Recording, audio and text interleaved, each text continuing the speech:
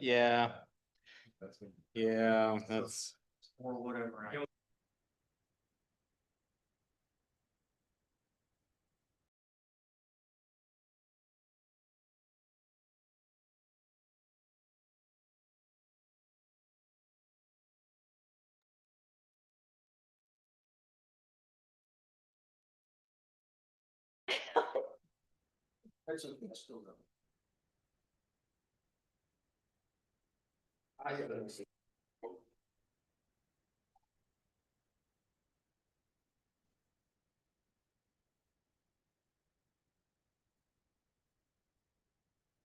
Gary.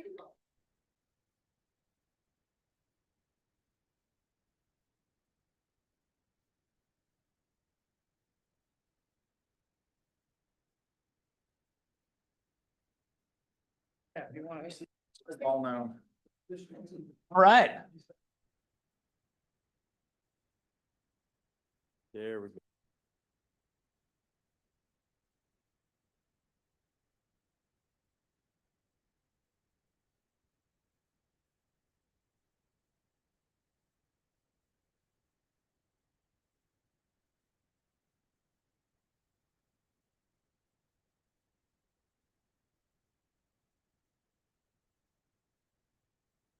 Braniff, are we on the record?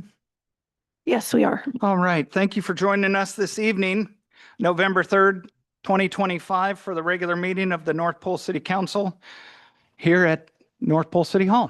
Madam Clerk, please call the roll. Mr. Brandt, Here. Mr. Claus, Here. Miss Rolfe. Here. Mr. Schuster. Here. Mr. Skips. Here. Mr. Williams. Here. And Mayor Church.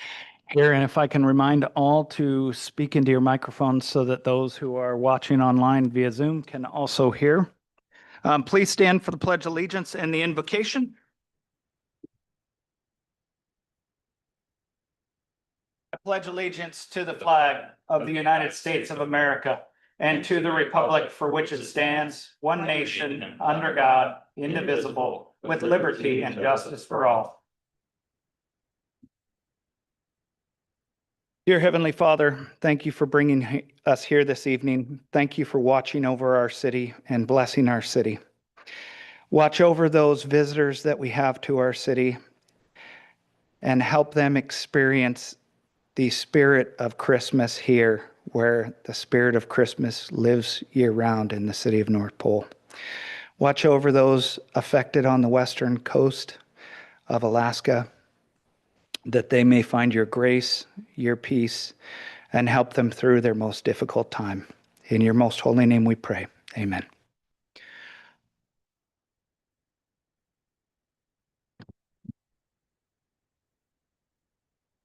Brings us on to item 4, approval of the agenda.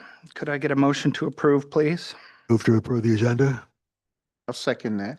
So moved and seconded. Any amendments to the agenda? Seeing none, Madam Clerk, please call the roll. On this evening's agenda, Mr. Brandt, Yes. Mr. Williams, Yes. Mr. Schuster, Yes. Mr. Claus, Yes. Mr. Skips, Yes. Miss Rolfe, Yes. and Mayor Church. Yes. Would anyone like to change their vote? That passed with 7. Thank you, Madam Clerk. That brings us on to action item 5, approval of the minutes from October 20th, 2025. In our committee of the whole, we did have some housekeeping updates to those. Madam Clerk is working on those. Other than that, can I get a motion to approve the minutes? Move to approve the minutes from the October 20th, 2025 regular city council meeting. So moved and seconded. Any discussion on those other than that in committee of the whole? Clerk Braniff, please call the roll. On the minutes from the October 20th meeting, Mr. Claus, Yes. Mr. Williams, Yes. Mr. Brandt, Yes. Mr. Schuster, Yes. Miss Rolfe, Yes. and Mr. Skips, Yes. and Mayor Church. Yes. Did anybody want to change their vote? Oh, thank you for taking over for me. Yeah. If not, that passed with 7. All right. Thank you so much. That brings us on to communications from the mayor. I'm going to knock out my communications real quick, and then we'll do the reorganization of council if that's okay, or you would prefer to do that vice versa, Madam Clerk? Oh, no, that's fine. Okay. We met with the city of Fairbanks to discuss the update to the dispatch contract. That's set to renew next June. We got together with the city of Fairbanks and our chiefs and our CFO to go over that and talk about that. Went to the Fast Planning Policy Board, the metropolitan area, the MPO boundary discussion that has been going on for, gosh, almost 3 years. It sounds like it's starting to gain traction again, and that is supposed to go in front of the governor to discuss that boundary and how that's going to affect our entire area for federal funding and projects. We also discussed, similar to what we've done here at the city of North Pole, the way to invest and strategize the FAST policy money that comes through there and how to have that money make money to help fund FAST and get more of that out into our community. I attended the Fairbanks Chamber luncheon that was hosted by the Fairbanks Chamber that hosted the North Pole Chamber called All Things North Pole. I'm sure Howard Rixey will speak to that later, but that was wonderful. And thank you for making that happen, Howard. I appreciate that. And your team at the North Pole Chamber of Commerce putting that out. And I love the working that is starting to happen between the Fairbanks Chamber and the North Pole Chamber to bring our community even closer. I went to the October 23rd Assembly meeting. Most of which was discussed is Resolution 2025-23, a resolution identifying and approving the capital improvement projects and inclusion into the CIP program. For North Pole, that included the North Pole High School HVAC system upgrades, Salcha Elementary HVAC upgrades, Tickasick Brown water system upgrades, Chena Lakes Recreation ADA upgrades, campground upgrades, and trail improvements at Chena Lakes. With that, the open area at the end of PD Road past Brock, they are putting a connector trail in from that all the way to Chena Lakes, so it will open that area up to four-wheelers, walkers, runners, dog walkers, and really utilize that area, which will be exceptional. So that too is in the plan. For the city of North Pole, they're looking at upgrading the library siding, having a generator for the library, a new North Pole skate park, walking trails around the new Brookside Park, that is the 12-acre development on the corner of Solms and Busby, adding a parking lot in there and some walking trails around the lake. Last week it's been a very busy time at the City of North Pole. We had 3 budget meetings, 3 budget workshops to discuss the budget that is on tonight's agenda. With that, I have nothing further for myself, and that moves us on to council reorganization, and then reclaim some of that time on the way back. We have a couple other people who I have set up to give a presentation this evening during communications from the mayor. But let's take care of the reorganization first. Madam Okay, Clerk. so if you guys want to start with nominations for Mayor Pro Tem. Mayor Pro Tem, I'd like to see Councilman David over here. Sorry, you'll have to specify which David, since we have 2 on the council. Councilman Williams. One to my right. Brent. Okay, thank you for that. Are there any other? Yep, please. Yes, I'd like to nominate Jordan Schuster. So I have 2 nominations. Would anybody else like to nominate? All right, if you want to, on your super secret ballot, go ahead and write your choice down.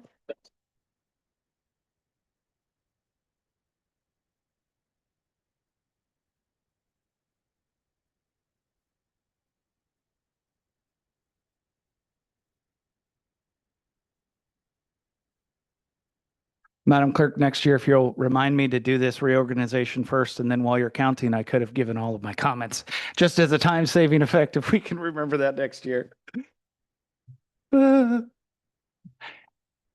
If we could have, while you're working on that, Um, Jeff Jacobson, would you like to come up and give the Light the World presentation while we're working on counting those ballots and getting that, unless that's already done? That's already done. Very efficient and quick. Thank you, yeah. Madam Clerk. So we have a new mayor pro tem, and the mayor pro tem is David Brandt. So now we'll move on to deputy mayor pro tem. Are there any nominations? I nominate Benny Williams to continue as Deputy Mayor Pro Tem. Can I second? Are there any other nominations? Yes, I'd like to nominate Jordan Schuster. So I have nominations for Jordan Schuster and Benny Williams. Are there any other nominations for deputy mayor pro tem? If you want to go ahead and same thing.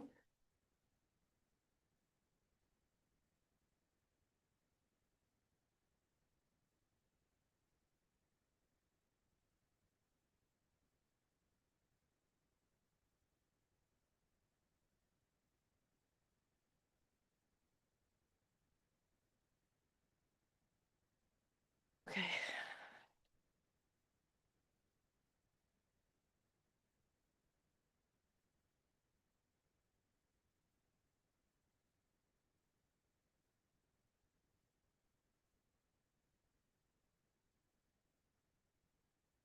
Okay, and we have a new deputy mayor pro tem. Congratulations, Benny Williams. And that leads us to alternate deputy mayor pro tem. Are there any nominations? I'd like to nominate Sandra Rolfe for alternate deputy mayor pro tem. Are there any other nominations for alternate deputy mayor pro tem? I would like to nominate Jordan Schuster for alternate deputy pro tem. Okay, so we have two nominations, one for Jordan Schuster and one for Sandra Rolfe. Are there any other nominations? Okay, if you guys want to write down your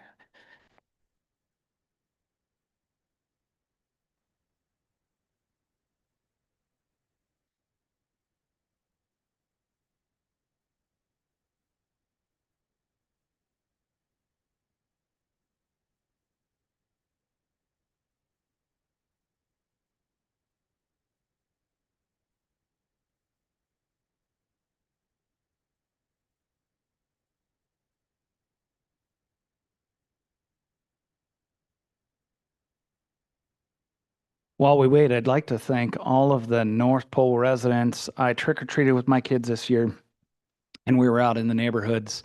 It was pretty amazing how much decorating happened this year. When it's raining and above zero, the decorations really come out. And I want to say great job to the city of North Pole for getting out there and making that happen. So appreciate your spirit. Merry Halloween. and I'd like to say congratulations to Miss Rolfe. She is your new alternate deputy mayor pro tem. Okay. Thank you for that, Madam Clerk. And I have Jeff, you're all queued up and ready to go. Did you want it to play first or? Okay.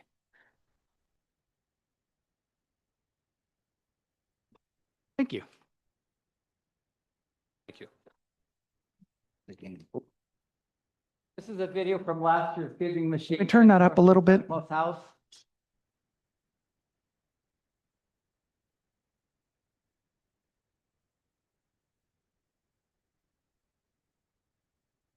Is that a TV thing?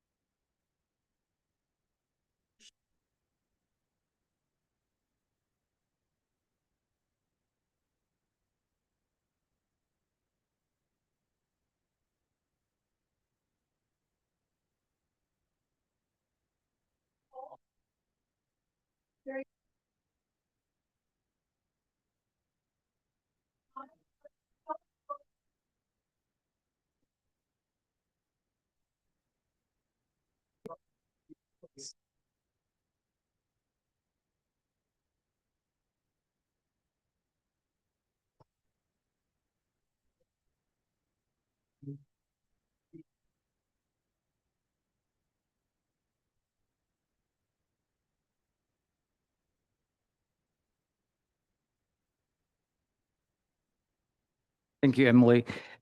Last year was the first time that the giving machines came to North Pole. They were expanded to 107 countries, or 107 cities around the world, 13 countries and 5 continents. And last year, the world was very generous in that it donated more money than ever before. 450 charities around the world participated in the Giving Machines initiative. And since 2017, over $40 million have been donated to the local charities. And if you step back to 2023, that amount was 24 million. So last year alone, $16 million were donated.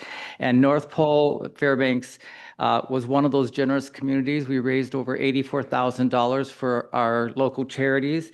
And in your packet, you'll see that there is a sheet that looks like this. Our nonprofits from last year was the Armed Services YMCA. They received $14,465. Breast Cancer Detection Center, $6,833.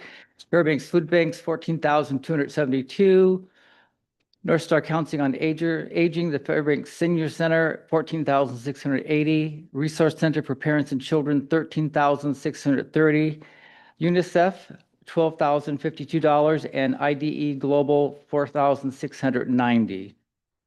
And so, as it said in the video, 100% of the donation that the donor makes goes to that organization. So it's like a vending machine. Instead of getting a candy bar, a card drops. That is the item that you purchased. You don't get the card, but it's just a way of visually knowing that you purchased something. You pay for it with your credit card. You get a receipt.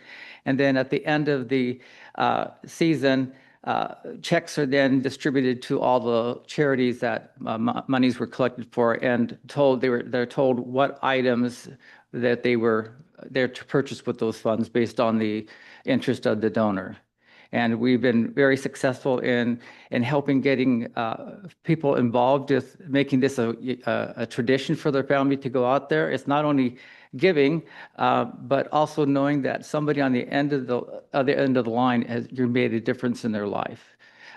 Last year, the hot item that people were really curious about was chickens, and there were. I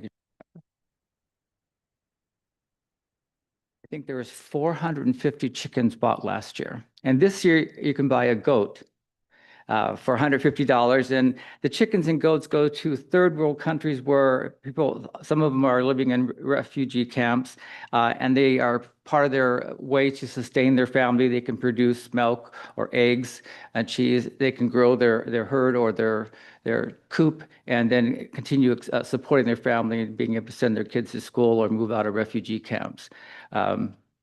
This year, the little card, we're raising funds for the Breast Cancer Detection Center, Interior Alaska Center for Nonviolent Living, Lifting Hands International, and they're the ones who have the one goat, American Red Cross, Fairbanks Community Food Bank, Alaska Center for Children and Adults, and the Fairbanks Resource Agency.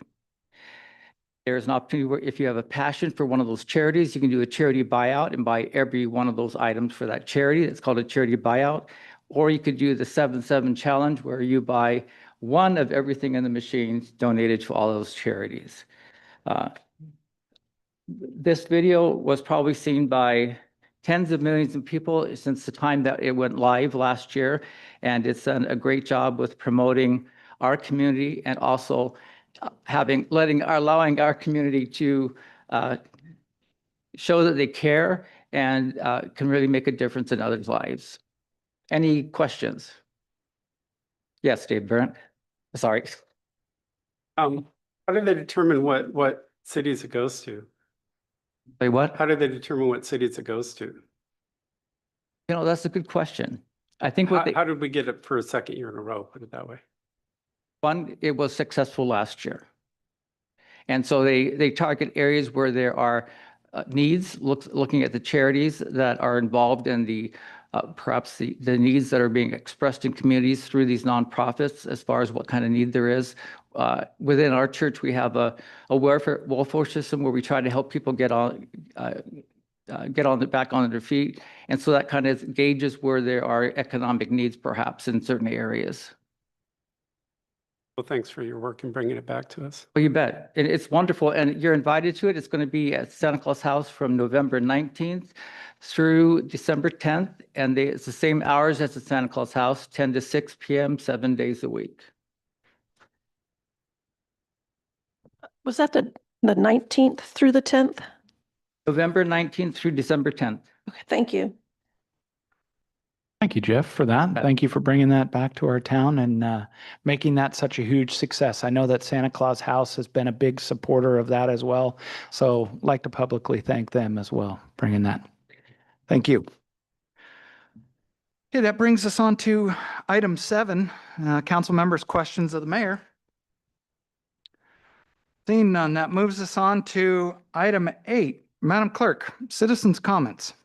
Citizens' comments, any person wishing to speak to an item not on the agenda needs to sign up on the list located on the public testimony table. Respectful standards of decorum and courtesy should be observed by all speakers. Remarks should be directed to the council as a body rather than any one member of the council or staff. Comments are limited to 5 minutes. And if you came here to speak to an item on the agenda, you'll have time when those agenda items come up. Do we have anyone signed up online? I don't have anybody signed up online, but I do know that we have some people here.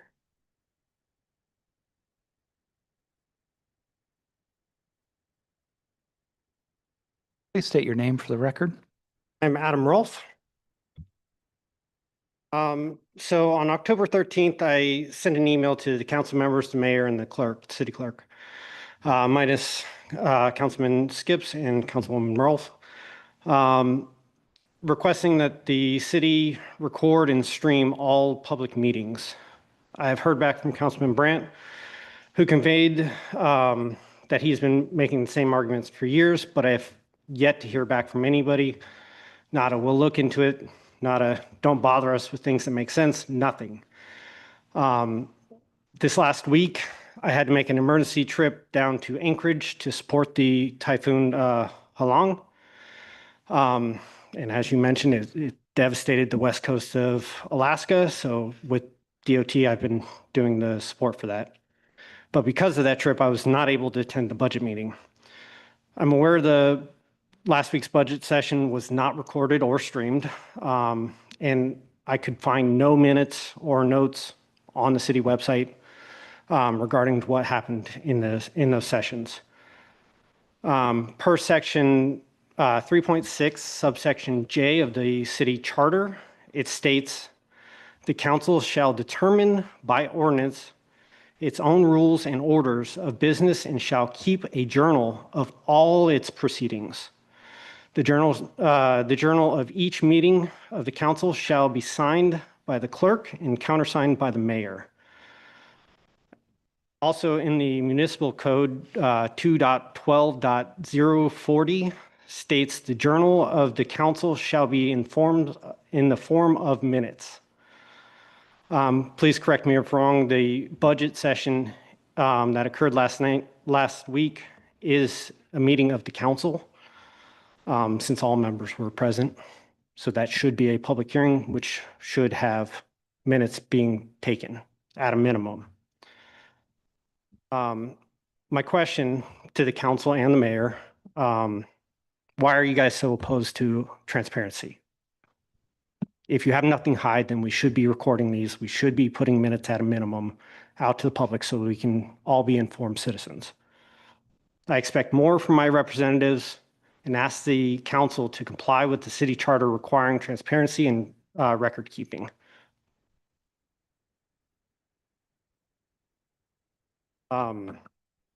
Also, today I received a public records request back from the city clerk about the ChatGPT history for the mayor. For the last 13 months, we've spent $200 a month on ChatGPT. That was claimed to be absolutely necessary. But in the results that were provided to me, it was only used 19 times over those 13 months. If it was absolutely necessary, why is it used so little? Okay. Is that, okay. Any questions? Yeah, please. Councilman Claus. So, Mr. Rolfe, good evening. You and I and Councilman Brandt and Sandra Rolfe have discussed a little bit about the minutes or recording meetings, et cetera. I was wondering during our discussions if we're recording meetings or transcribing meetings, for example, there are different levels of doing that. For instance, like an audio recording, just like an Omni mic here with a recorder, and people identifying themselves when they speak, like this is Councilman Claus, and then just say whatever I'm going to say, so that people listening to it can figure out who's saying what to whom. That can be operated by pretty much anybody on council or staff and not necessarily require the clerk's presence or anybody else's presence for that matter. It could be anybody who could actually do that.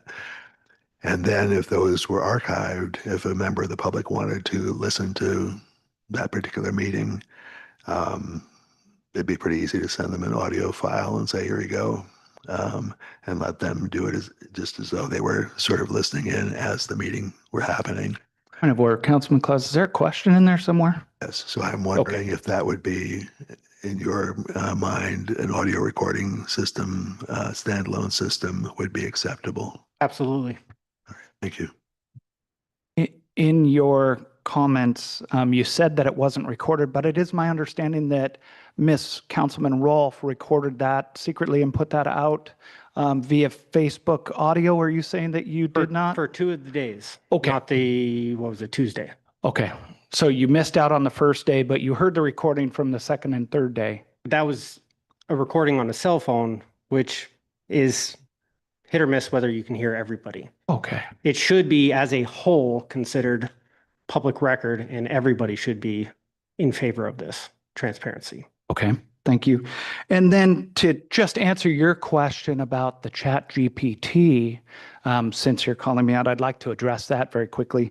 The city has only paid for the ChatGPT since April of 2025, but during your public records request, you requested that I provide you all the chats back to October, so I did. So just to clarify that the city has not paid 13 months of ChatGPT, but thank you for your testimony, sir. Any other questions for Mr. Rolfe?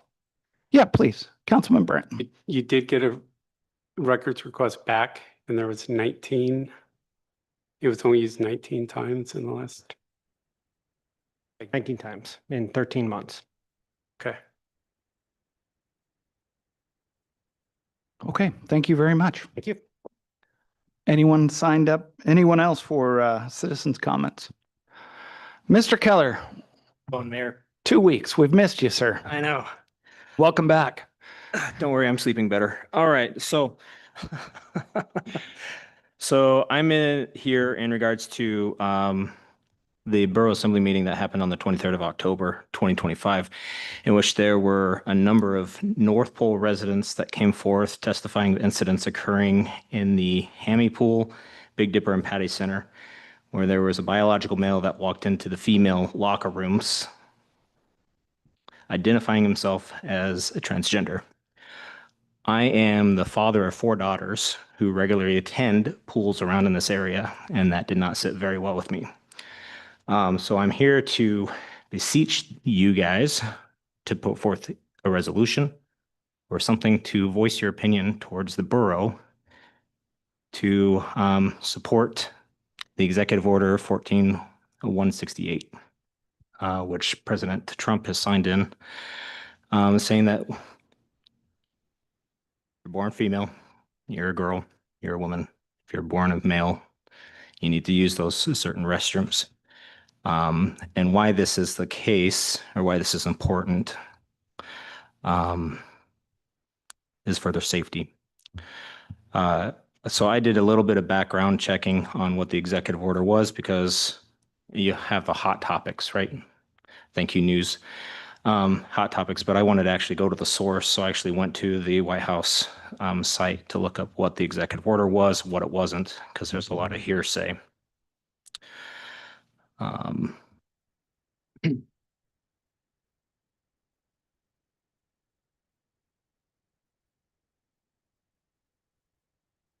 to say basically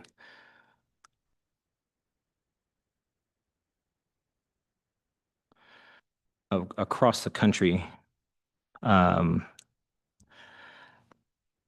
there's people that deny the biological reality of sex, having increased used language and other socially coercive means to permit men to self-identify as women and gain access to intimate single-sex spaces and activities designed for women, from women's domestic abuse shelters to women's workplace showers.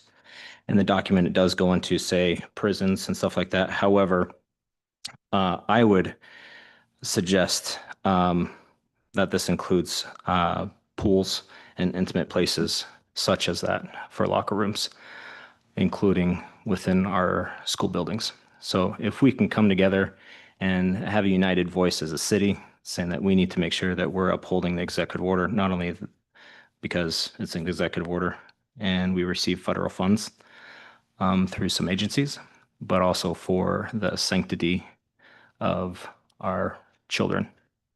So, and that is all that I have right now. I'm open for any questions. Yeah, please, Councilman Schuster. I do have one, and thanks for coming. Did it say anything about, and I think you might have mentioned it, but federal funds and, maybe having those not directed to people who are in violation or cities who are in violation to that? Yeah, so there was actually one person who did testify. He's like, it doesn't affect the borough because the borough makes up their own stuff. And so I was like, okay, I'll take a note of that.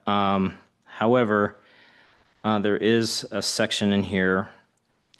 Federal funds shall not be used to promote gender ideology. Each agency shall access grant conditions and grantee preferences and ensure grant funds do not promote general ideology. Now, you can take the promote versus, actively promote or to allow. And that's my understanding here. And there's some other ones in there. Welcome. Oh, and I did want to say, so I went back and I rewound, yes, if there was a VHS here, I'd rewind it, to go back to actually count how many different accounts were from North Pole. 7 testimonies from North Pole area. So. Any other questions for Mr. Keller? Please, Ms. Rolfe. You said that there are 7 accounts from North Pole residents. Do you know what facilities their complaints came from? Yep. So Hammy Pool, Big Dipper, and Patty Center. So all the complaints have come from Fairbanks facilities? Fairbanks facility is correct. There wasn't any from Westcott Pool or any of the high schools. However, who knows what has not been said. Please, Councilman Williams. 7 accounts, were they for it or against it? What do you mean for or against? Guys going into girls' locker room. These were 7 accounts of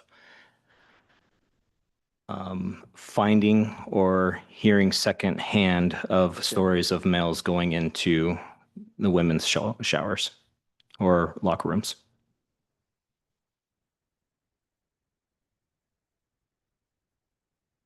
Follow up, Mr. Williams? You look perplexed. You don't want- Okay. Any other questions? Hence why I'm a father of 4 daughters coming to the council. Yes. Thank you. Mr. Keller, thank you. Is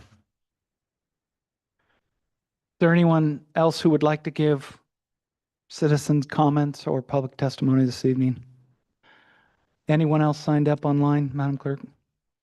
I do not have anybody signed up online tonight. All right, and since you just popped a piece of Halloween candy, that moves us on to communications from department heads, and I suppose we'll start down at the end with Chief Heineken.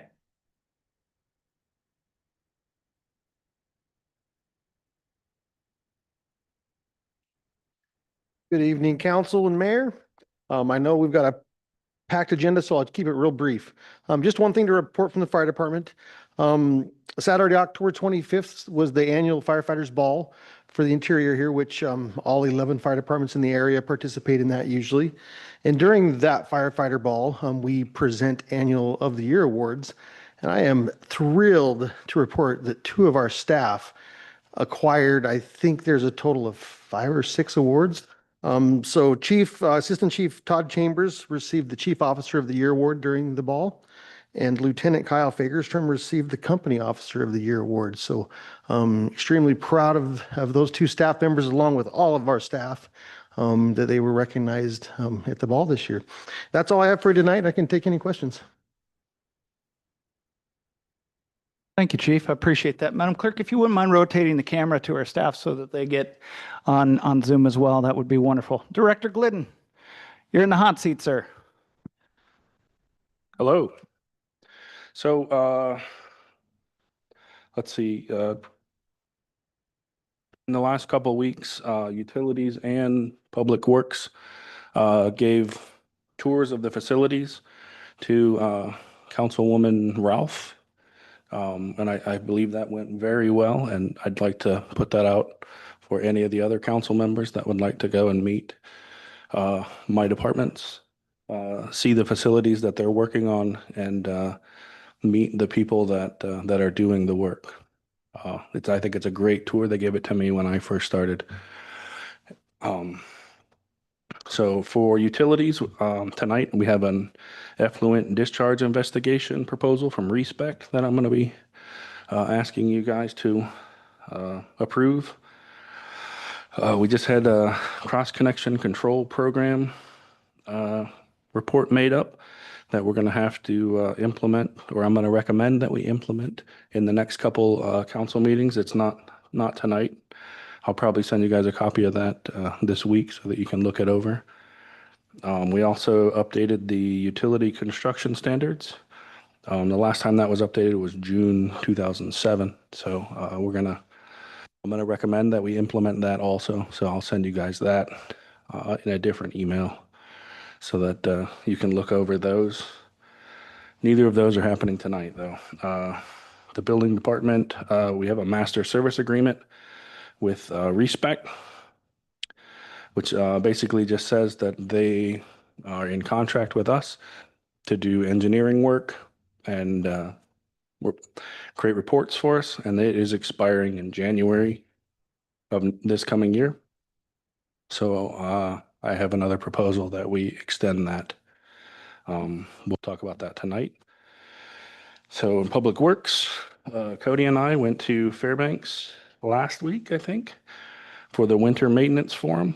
That's where all of the road service maintenance people and municipal maintenance personnel got together at the library, Nolene Library, so that the residents could come in and talk specifically to the people that maintain their roads with questions or comments. So we spent a couple hours there introducing ourselves and letting people know that we were in North Pole and we clear the road. So that was pretty interesting.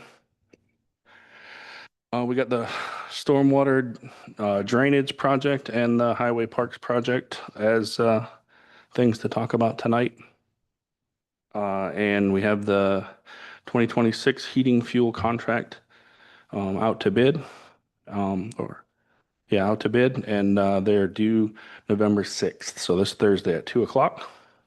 So anybody listening, if they want to bid on that, you can go to our website to get that bid. Get that bid put in by November 6th at 2 p.m. And then I'll theoretically be bringing a recommendation to council on November 17th council meeting to get us in contract to get some heating fuel for next year. It's probably enough for now. I'll be talking to you later on again. Anybody got any questions? Seeing none. Thank you, Director Glidden. That moves us on to Madam CFO Fogarty. Good evening. Good evening, everyone. As you can imagine, most of the last couple weeks have been working on budget, putting the budget books together, and there was a week there prior to the budget meetings that my staff and HR was at a user group for our software company, Tyler.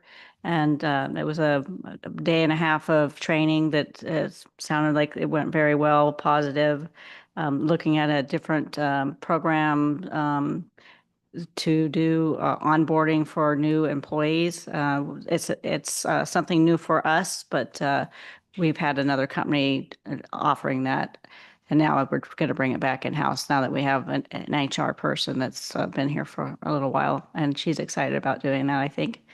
So that's all I have tonight. Any questions for the CFO? Okay. Thank you for that. Chief Smith. All, my report will be short as well. Just mainly two things to bring up. First of all, I was also out there Halloween. We did our Op Glow, which was very successful. It was, I think, the first time on record it's been that warm. I was actually able to see some costumes, so that was fun. But we handed out a grand total of a little over 800 glow sticks in like 2.5 hours. So there was a lot of traffic through the town. It was a good thing. Good to see everyone out. I do want people to know that we are starting the law enforcement food drive this weekend. I'm particularly excited about it this year because we have our 2 local stores participating. So this coming Saturday, I'll be at Three Bears all day, and then we'll be at Costco for a weekend, and then Safeway. So y'all are more than welcome to participate if you'd like. If you're interested, let me know, and I'll send you our little sign-up sheet we have. We're, as usual, in a runoff against the other local agencies for who can bring in the most poundage of food. So we appreciate any support we can get. That's all I have for you tonight. I'll take any questions. If citizens wanted to donate to the food bank through the APOA food drive, can they drop canned goods and cash donations, check donations off the police department, or what's the best way to make that happen? They can with the canned food. I would say any checks need to be made out to the food bank, not to the police department, but they certainly can be given on behalf of the police department. I think it's a $1 per pound trade-off. So we appreciate and usually receive several monetary donations as well. But people can do either one. Okay. Any other questions for Chief Smith? Thank you for Operation Glow. It was a great time. Madam Clerk Braniff, brings us on to you for a staff report. Maggie's actually going to give the staff report this evening. Okay. I'm just reporting on a couple meetings ago. I was directed to reach out to a third-party HR administrator party to do some training here at City Hall. And she has been on site from Arctic Turn HR Solutions. She was on site today and she'll be here tomorrow. I'm very optimistic about what she can offer the city as far as training. She not only, she did interviews all day today. She flew in early this morning and got her interviews in, and she's going to be taking that information and building some training for us tomorrow. She did offer us a very discounted flat rate fee for this. She'll be here for 2 days and travel expenses, and also the work offsite of putting the whole training together. But I am excited and optimistic about what she's going to offer us tomorrow. And that's all I got. Any questions? Okay. Thank you for those reports. Appreciate that. That brings us on to ongoing project reports. Item 10, we have none. Moves us on to unfinished business. Takes us to item 11A, ordinance 2025. Can I get a motion to adopt, please? Move to adopt ordinance 2025-11, an ordinance amending Title 4, Chapter 19, Section 010, disposal of city-owned real or personal property. Second, Skips. Okay. That brings us on to a staff report. Chief, is that something you want to rehash, or who would like to give a staff report on that? I think we're generally all aware, since we talked about it last week. I'd take any questions anyone has. We're just trying to amend it to have more options for good stewardship and disposal. Understand. Thank you, Chief. Madam Clerk, would you mind putting that up on the screen?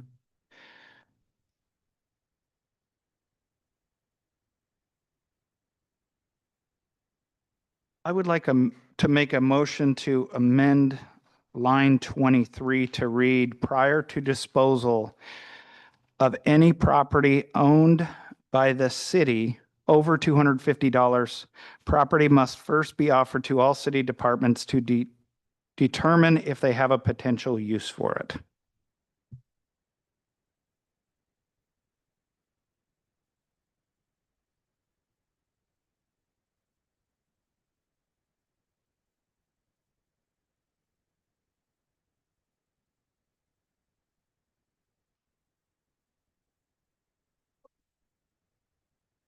And striking the word such.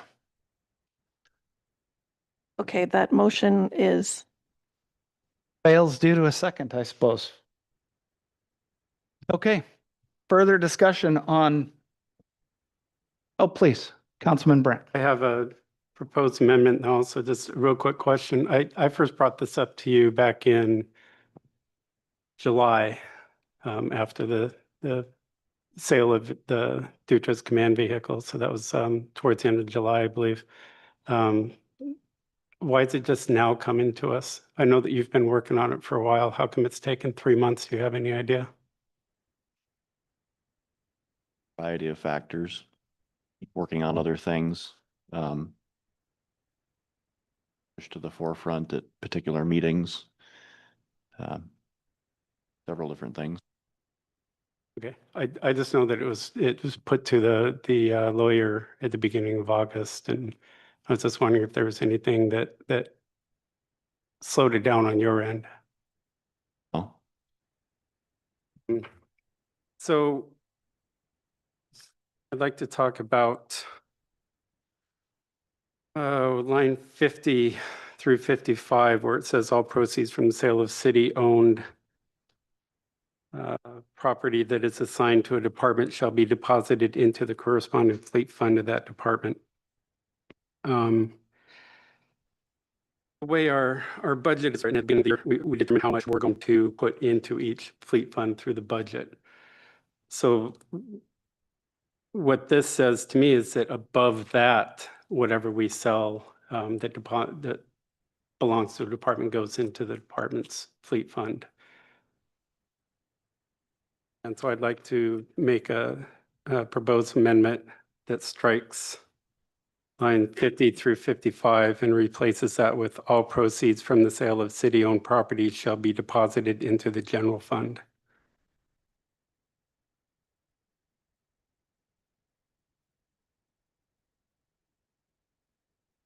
For two reasons.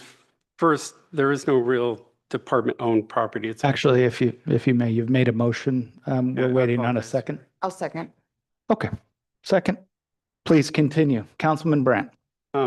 There is really no department-owned property. It's all owned by the taxpayers. And if we leave this in, it's written, it's confusing that. So let's say we put in $100,000 into your fleet fund through the budget and we sell a vehicle for $10,000. Does that mean we only put $90,000 from the general fund and it's 10,000 into that? Or do we just stick to the original $100,000 from the budget into the fund? So this just makes it clearer that the money just gets deposited in the general fund, and then from the general fund, we determine how much is going to be deposited into the fleet fund of the department. I read 50 through 55 differently to say that if a vehicle is sold, it automatically gets deposited. Since it came out of that fleet fund originally, any money that is made would go back into that fleet fund regardless of what's budgeted for that year. It would just revert whatever funds that are coming in would go automatically directly back into that fleet fund from whatever department it came from. And if they don't have a fleet fund, then it does go into the general fund. I understand that the confusion is, does that mean that if, let's say at the beginning of the year, we say just for round numbers, 2 police cars, $100,000. I know it's going to be more like 160,000, but just for ease, let's say that's $100,000. We sell those 2 cars that we're replacing. Does that money go on top of that $100,000 we're already putting in there? So now we have $120,000 in there, or are we still only going to put $100,000 into there because we determined that they need 2 cars? Makes it it just makes it a lot easier to understand. The money just goes, all the proceeds of all city-owned property just goes into the general fund and it's distributed to the departments through the budget. Any other discussion on this topic? Madam CFO, please. Yes, in the fleet fund ordinance or the fleet fund in the code, it talks about that we're going to deposit any sale of the vehicles to the fleet fund. So that if you're going to do this, you have to change that. What normally would happen is, because we don't know how much money we're going to get based off of an auction. So for instance, I don't believe we budgeted anything for vehicle sales on the 2026 budget. However, if something comes up and we sell a vehicle, then we would amend the budget to bring that in. I understand that. But again, at the beginning of the year, we determined that we're going to need 2 police vehicles. So we budget for that. And we put that money in. Go ahead, I'm sorry. You budget for the expense of that. Correct. Yes. So then what I'm asking, the way I'm reading this, it's not clear that the money goes into the fleet fund and then we're only going to contribute from the general fund the remainder of what we budgeted for, or are we still going to contribute the full budget amount? You see what I'm saying? It's very confusing how it's written here. So Sorry. the amount that's budgeted is based off of the property tax, a percentage of the property tax received. And there's some additional amounts as well. Right. Well, that's a mandatory amount is the percentage of the tax. And then we additionally put more money into it. Correct.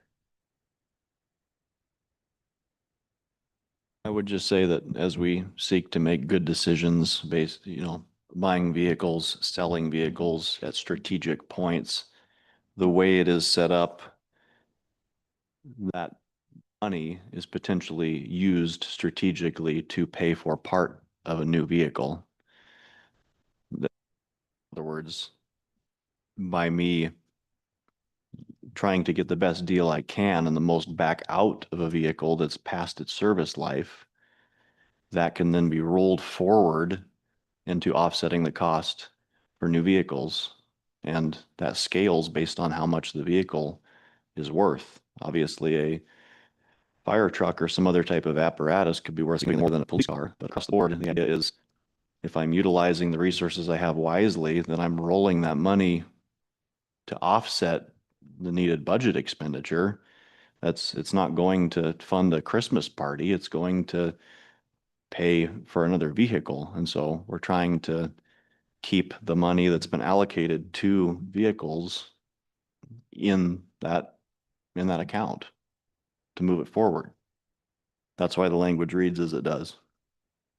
So if we purchase a car out of the fleet fund, the request and the way it's written is when that car is sold to go back into the fleet fund to help bolster the fleet for future expenditures, regardless of what the budget says. Please, Chief.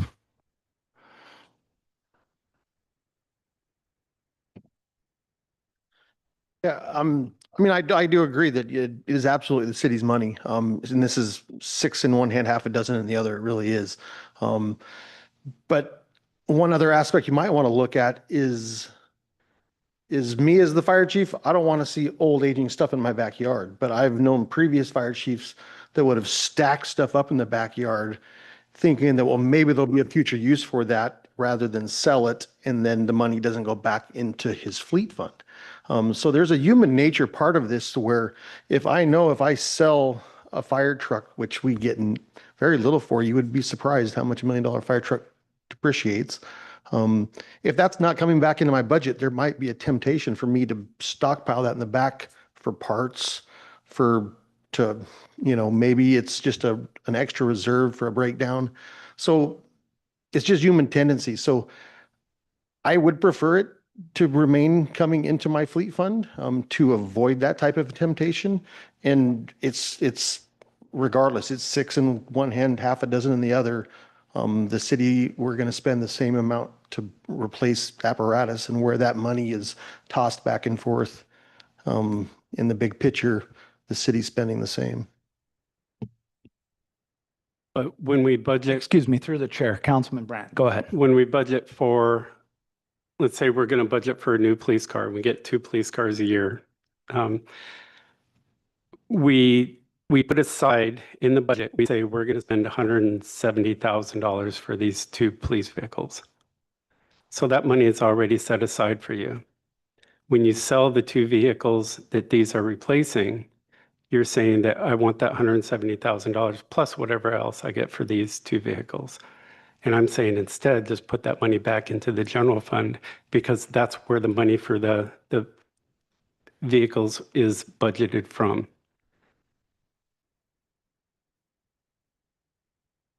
So how do I grow my fleet fund to the point that I can actually generate interest off of it at some point?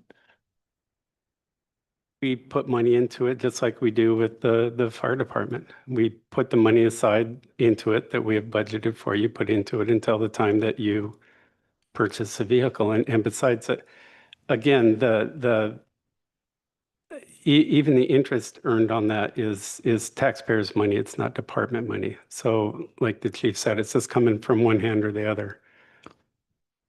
So to answer your question, you would have to increase your fleet fund to make up for the difference that you wouldn't get into your fleet fund by selling the surplus vehicle, No. which goes right back into a budgetary amendment. Please, Councilwoman Rolfe. So I'm just trying to make sure I'm reading it right, based on what's crossed out and what's added currently under the current version, not any of the amendments. It goes back to the general fund, correct? Is that correct? The way it's written now, it goes into the corresponding fleet fund of that department. No, that's what's being changed.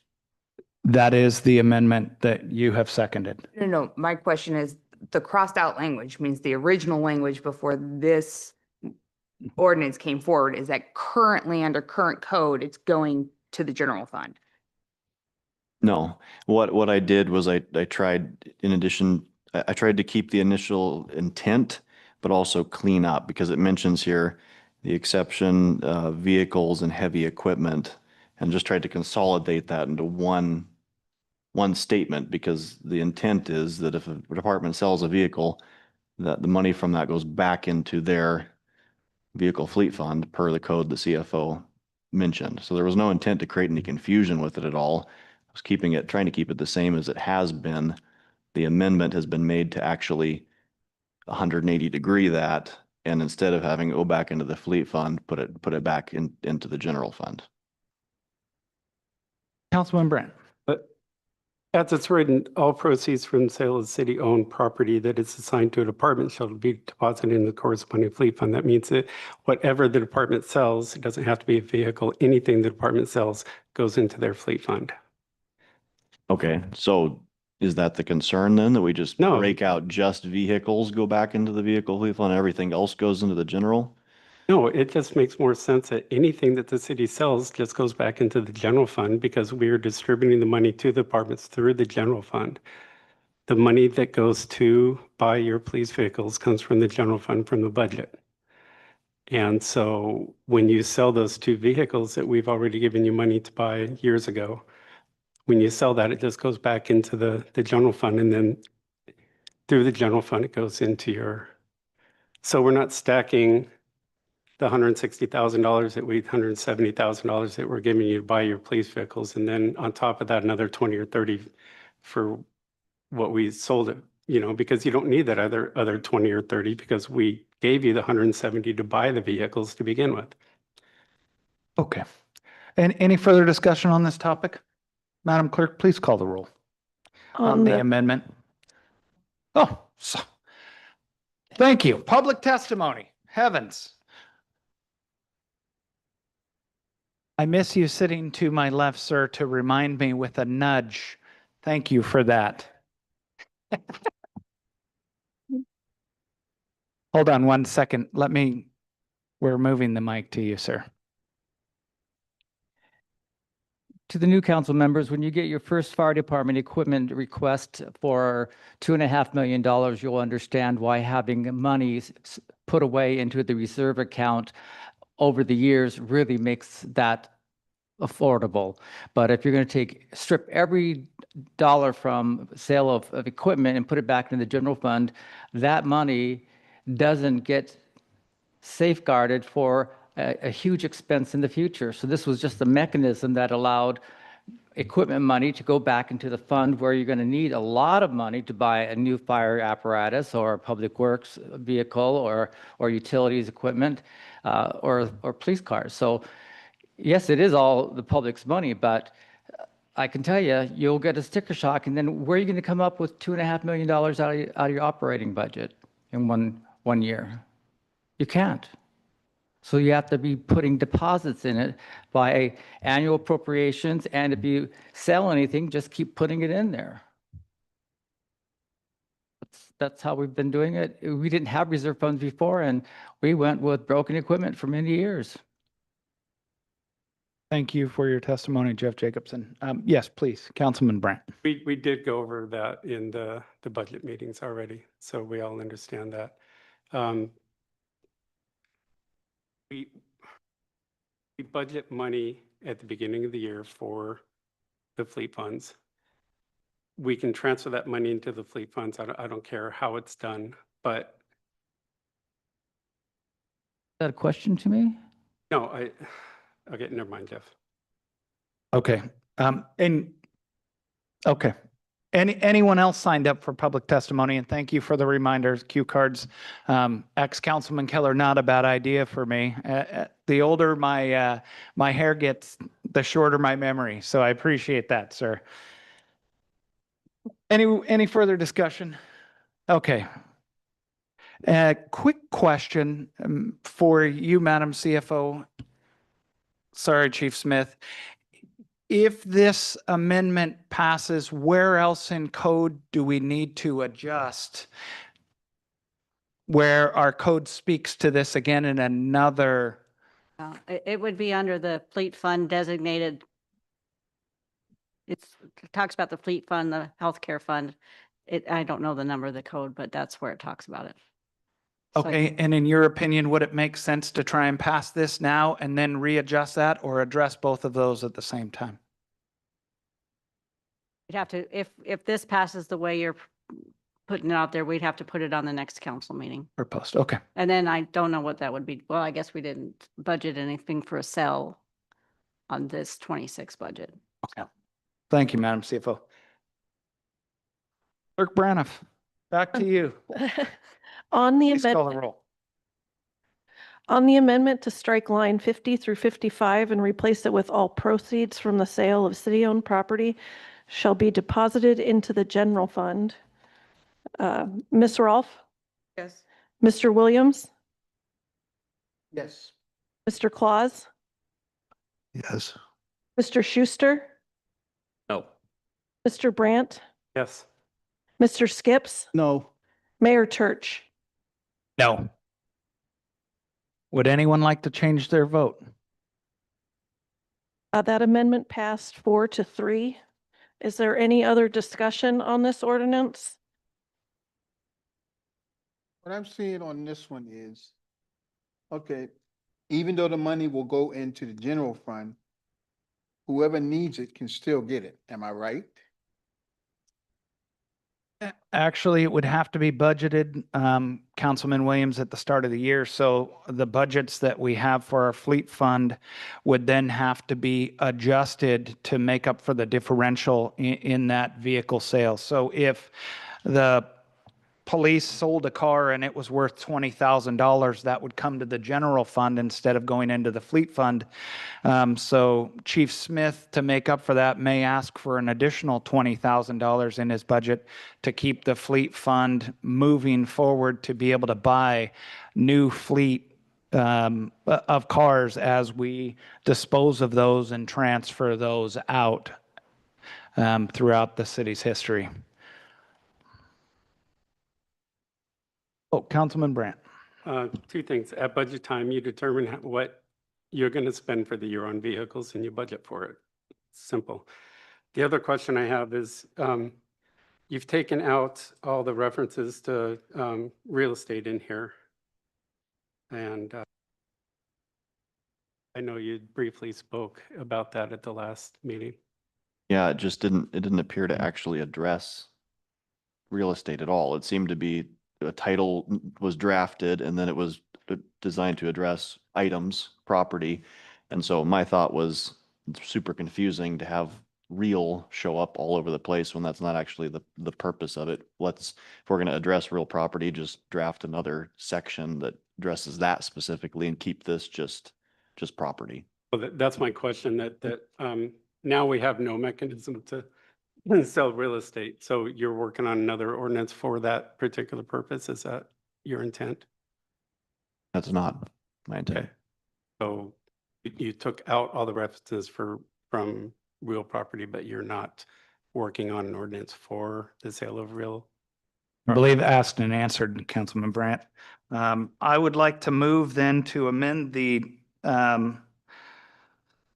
name of this ordinance, since we don't have real property, to strike the name of the ordinance, if we may, to city-owned or personal property, and remove real from the title, since we don't address that in this ordinance currently. Second. Moved and seconded. Discussion. Yeah, please, Councilman Brandt. I think it would read cleaner if it just said city property instead of city-owned, what was your amendment?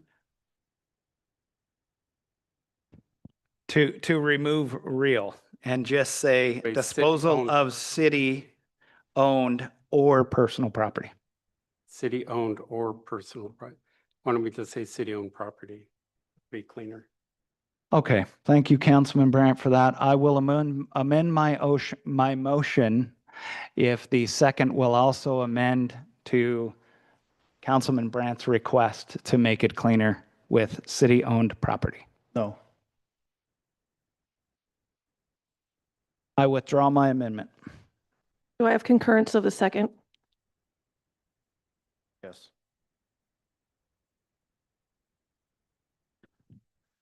Any further discussion or amendments? Okay, seeing none. Clerk Braniff, please call the roll. On ordinance 2025-11, an ordinance of the City of North Pole amending Title 4, Chapter 19, Section 010, disposal of city-owned real or personal property. Mr. Claus?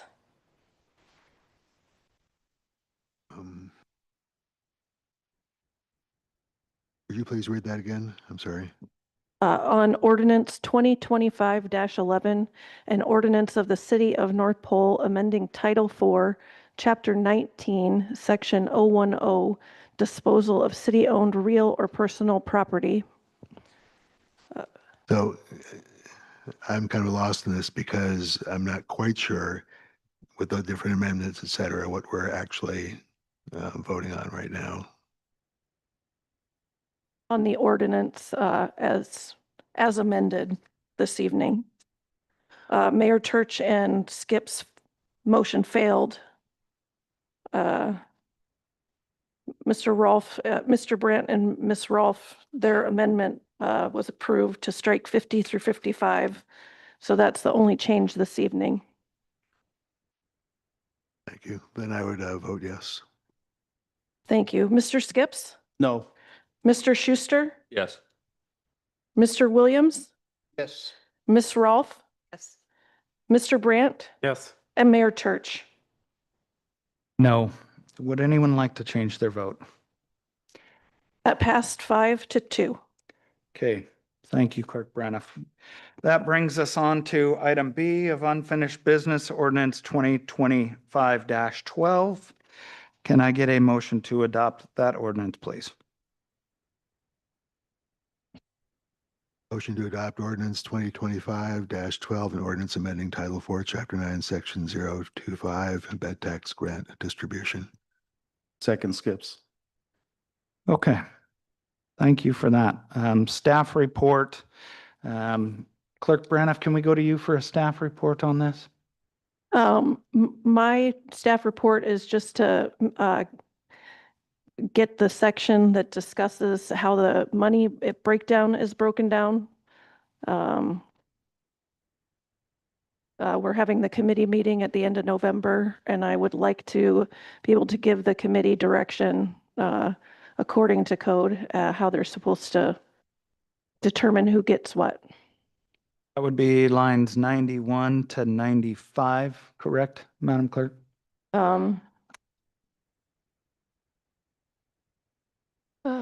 Yes, 91 to 95 was the strikeout, and 96 to 98 were my proposed amendments. And then we had a motion to change that last council meeting from a distribution of 5% held on to and collected for administration fees to 25% that did pass at our last reading. Thank you for that. I'd like to call for public testimony. Would anybody like to testify on this? Please come forth, state your name, and if you haven't already signed in, if you would.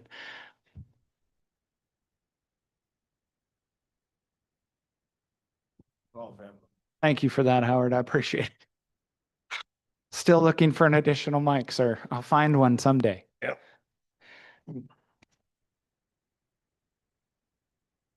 So for the record, I'm Howard Rixey, speaking on behalf of Howard Rixey only here to just keep things clear.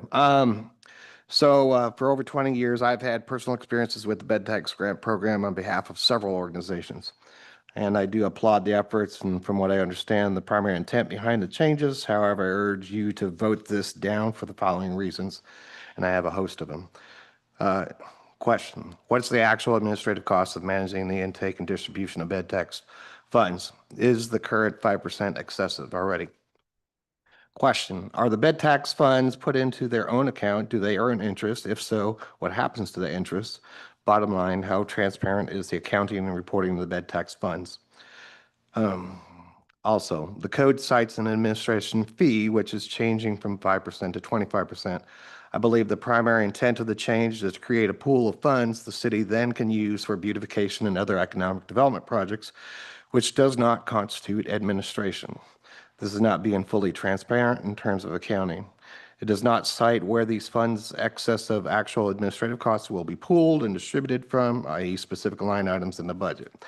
It creates a slush fund for the city can reach into without any prescribed objectives, parameters, or process. Also, the entire portion of the city code regarding the bed tax grants is not ready for prime time. Whether in this version or the unchanged version, the code has holes in it. And I have several examples. Section 4.09.20 cites the grant distribution should support the promotion of economic development and the tourist industry. Yet there is no published language that puts a working definition of what that means. Consequently, the approval of previous grants have become contentious at times and/or overruled by city council members based on their perspectives and agendas. There are holes in the language associated with the bed tax committee, i.e., who should be on it? What role does the mayor play or limited to? Is the mayor a facilitator or an influencer? Just how empowered is the committee? Applicants do not know the amount of the bed tax they are competing for prior to the due dates of their application. That creates a couple things. Applicants who ask for funds in excess of what's available are looked upon negatively by the committee.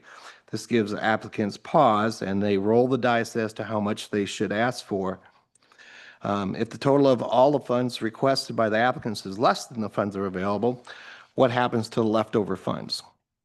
The committee cannot award any applicant more funds than they requested, even though the committee can readily see the merit and need for more. Where the merit of the applicant request is questionable in terms of promotion of economic development and the tourist industry, is the committee obligated to award them something because there's still funds available?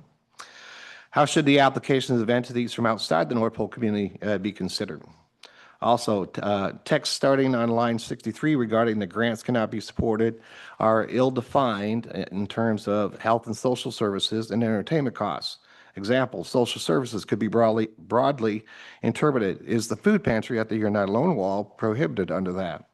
Entertainment costs are also subject to interpretation. Is the July 4th community picnic prohibited under that?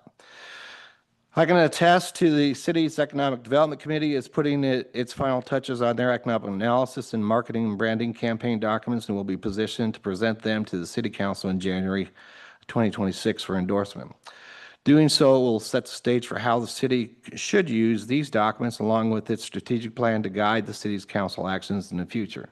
The ordinance at hand changed the city code before being armed with meaningful critical information and establish consensus of how the city should attack the ongoing growth in our community. So my recommendations are: 1, vote down the ordinance today. 2, commit to a 2026 goal to create the required consensus on the economic development strategy and work as a team to execute it.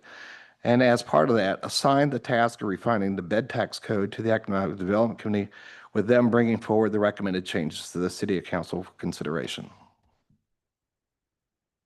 Those are my comments. All right, thank you for that. Any questions? Please, Councilman Brandt. Can you email those to us? This? Yeah. Yeah. You went through it so fast, I didn't get all of it. So Sure. unless You you have my copies, copy but too, so. I wouldn't mind. I'll give it back to you. So, You can have it. I don't need. okay, great. Thank you. Any other questions? Thank you, Mr. Rixey. Appreciate it. Is there anyone else who would like to testify?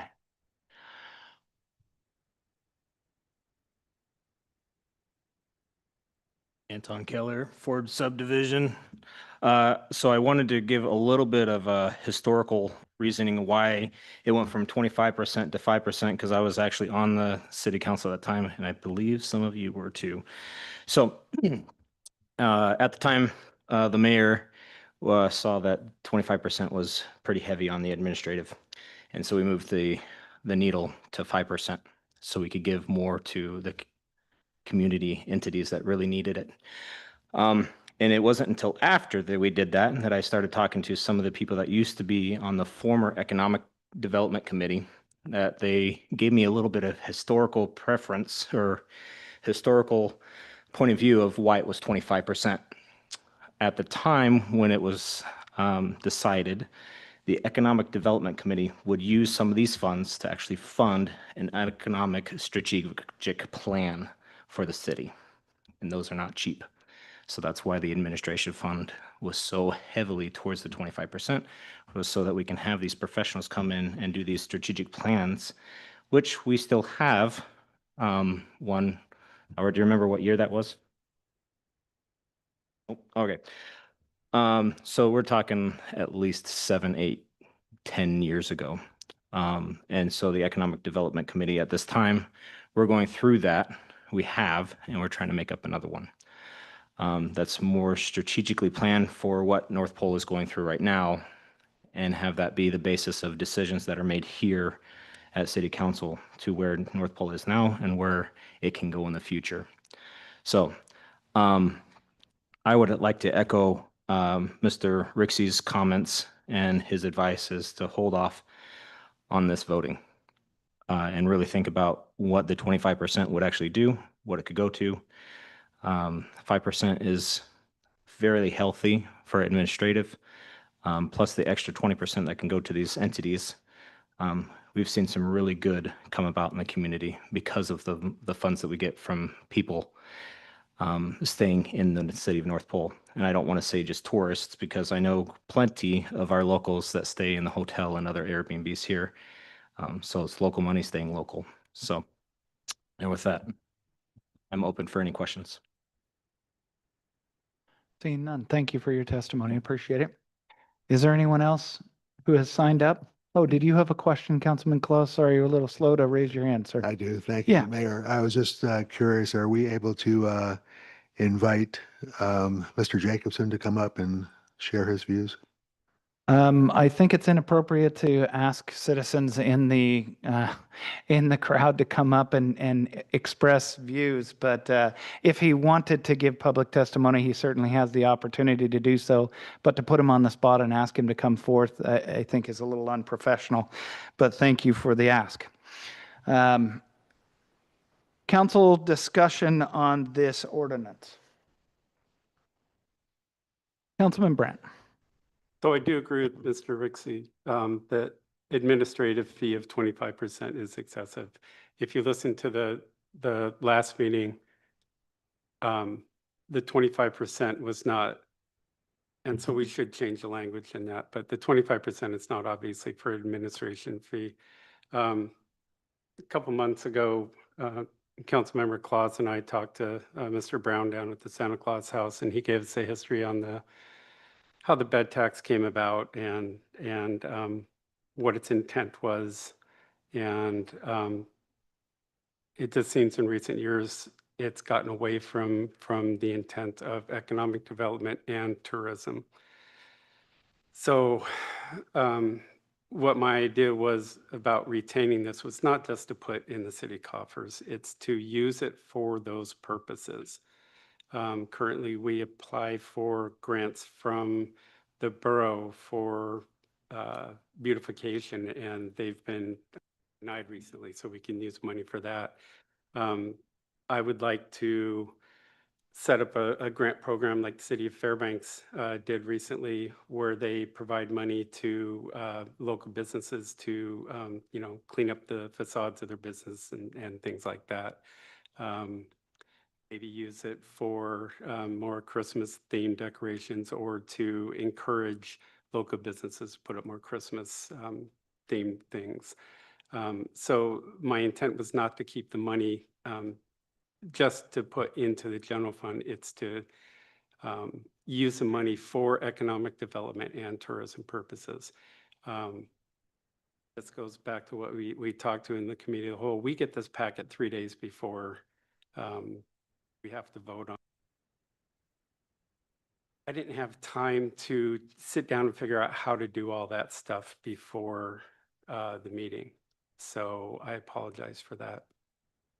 But I would like to keep it at the 25% with the intention of using it for economic development and tourism. I don't know how to say that we have to do it, but in the very near future, set up some programs and parameters for what we can use that money for.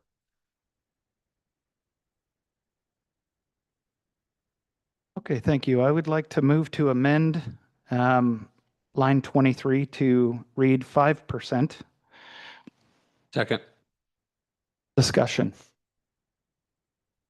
Yeah, I to address kind of what Mr. Brandt was saying, I personally feel like groups that are receiving the funds now know how to better spend it than the city would. And so for us to retain that additional 20%, I fully trust the chamber or other organizations who may receive this to they're in it every day. And so I completely trust that they would know how to further that better than we would as a city.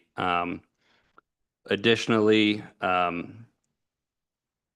I was able to talk to several members of the community, and including Dan Gavora, who's probably the largest payer of bed tax.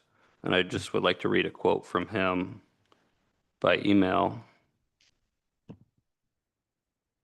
Find it. Okay. Dan Gavora, the largest payer of bed tax in the city of North Pole needs to rein in its spending. The economy of the interior is less than robust. In this regard, fiscal discipline should be the city's top priority.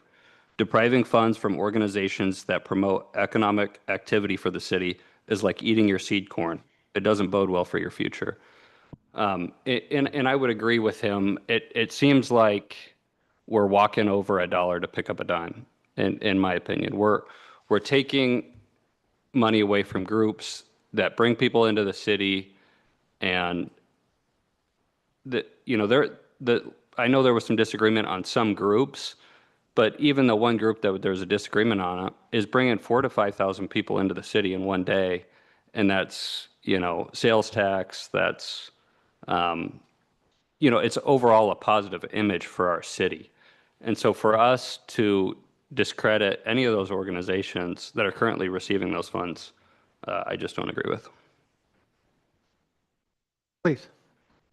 Yes, I agree with everything that Councilman Schuster said. I've been on the bed tax committee now, I believe, 5 or 6 years.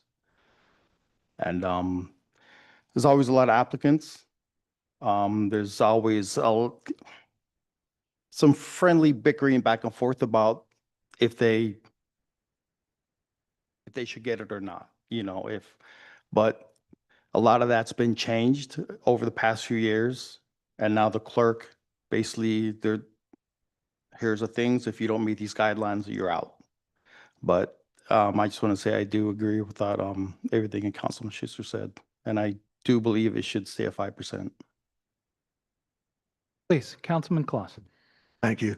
I think I was on council that time when it went from 5 to it went down to 5%. And I remember it. And perhaps one option tonight would be to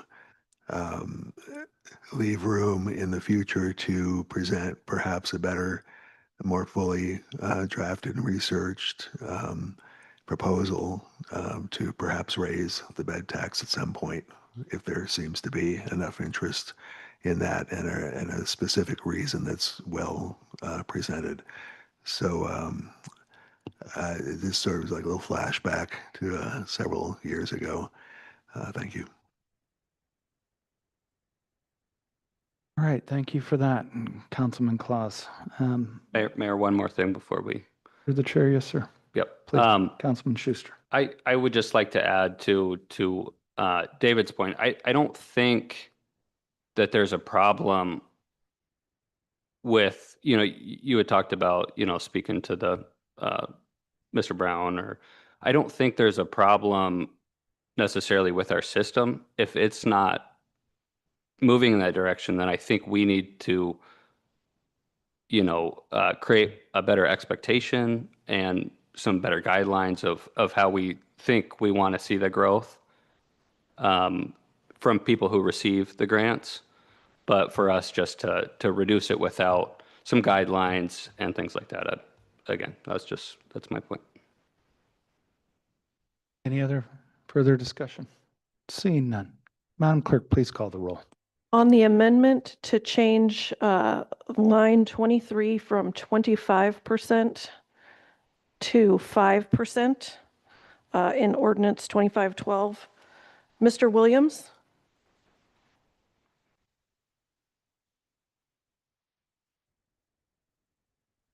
25%. Sorry, Mr. Williams. 5%. I'm going to say 25. Okay, we don't get to choose The 25%. a percentage. It's either a yes or no, sir, on the roll to change it to 5. No. Okay. Thank you, Mr. Williams. Mr. Claus? Yes.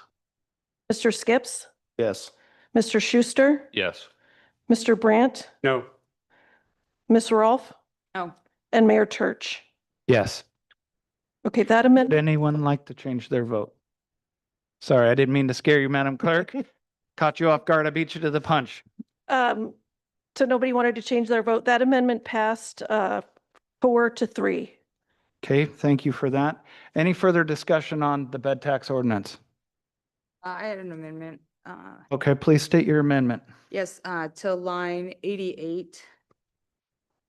To amend it to add a new section under A1 would be section A2 that said the bed tax committee shall consist of 7 members. At least 2 members shall be from business to the bed tax and at business. I'll second that. Okay, could you reread that into your microphone since that wasn't recorded publicly, please? So it would add a section A2 at line 88 that would read, the bed tax committee shall consist of 7 members. At least 2 members shall be from businesses that contribute to the bed tax and at least 2 members from the city of North Pole business community. If I may, I'm sorry, there was a motion on the floor. Do we have and seconded through Mr. Schuster? Okay. In your amendment, do those 2 people need to be both of those or one or the other? They'd be one or the other. So if you're thinking like, I know currently a member from North Pole, Hotel North Pole sits on the committee. That would be a representative of, they could be either, but it would only fill one of the 4 positions, not count as 2 of them. So the current one would either be that person would continue as representative of somebody who pays into the bed tax or representative of the community or business community. The idea to the amendment is to get more input of what the bed tax is supposed to be being used for, which is for economic development and tourism. So those 2 groups really are the ones that should have a line on what is pushing economic development and tourism in this community. Any discussion on that? Call for public testimony? Okay. Madam Okay. Clerk, please call the roll. On the amendment that will change line 88 to the bed tax committee shall consist of 7 members. At least 2 members shall be from businesses that contribute to the bed tax and at least 2 members from the city of North Pole business community. Mr. Schuster, Yes. Mr. Williams, Yes. Mr. Skips, Yes. Mr. Claus, Yes. Ms. Rolfe, Yes. Mr. Brandt, Yes. and Mayor Church. Yes. Would anyone like to change their vote? Okay, That passed with 7 yeses. all right, wonderful. Any further discussion on this ordinance? Seeing none, Madam Clerk, please call the roll. Let's see. On ordinance 2025-12, an ordinance of the City of North Pole amending Title 4, Chapter 9, Section 025, bed tax grant distribution. Mr. Skips, Yes. Mr. Brandt, Yes. Ms. Rolfe, Yes. Mr. Schuster, Yes. Mr. Williams, Yes. Mr. Claus, Yes. and Mayor Church. Yes. Would anyone like to change their vote? I just have one. This year's committee was set in January, so this year's committee is going to be comprised of who has been assigned to this year. Okay, I just want to know. We better find a few new people. Okay, can we add that to our staff meeting to talk about who we should suggest and then bring that to council, please? Councilman Brandt, yes, sir. Oh, that's fine. Okay. Would anyone like to take a break before we move on to our next item? Councilman Claus, can we get a 5-minute break, suspend the rules for 5 minutes? Do we need to take a vote on that or is unanimous okay? Unanimous consent. All right. 5-minute break. Thank you, Jeff. This is so squirrely. What's that? Oh, This one, Oh, we absolutely. talked about earlier. just don't change That's gonna be anything. Yeah, okay. just make a bunch of And why do copies, we have to but don't take need that to to change staff? You anything. shouldn't have to take that to staff. Yeah. Okay. Nothing they can do except make recommend Take staff. about the one meeting. See, What is that? Okay. I think that's a mildly. It's a good. That's just a scoring matrix. oh. Hmm. Oh, to self-score them. Sure. That yeah, need more details. I need to do. No. Yeah, and I wish you, input your email. Yep, yeah. I know. Right, so, and this is the second, so I should read the, reading it over. I didn't know. So. I think.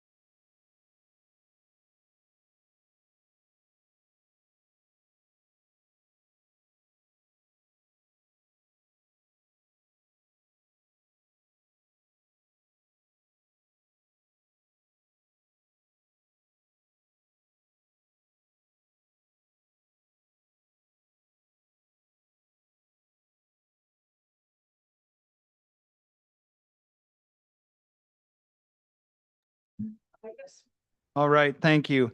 That brings us on to 11C, request to council. Can I get a motion to approve? Motion to approve request to council, scope of work adjustment, stormwater drainage, protect grant.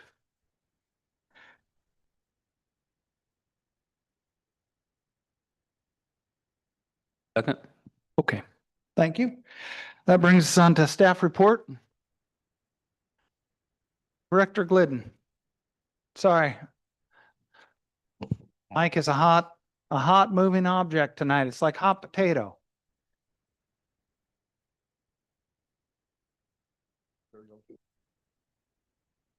All right, welcome back. So, we've talked about this a couple of times now.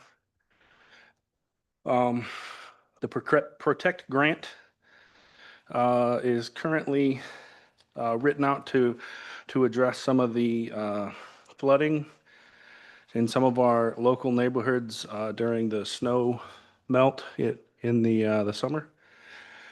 Currently, it's a design and construct project, and the budgeted amount that we applied for this back in 2023 is not going to cover. We don't believe it's going to cover the projects that are currently on the grant application. So my recommendation is that we change the scope of the work on the grant application prior to accepting the grant. We've talked a couple of times about what that would look like, and the residents and council members have had lots of questions that I did not have answers to, because the proposed fixes are just proposed. They haven't been turned into projects, they haven't been engineered, they haven't been investigated, and there hasn't been a well thought out estimate of the cost or the benefit of each one. So my recommendation tonight is that we change the scope on the application to go from a design and construction grant to just a design project. So the overall grant is for $952,142. I don't think it would cost that much to design the 12 current fixes. I think it'll be closer to $500,000. If the original estimates hold up and the project actually does cost $952,142, then $200,000 of that would be the city's cost. If we change the scope and it's more like $500,000, then our portion of that would be $105,026. So we would get less money from the grant, but we would spend less money as a city. But then at the end of that, we would have engineered plans for each of the 12 proposed fixes and a better engineered estimate of what the cost is going to be and what the benefit will be for each one of those. And at that point, I could come back and you guys could look it through it, and we can determine which, if any of these projects we like or we'd like to move forward with, and we could figure out funding for those, whether we want the city to fund directly or if we want to go for grants or if we want to get loans from places but we would have more information to make those decisions at that time. So the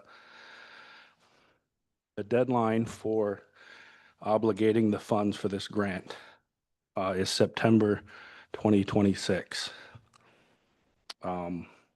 The Protect Grant website says that from the time you submit your agreement letter, it's going to take 12 months for them to edit it and get it back to you. The last time I talked to them, they said it was more like 4 months. So even with that, we're pushing the limit of the amount of time we have to discuss this and make a decision before we're just going to not have the time. So our current application has 3 phases. So in order to get all of the money from this grant, we have to obligate all 3 phases, which means all 3 phases have to start before September 2026. So we've got, if we accept it the way it is today, then the design would have to start and finish, and construction would have to start before September 2026 for us to get all of the money. If we change it to this being just a design project, my hope is that we can get it to 1 phase. If we get it, the whole project in 1 phase, then we just have to get the application accepted by the grantor and accepted by you guys. Then we can start the project before September 2026 by getting into contract with Respect to start the design. So I don't want to jump into anything that we're not ready for, but if we continue to push this, I think we're going to run out of time. Okay, thank you, Director Glidden. Madam Clerk, is there anyone signed up online to speak to this item? I have nobody online to sign up for this. Anyone in the room like to give public testimony on this item? Okay, that brings us to council discussion. Yeah, please. So I'm getting, you want to change this to design only, so we can get basically how much all your fixes cost. And then once you get the grand total of the fixes, you just kind of rack and stack as far as the priorities, as far as what you feel needs to get done first, and just keep on going down the list until you run out of money, or? So we won't have any money for construction. Okay, so that's, okay, so, all right, I got it. So it's straight design, and then later on, maybe try to get grants for other specific amounts Right. from the design phase. Yes. So in the application, we would change the scope and the dollar amount. So we would say we no longer need $952,000 for design and construction. We would say we need $500,000 for just design. Okay. So we would be giving away the money essentially, but we wouldn't be on the hook for paying for something else. Okay, thank you. And the kicker to that is we couldn't say what you're saying because we would have to complete all the projects in the entire scope. We would have to start. You mean by September 26th, or? I you just mean if we couldn't use the remaining, if design is 500,000, we couldn't use the remaining 400,000 because it wouldn't cover the entire scope, correct? Right. It wouldn't cover the construction of 2 of the projects. And it has to be, Right. the entire scope has to be completed. Right. Whatever we put into the agreement application, we'll have to do if we want to get any money back from them. So if we accept it the way it is now, I believe there's 6 fixes. And I believe it's, I want to say somewhere around $2 million is the current estimate for that. So if we just accept it the way it is, we're way out there. My last recommendation was to bring it from 6 down to 2 of the fixes, which would have brought it to 1.3 million, which would make the city's cost almost 600, I believe, 600,000. So we can continue to try to make it fit, something fit the 952,000. But again, if we have multiple phases in the project, if a phase hasn't started by September, then we can't get any reimbursement for that at all. Does every item on that need engineering? Like if just a ditch needs dug out, does that need? Doesn't need it, but it would probably benefit us to dig it to where it should be rather than where we think it ought to be, right? Public Works and I can go and look and say that ditch doesn't look good, but an engineer is going to have a mathematical formula with a designed volume of water that they want to go through that ditch, and they're gonna create some models, and they're gonna watch it work in real time using math. So we could save a lot of money by not engineering these, but we could also waste a lot of money doing something that's not gonna help. Director Glidden, if I may, in Fix 2, reestablish dish from Highway Park to Pond west of Homestead for 24,000. Do you know why that hasn't been done already? Because that seems like a fairly nominal amount for what would be a great fix. Is there an easement issue or any other reason why that hasn't already been dealt with? It's on the second page of your letter there? Yes, yeah, that's an easement issue. That's actually the pile of debris that Councilman Schuster was talking about. And have we reached out to that property owner to ask if there was a way we could gain an easement through that property to remove that debris? I have not, but I've heard other people have reached out in the past and not received favorable responses, that debris was put there on purpose to stop the flow of this water to create the dam. So it's on here, but we haven't actually reached out to the property owner to make sure that they could do it. So even if we approved it, they may run into, we may run into the same issues that we've had in prior, that the property owner won't allow us an easement to drain our water onto their property. Yes, that's why the original grant was dropped into two different phases, the ones that they felt could be done without extended conversations with homeowners. There were no easements needed for the original set. This is now the everything. Right. And then on Fix 4, I just want to clarify the culvert across Rawson Street. That is referring to Rawson's Crossway. Is that correct? Yes. Okay, I just wanted to clarify. On Fix 5, have we reached out to the property owner or any of the property owners for an easement along Kimberly Lake to be able to produce that, since it is also Fix 5? No, that was also in the phase 2 of this initial plan because of the easements. I would like to make a motion to approve Fix 4, Fix 5, Fix 11, and Fix 12 per Director Glidden's request to have those engineered and do what we can on those fixes in-house to try and save our citizens as much money as we can and utilize the people that we have already employed with the city. Can you repeat those fixes? So that would be Fix 4, a culvert across Rawson's Crossway and re-ditch along the entire length of the south side of First Avenue with an estimated cost of $50,000.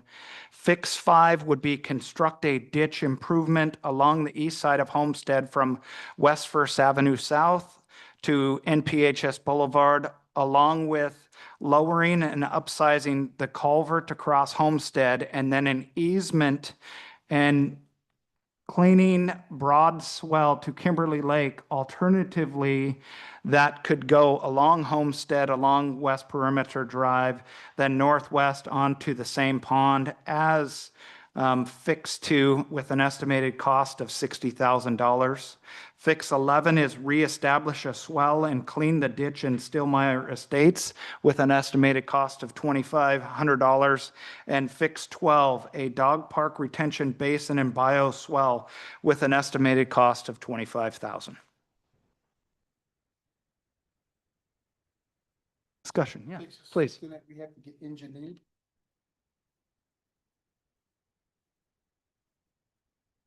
I'll second. Okay. So we have a second. Go ahead and Director Glidden, do you want to answer Councilman Williams' question? Will you repeat that into the mic, Councilman Williams? And that we have to get engineered. Do we have to? No. We could do it all in-house and just hope for the best.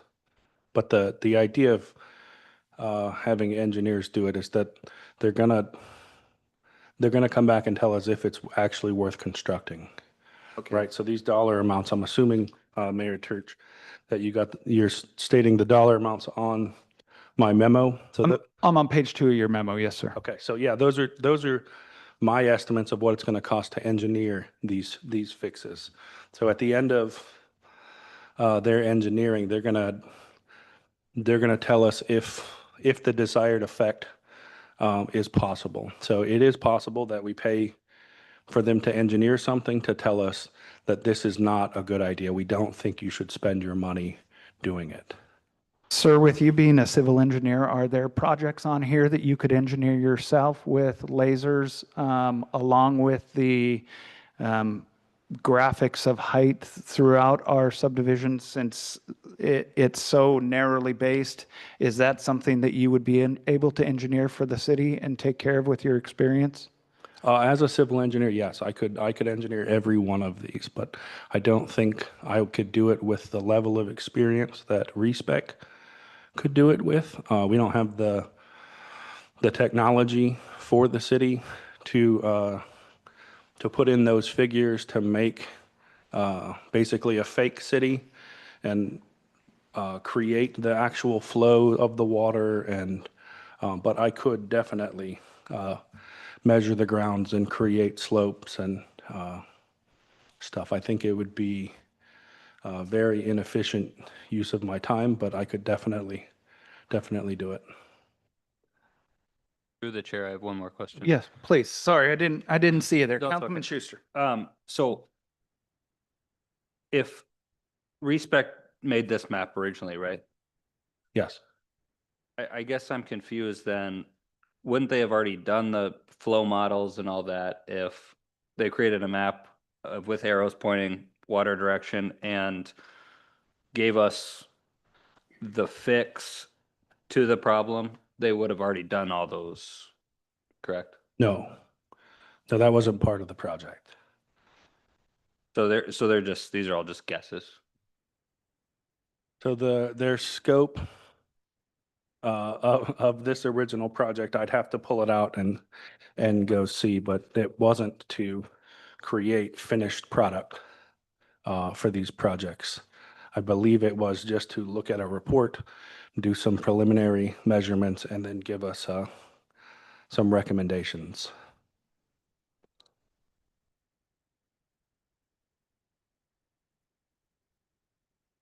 Any other further council discussions? Oh, yes, Councilman Williams. So you would feel very comfortable at doing these 4? Without a timeline, yes. So with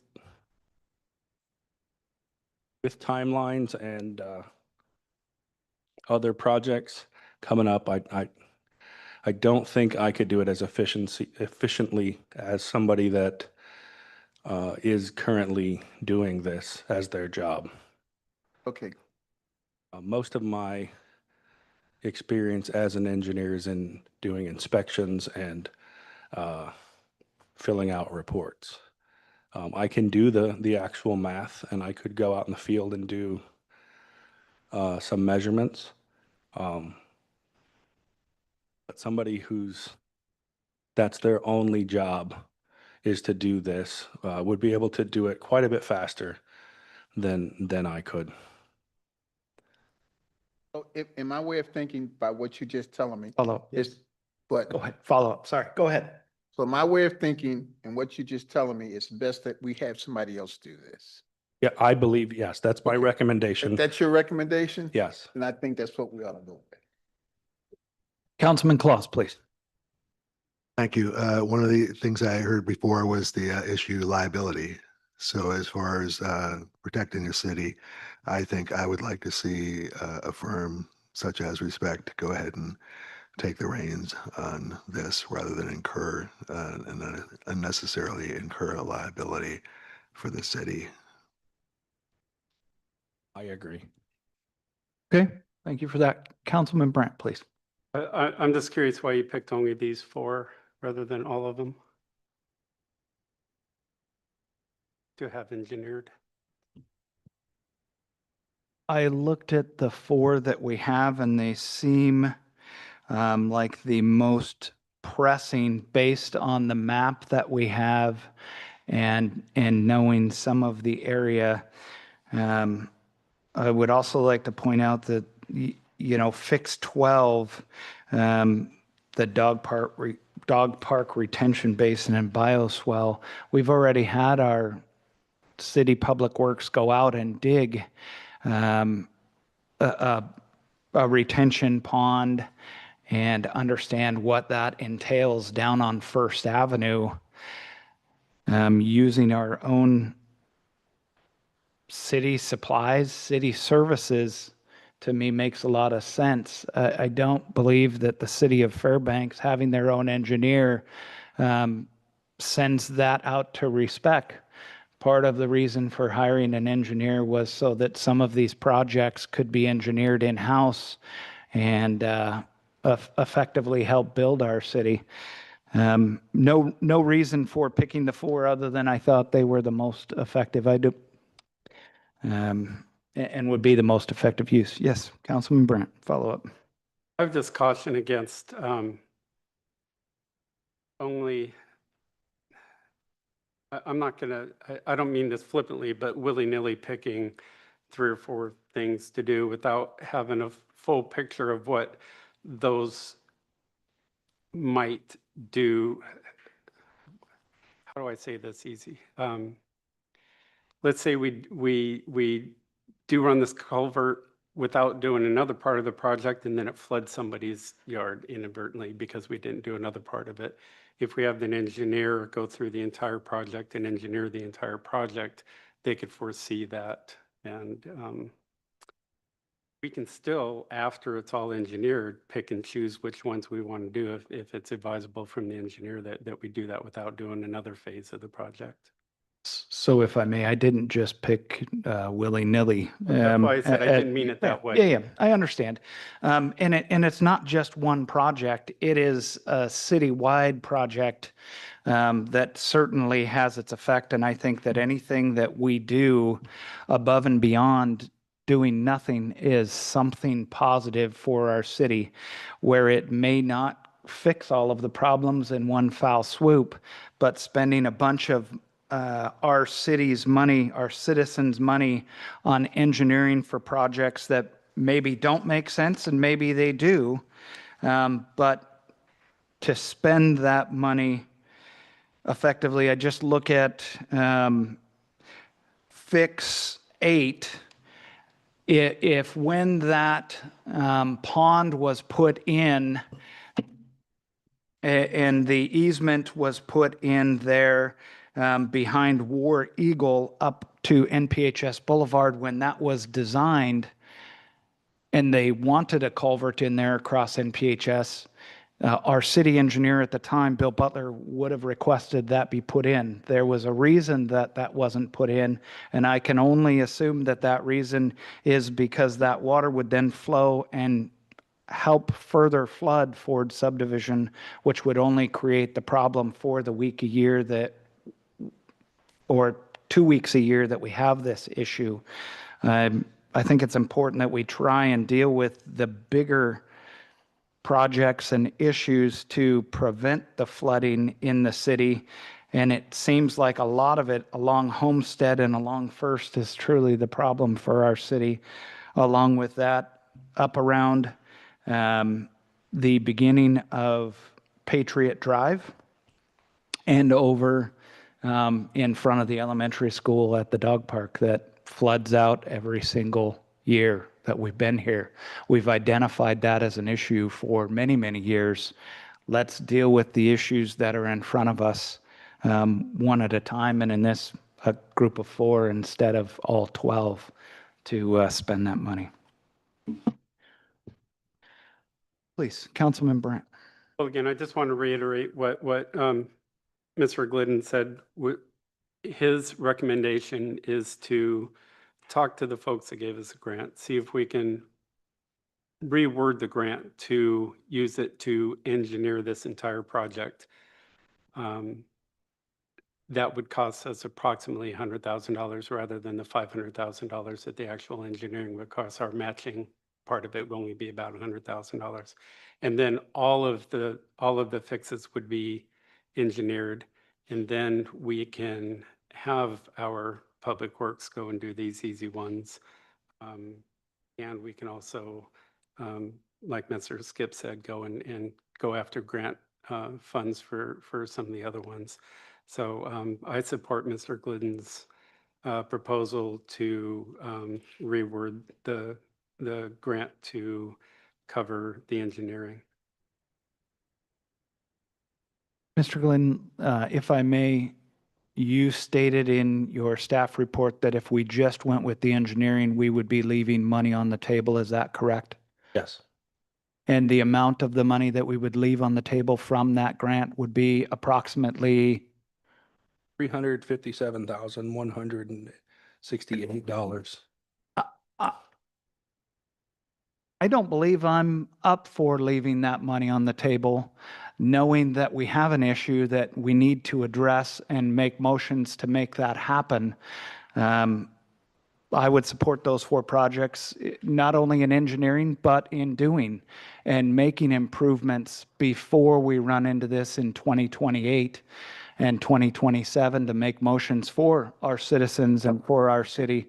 I feel awful bad for our Public Works Department, who last Easter spent their entire Easter weekend pumping water because the city hasn't addressed this before. And made actions to address this. It has been talked about a lot in circles, but the act of doing is just as important. Thank you. Please, Councilman Claus, your hand was just up before Councilman Brandt. Thank you, Mayor. So, Mr. Gooden, with respect to when you're doing all this stuff, in addition to the liabilities and things, I had brought up a different issue in our previous conversations here in Chambers. What happens if we're stuck for the 300 and whatever $1,000 instead of leaving it on the table? There's a rescission, and those grant monies are just disappear for one reason or another. Then we're out the entire design and engineering stuff that we would have spent up until that point, without the prospect of having any of those several $100,000 worth of grants or grant funding coming in. Would that be an accurate assessment? Yes, whatever we put into the application, the agreement application, they're going to expect us to complete regardless of the cost. If we tell them it's going to cost $952,142, they're going to be ready to give us $752,142, regardless of what we spend. So if those 4 projects cost $6 million, $4 million, $2 million, it doesn't matter. They're only going to give us $752,142 when we're finished with all 4 of those projects. If we do all except one, we'll get $0 from them, and we'll have paid whatever it costs to get there. If we leave $357,168 on the table, the city will save at least $100,000. If somehow, some miracle tonight, we were able to guesstimate exactly how many of these projects are going to cost $952,142, it's going to cost the city $200,000. If we're off, it's going to cost the city at least that. So where it does seem like we're leaving $300,000 on the table, where we're taking on less of a gamble that we might have to spend $357,000 of city money to get that $357,000. Mayor, follow up? My please? thought. Quick Yeah, follow-up. please. So even with what you had just said, Mr. Gooden, I still keep going back to that rescission stuff. We've seen the government, state and federal governments, claw back grants. So if we were depending on that and we already did the design and engineering work, that money could just disappear. and we're out the entire thing, including the 300 and whatever $1,000 we might have expected, which would be kind of a shock to our city's coffers, I would think. Thank you. So I just want to clarify your point. You're saying that at any time, your concern is that the government will pull back the money. So any money that we've spent on engineering could also be the city's concern on top of everything else. Yes, Okay. we've already spent it, and I then just- if the other monies disappear as they currently are disappearing from different things, not necessarily with the city of North Pole, but nationwide, I think we could get stuck for a lot and have not much to show for it except the initial engineering and design, which, as Director Glidden said, we could start working on in pieces if we have the money in our coffers and decide to allocate it to specific projects. Okay, thank you. Councilman Brandt, you had a question, sir. Well, I just want to make the comment there. I don't think there's any one of us up here that doesn't think this project is extremely important and needs to go. The first step of this project, no matter which route we go, is to get the engineering done. And I think Mr. Glidden's proposal is very sound. It's a very good use of taxpayers' money. We can get the engineering done this winter, I assume. It would be done before construction.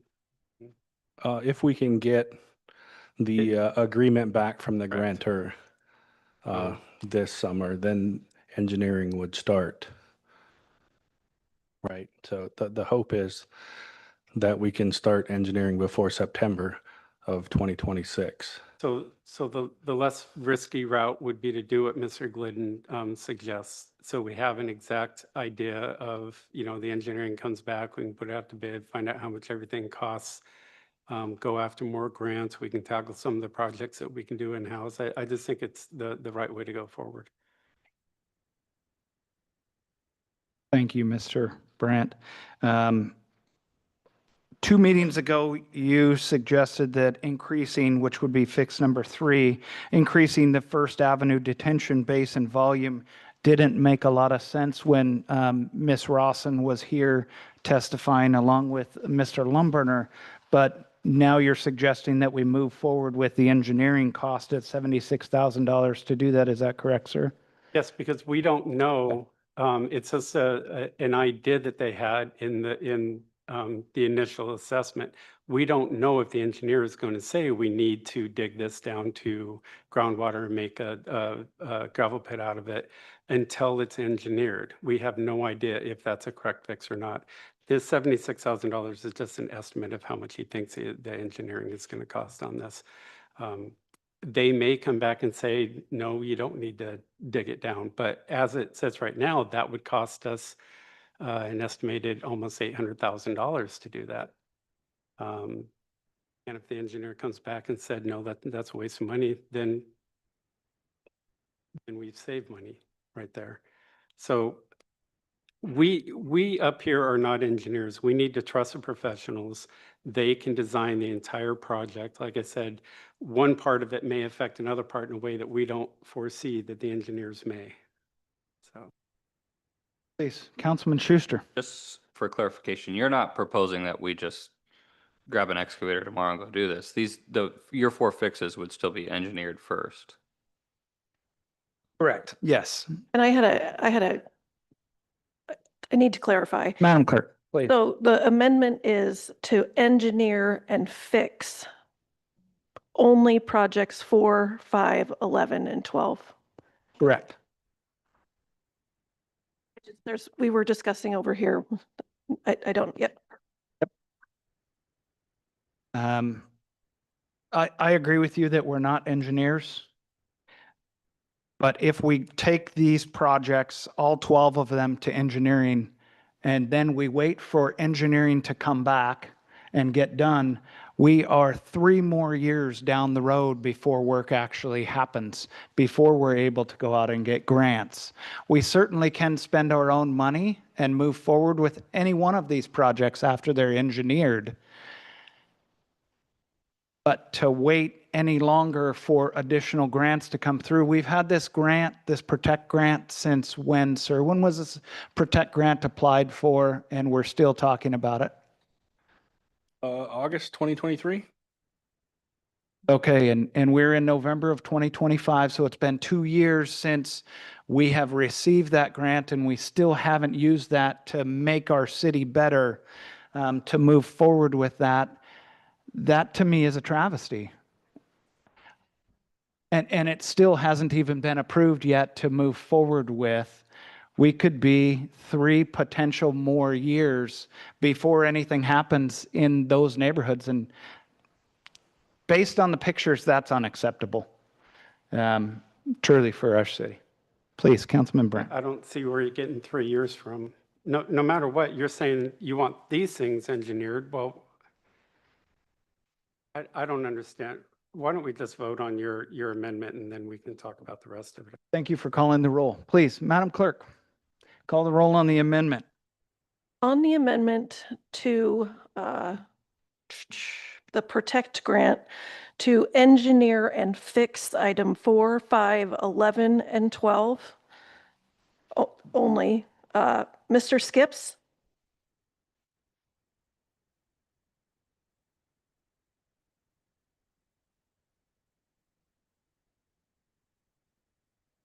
No. Mr. Schuster, Yes. Mr. Claus, No. Ms. Rolfe, No. Mr. Brandt, No. Mr. Williams, No. and Mayor Turch. Yes. Would anyone like to change their vote? That failed 5-2. Okay.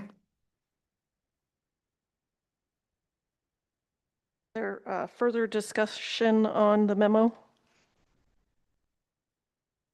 Or, yeah.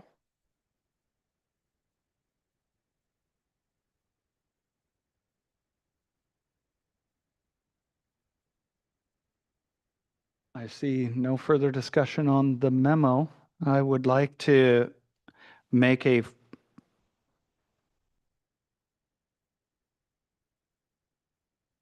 No, I wouldn't. Anyone else?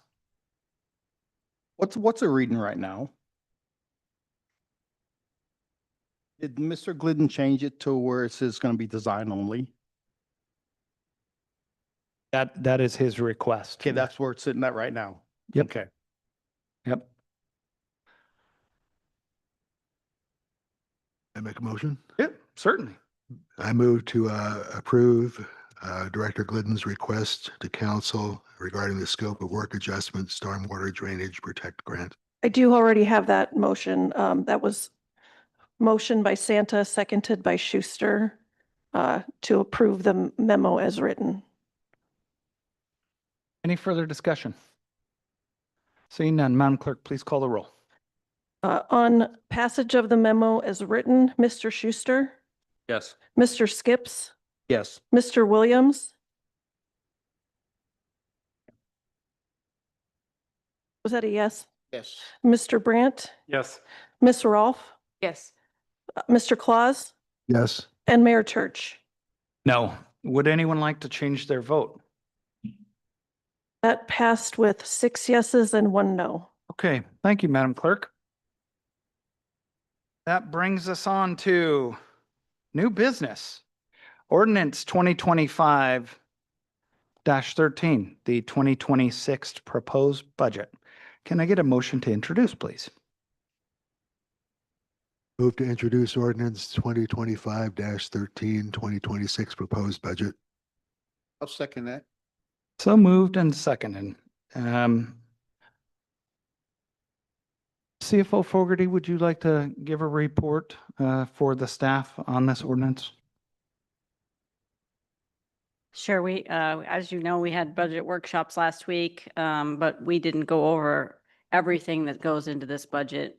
We went over general fund budget, utility budget, building budget, and that's the budgets that we went over: general fund revenues, general fund expenses. So those were the main topics that we stuck to. There's smaller budgets that we did not go over, which included, not limited to, fleet funds, assessment fund, litigation fund. So those are in here. They're very much smaller than the general fund.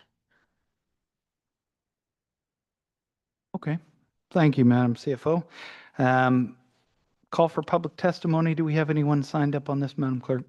I have nobody signed up for public testimony online. Would anyone in the room like to testify to this? Okay. Thank you. That moves us on then to council comments, and I'd like to just go through the budget. If you wouldn't mind scrolling down, Madam Clerk, so that we can talk about the mayor's recommended versus the council appropriation. The mayor's recommendation is what was put forth, and council certainly has the right to amend, change, and edit anything throughout the budget as we go through this process.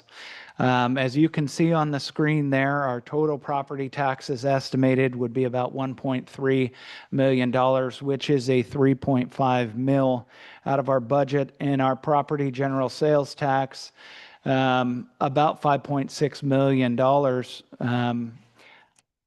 for the year. Our alcohol taxes at an estimated $360,000, online sales tax with an estimated $800,000, tobacco sales tax of $125,000, shared tax revenue of $15,500, license and permits at $42,000, fees and services at gosh, it's tough to read. It looks like 1.1665 mil. Is that correct, Madam Clerk? Am I reading that? Yes, you're reading that correct. Okay, thank you. Fines and penalties of about $130,000, intergovernmental revenue at 207, other miscellaneous at 282, and then the transfer in from the bed tax fund at 5%, brings us to a total revenue for the city of $10,095,965,000 versus last year's budget from the current year at $9.583 million. So the difference between the two. Scrolling down, you can see the department expenditures and how they're laid out as far as cost department to department. Administration about $959,000, HR and clerk's budget about $453,000, police department budget at $3.289, the fire department budget at $3.919, and public works department at $1.474, balancing those out. Before I move on to page 2 and 3, are there any discussions or questions that we have from that? I have a question. What is the other miscellaneous revenue? What does that account? I'm sorry. What is the other miscellaneous revenue? What does that account for? The 282,000. Madam CFO, do you want to take that question? Sure, it's just a category, other revenue.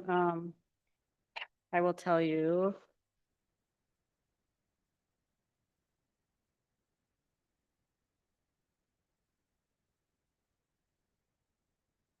The fire department revenue, we budgeted $7,000. That's fire department has generated revenue when they mainly use when motocross has gone on, they use a spare ambulance to be at those races, and the motocross Fairbanks Motocross Association pays per race, so that's where that money goes.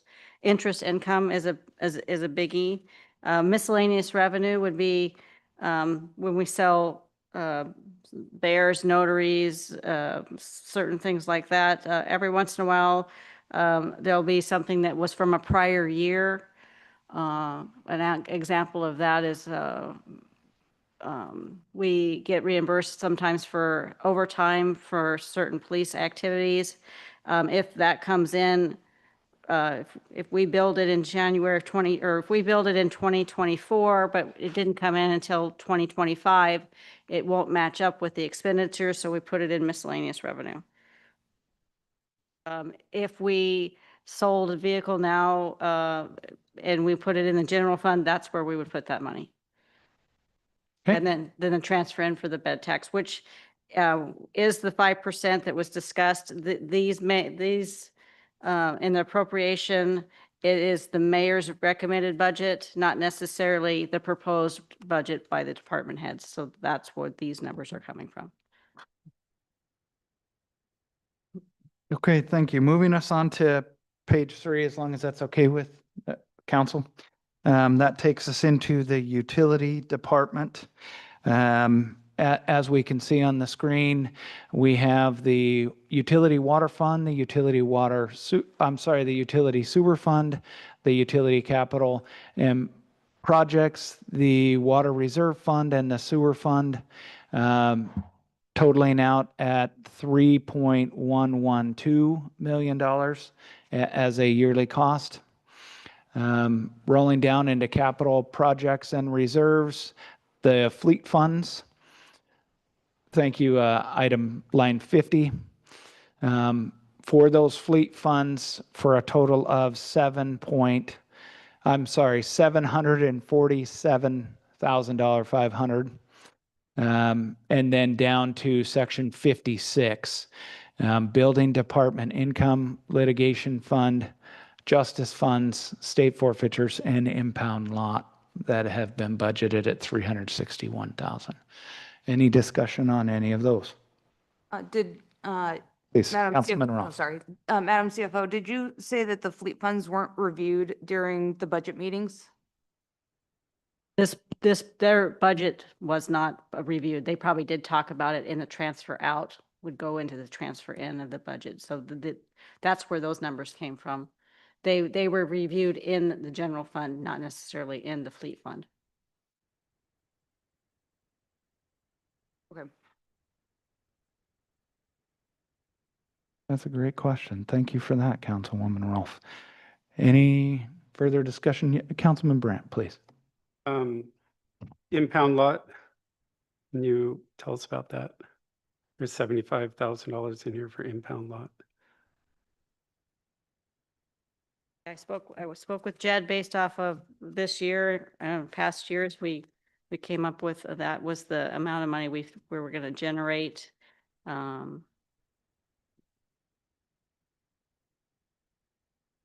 Sorry, Madam CFO, if during any time during this budget process, if we can't come up with an answer, we certainly can email that out after the council meeting if you don't have the answer or anything. We're going to have 3 readings of this. We just need to remember to bring that up next time we talk about it.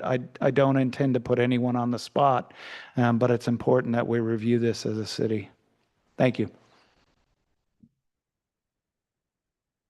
But if her answer is emailed out to council, it's not going to anybody listening, sitting in the audience, listening online. I understand that, but I certainly said we can talk about that as well at our next meeting. It's on page 80 of your budget book. Okay, thank you.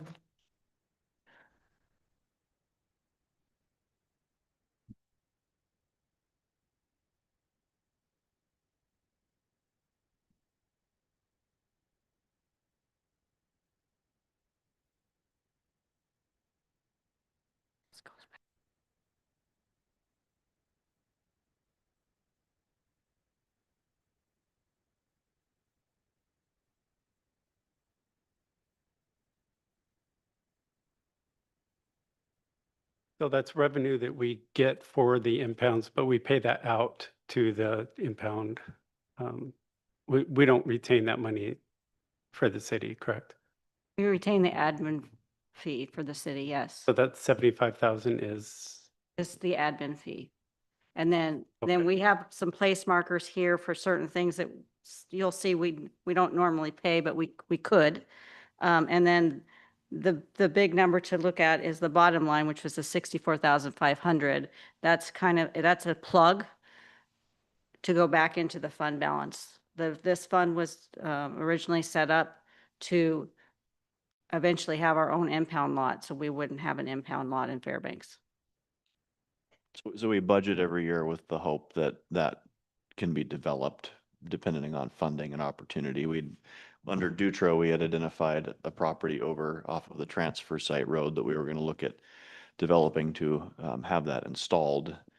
Hit a little bit of a hindrance because just getting the trees cleared ended up being massively expensive. But it is still something on the horizon that we'd like to get done. So this is budgeted. I don't have necessarily a strong plan to go clear those trees this next year. I need to do some additional quoting and research, but we wanted something there so that if we can move forward, we can. Thank you for that planning, and thank you to your predecessor for having that planning for our city moving forward. Appreciate that. Madam Clerk, if we can move on to the next page there, the assessment fund, $15,200. The bed tax grant fund with the estimated 150,941 as that fund balance. And then the administrative, police, fire, and public works along with the JAG grant to finish out that page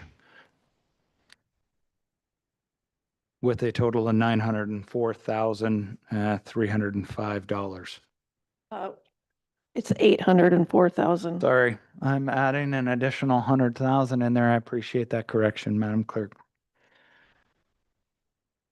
Any questions on that? Yeah, please. The Councilwoman Brandt. the public work grants are going to change based on the memo that we just adopted, correct? That would be a question for Director Glidden.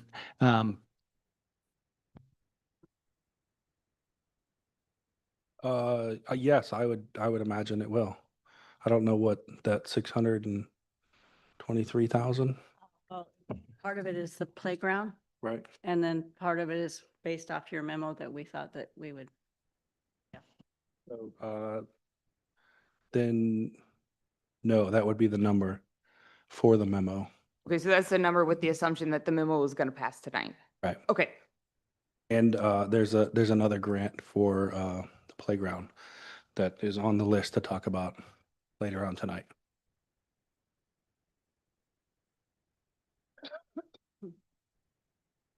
Any further discussion about the 2026 budget? I do want to say something. I got kind of a bad taste in my mouth about how this is going down.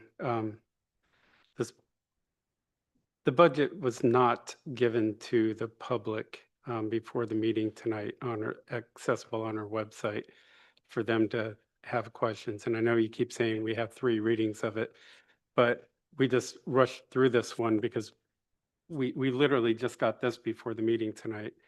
So we wasted this entire meeting basically where the public could have been testifying. We could have been asking more questions. So we only have 2 more meetings. And then when I did ask a question, you just told our CFO just to email me the answer. And we're just not being transparent enough to the public with this whole process.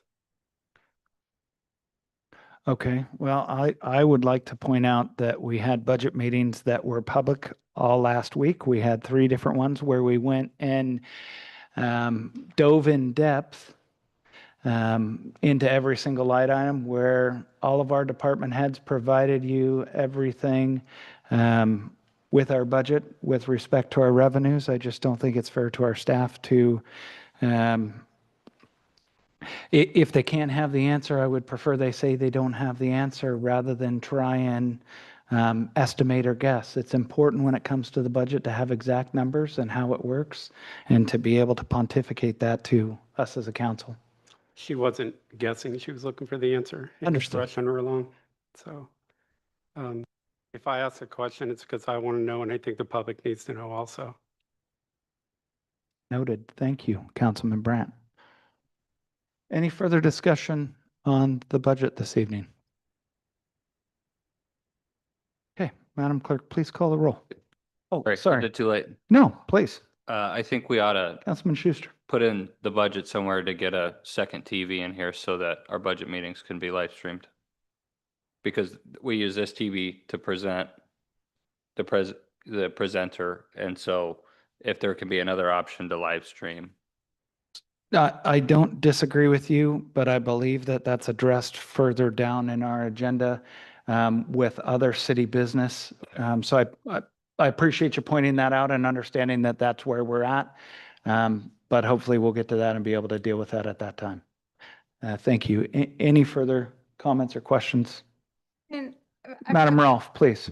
I've got concerns that the budget book wasn't provided prior to the budget meetings. There's a whole lot more information in here than the 4 or 5 pages we were given over the 3 nights. Madam CFO already stated that we didn't get into depth with the fleet funds or information. I know that it was touched on briefly by Chief Heineken when he did his presentation, and then he provided us with the spreadsheet he has for the fleet fund going forward.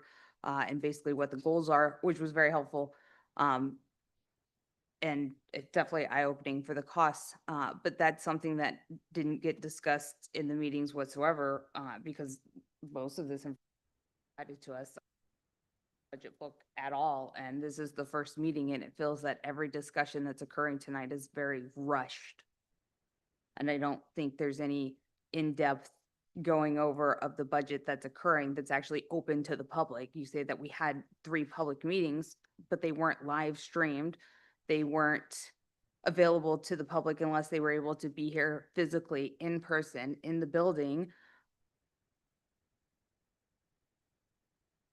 This is a process that shouldn't be rushed and should be gone over in a very detailed manner, and budget books should be provided prior to budget meetings occurring so that we could have come to tonight's meeting, to the budget meetings with actual questions so that we could understand what these numbers mean. And that's been impossible to do because we didn't get any of the numbers until we sat down at the meetings for the budget meetings, which I find absolutely appalling. And none of those numbers, even if the public wanted to, unless they came in, they could see them on the screen or listen to them. But even the numbers we were provided on the nights for the committee meetings weren't made publicly available on the city website.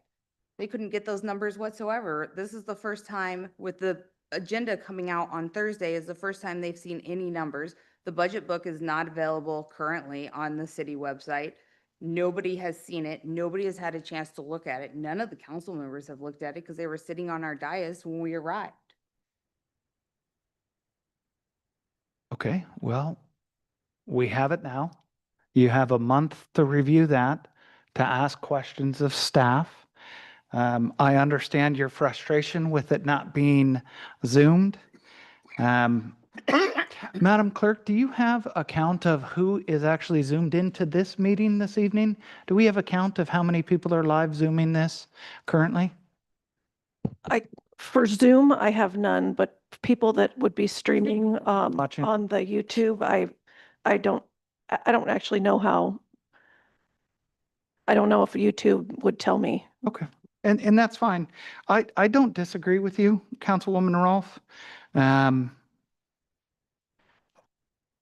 There's certainly improvements to be made, but we have it now in front of us. It will be on the website tomorrow. Anybody who wants to review this certainly can. I ask that you email staff with questions rather than dropping by so that they have a chance to dig into the questions that you have so that it's not a bereavement of our staff, but it's important to ask questions and know what we're doing as a city based on our budget. And I appreciate you bringing that forth, just like Councilman Brandt did. So, Maggie did thank you. pull YouTube up and there's 11 people. 11 people watching. Streaming. Perfect. Yeah. All right. Thank you. Councilman Claus, please. Just a quick observation. We have 3 meetings left before the end of the year after this meeting. I'm wondering if there's any interest in trying to have the second reading, not this coming meeting, but the following meeting.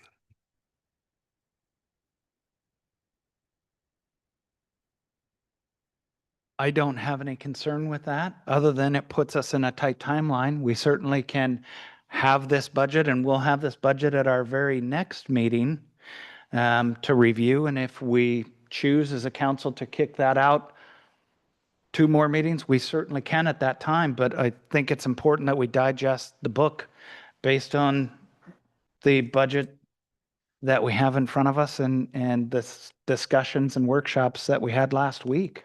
And then if you have questions based on the budget book that we have in front of us, you can email and have that discussion with staff or bring that to our next council meeting. I just ask that if you choose to come to our council meeting with a lot of questions that may or may not be able to be answered by our staff, that you send an email saying, these are the questions I'm going to ask, so that they have the information we as council need to be able to make these decisions rather than bereavement of staff at a meeting without the proper.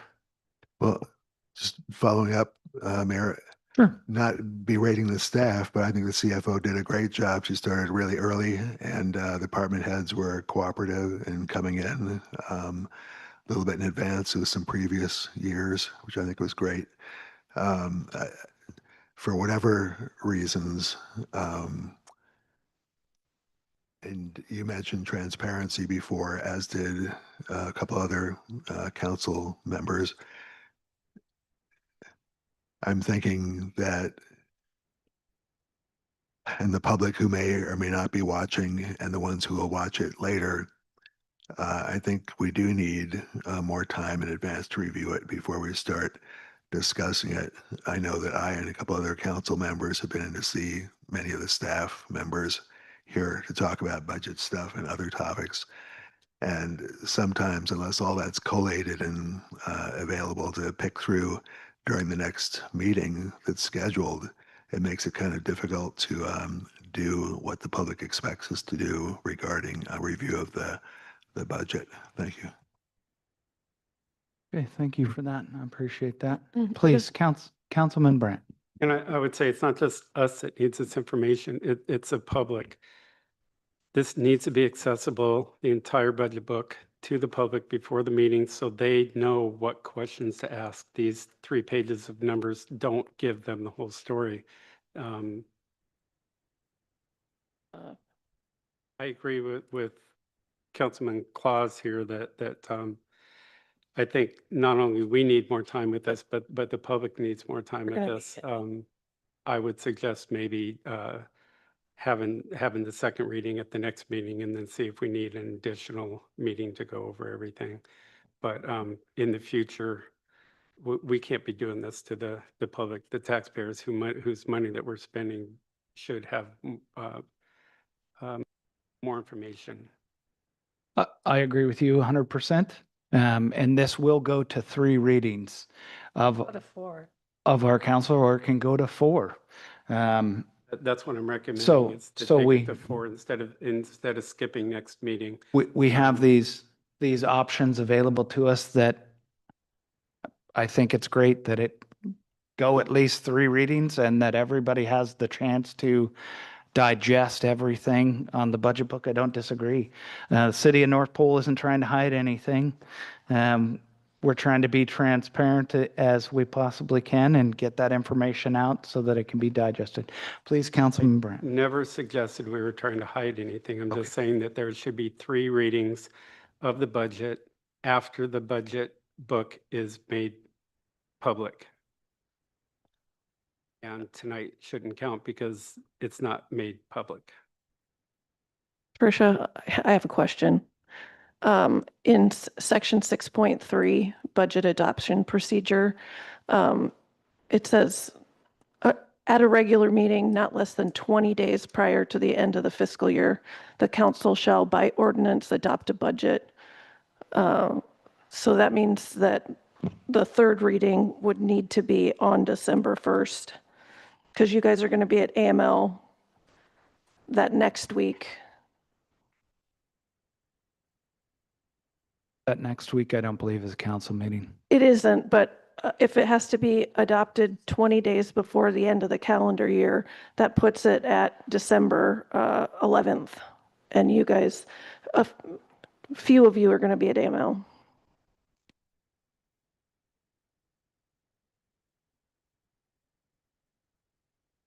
Okay. Councilman Claus, did you have a question? Okay. Madam Clerk, please call the roll to advance this. On the motion to advance ordinance, excuse me, on a motion to advance ordinance 2023, the 2026 proposed budget, Mr. Claus, Yes. Mr. Williams, Yes. Mr. Skips, Yes. Ms. Rolfe, Yes. Mr. Schuster, Yes. Mr. Brandt, Yes. and Mayor Church. Yes. Would anyone like to change their vote?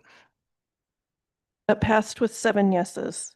Okay, thank you. That brings us on to item 12B, ordinance 2025-14. Can I get a motion to introduce this ordinance, please? Mayor, may I interrupt and just ask that we move to extend the time since we're approaching 10 o'clock? Okay. So motion to suspend the rules to allow us to go past 10 PM. Would you like to set a specific time to that, sir? Or is that an open-ended extension? Well, we have to be done by midnight no matter what. So I would say till 11:59 PM Okay, or sooner. Second. okay. Madam Clerk? Do we need to take a roll on the motion to extend the rules? Yes, so on the motion to extend the rules for till 11:59, Ms. Rolfe, Yes. Mr. Claus, Yes. Mr. Skips, Yes. Mr. Williams, Yes. Mr. Schuster, Yes. Mr. Brandt, Yes. and Mayor Church. Yes. Would anyone like to change their vote? And that passed with 7 yeses.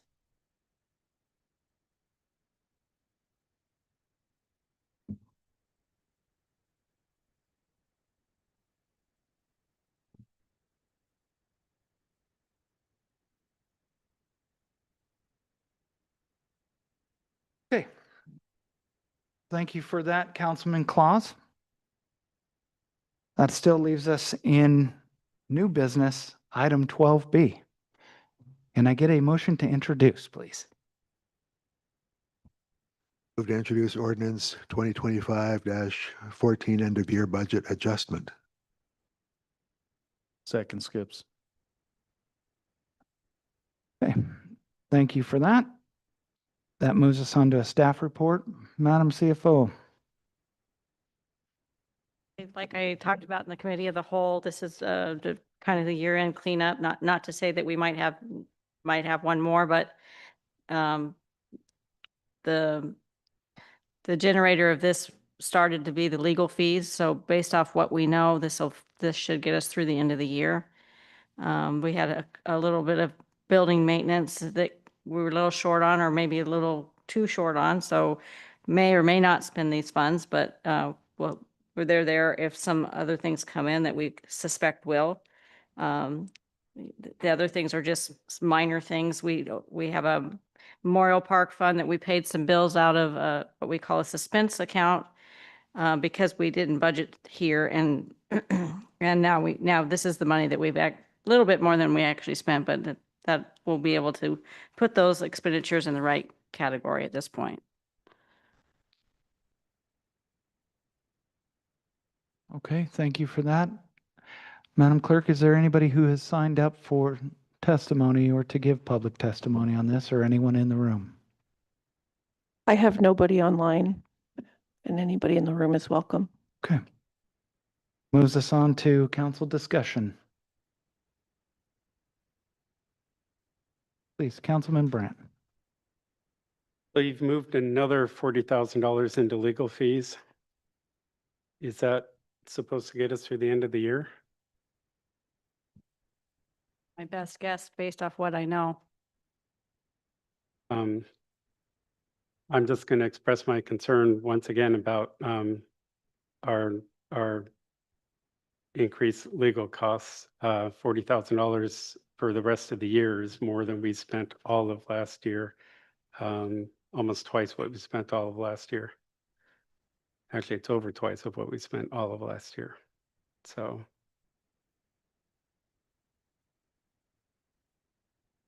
I don't, that's all I have to say on that. Well, I would like to continue getting the itemized bills from our attorneys sent to the council every month so we can review them.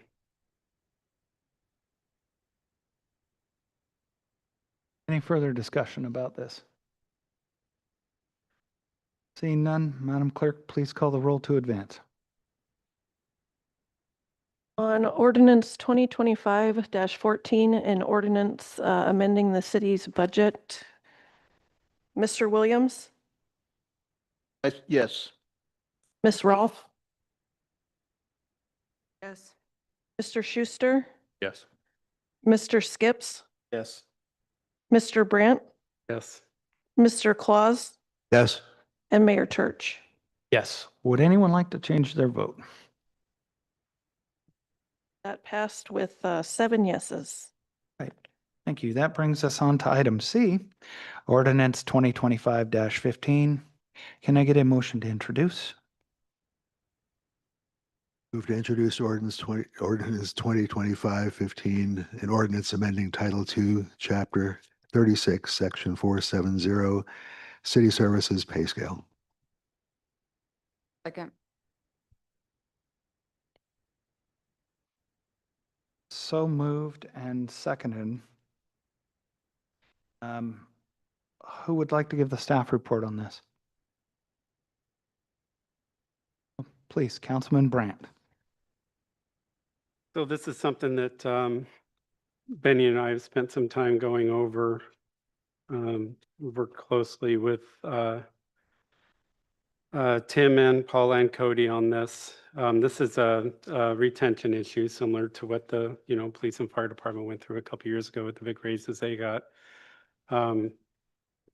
We have had some turnover in the utility department, and we can't continue to let that happen. Right now, they are underpaid by a considerable amount compared to other local utilities that they could go to work for. A couple of the other issues that we have are the step increases after 10 years. They have 3% per year up to 10 years, and then after that, it drops down to 1.5%.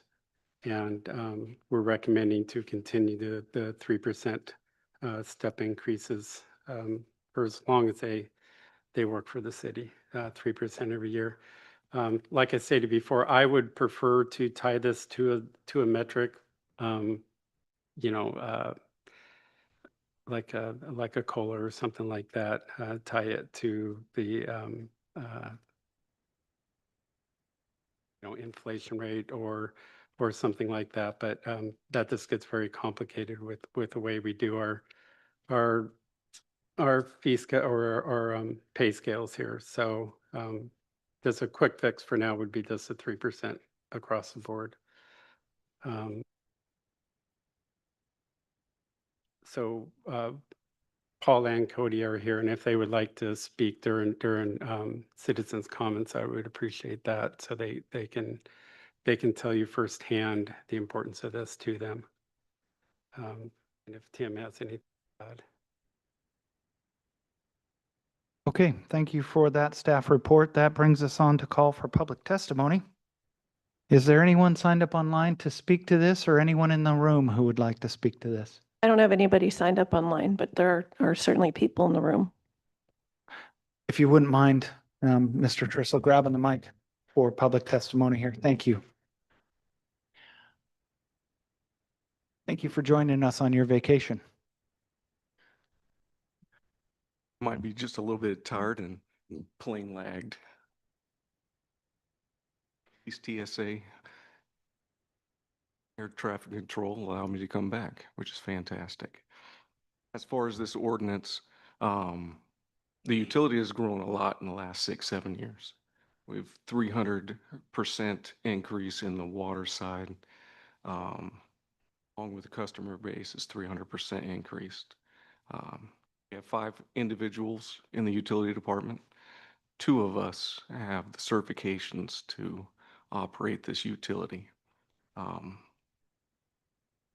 Looking in the future, as I retire, there should still be 2 individuals that are operators of this system. It takes 8 years to get certifications. And that's if you pass all the tests the first time. It's a long time to train people on the intricacies of this system, and we need to retain that.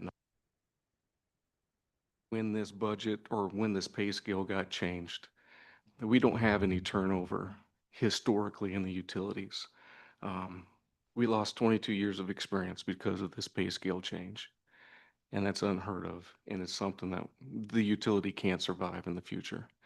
And it's looking out for the department as I go about my way in the years to come to make sure that the city's system is operated correctly. It's a very intricate system, and it takes a long time to understand it and operate it efficiently. That's what we're trying to do. If I may ask a question, you said that there were 2 certified operators to run our system. It was my understanding that there's 3 certified operators to run our system. Is it 2 or is it 3? He's partially certified to operate the system. He has 2 certifications out of the 4 certifications necessary to operate this system. Marty and I are the only 2 certified operators of our entire utility system. It will take Randy another 2 years in order to get that. I have all 4 certifications up to the state's requirements. So when do we move our employees from utility assistants or Operator? to operator? And how does that work if he has 2 more years? You hold 2 of the 4 certifications up to the classification of the system.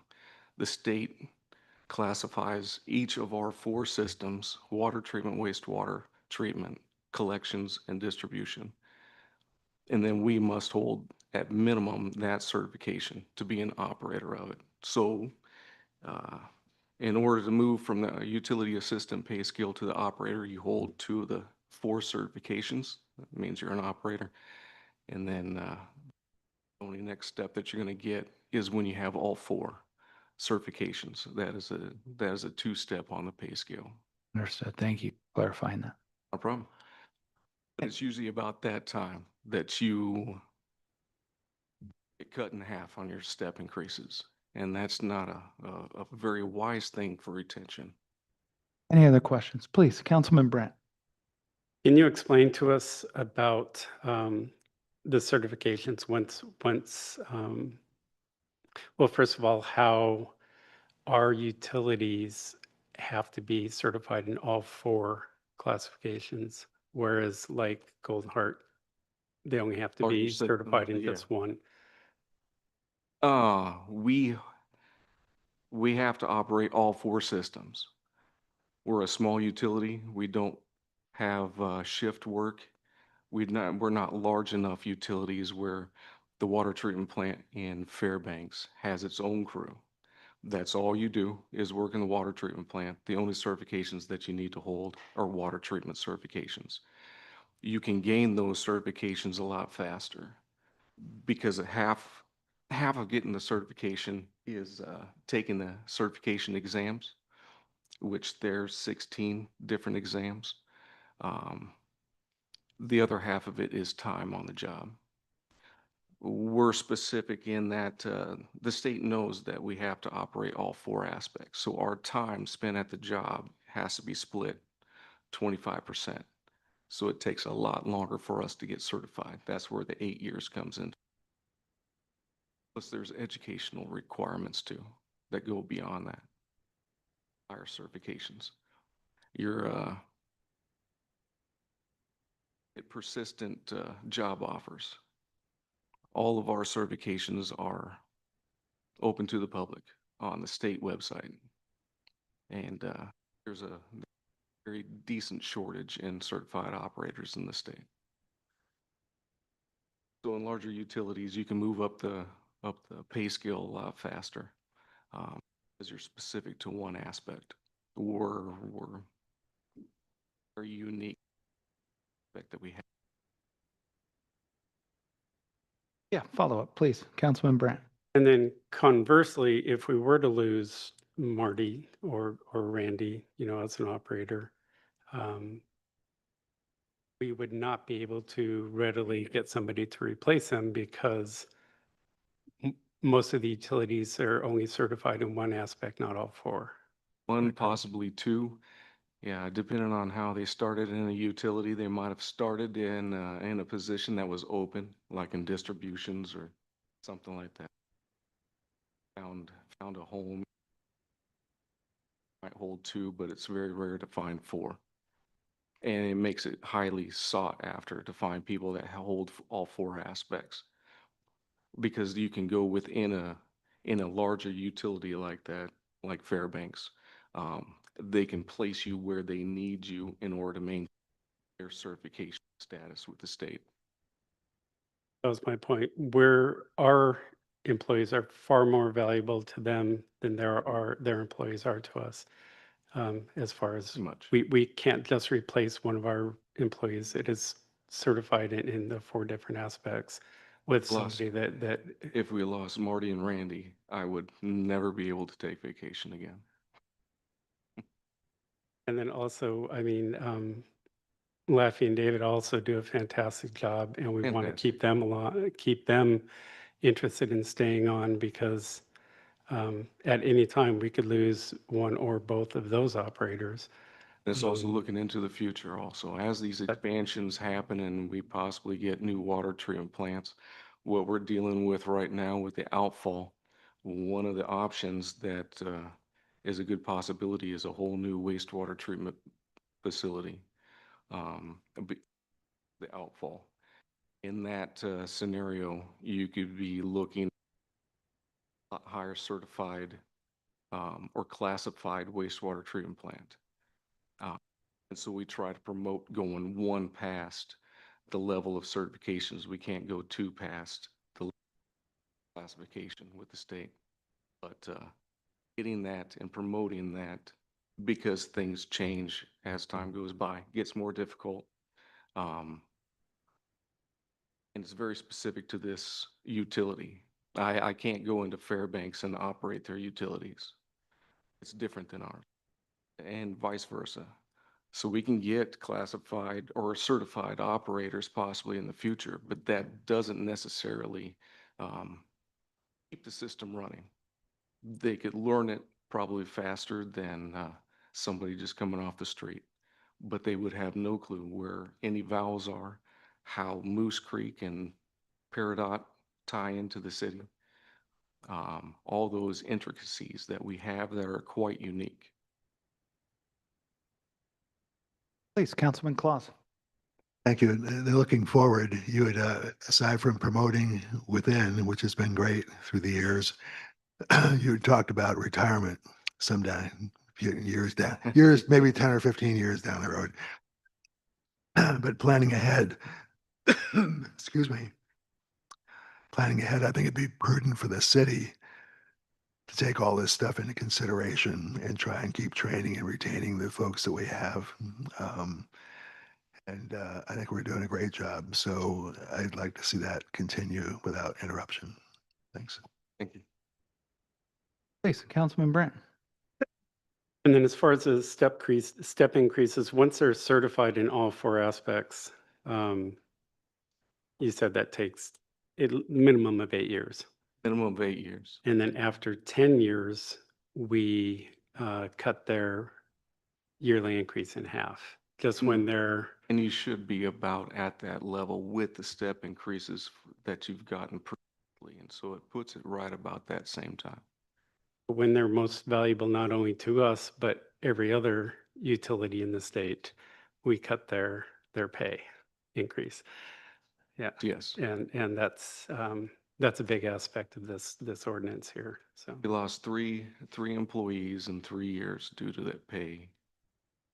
It was the first time that it's happened since I've been here for 27 years. We have 5 people and we lost 3. And if I may, when did you lose those three and when did that happen? Because it's been at least 2 years. Was between 2020 and 2023. And The last employee was moved to the department solely for the purpose of the pay increase because he was a new father and needed that Okay. that 20% pay raise. And the prior two employees that left, what were the reasons that they gave to leave the city? They can make more money elsewhere. So where did they end up, if I may ask? I'm not exactly sure where one of them is now, but they had moved into the private sector in town. Okay. You stated that going to Golden Heart Utilities, if you were to not work here anymore, which I don't want to see happen, but that you would have to learn all that same valving and processing. So would anybody else who left here. Yes. Do you not see it as an advantage that our utility operators are trained in all four modes at the city of North Pole versus anywhere else that they work, that they're only trained in one or two different modes? It's a huge benefit to the city, and it's a huge benefit also to the employee. They hold a lot of certifications that are sought after by other utilities, which makes it even difficult because you are asked if you could come to other places on a perpetual basis. So a symbiotic relationship between gaining the education that they get here by training 4 different times and also the pay that they receive from the city. In your experience in knowing other operators who have worked outside of the city of North Pole, over time, extraordinary work, extra shifts, weekend work, night shifts that we typically don't see here at the city because we're a 7 to 3 or 8 to 5 type industry versus Golden Heart Utilities or Clear or Anchorage Municipality or Sitka or anywhere else that needs certified folks.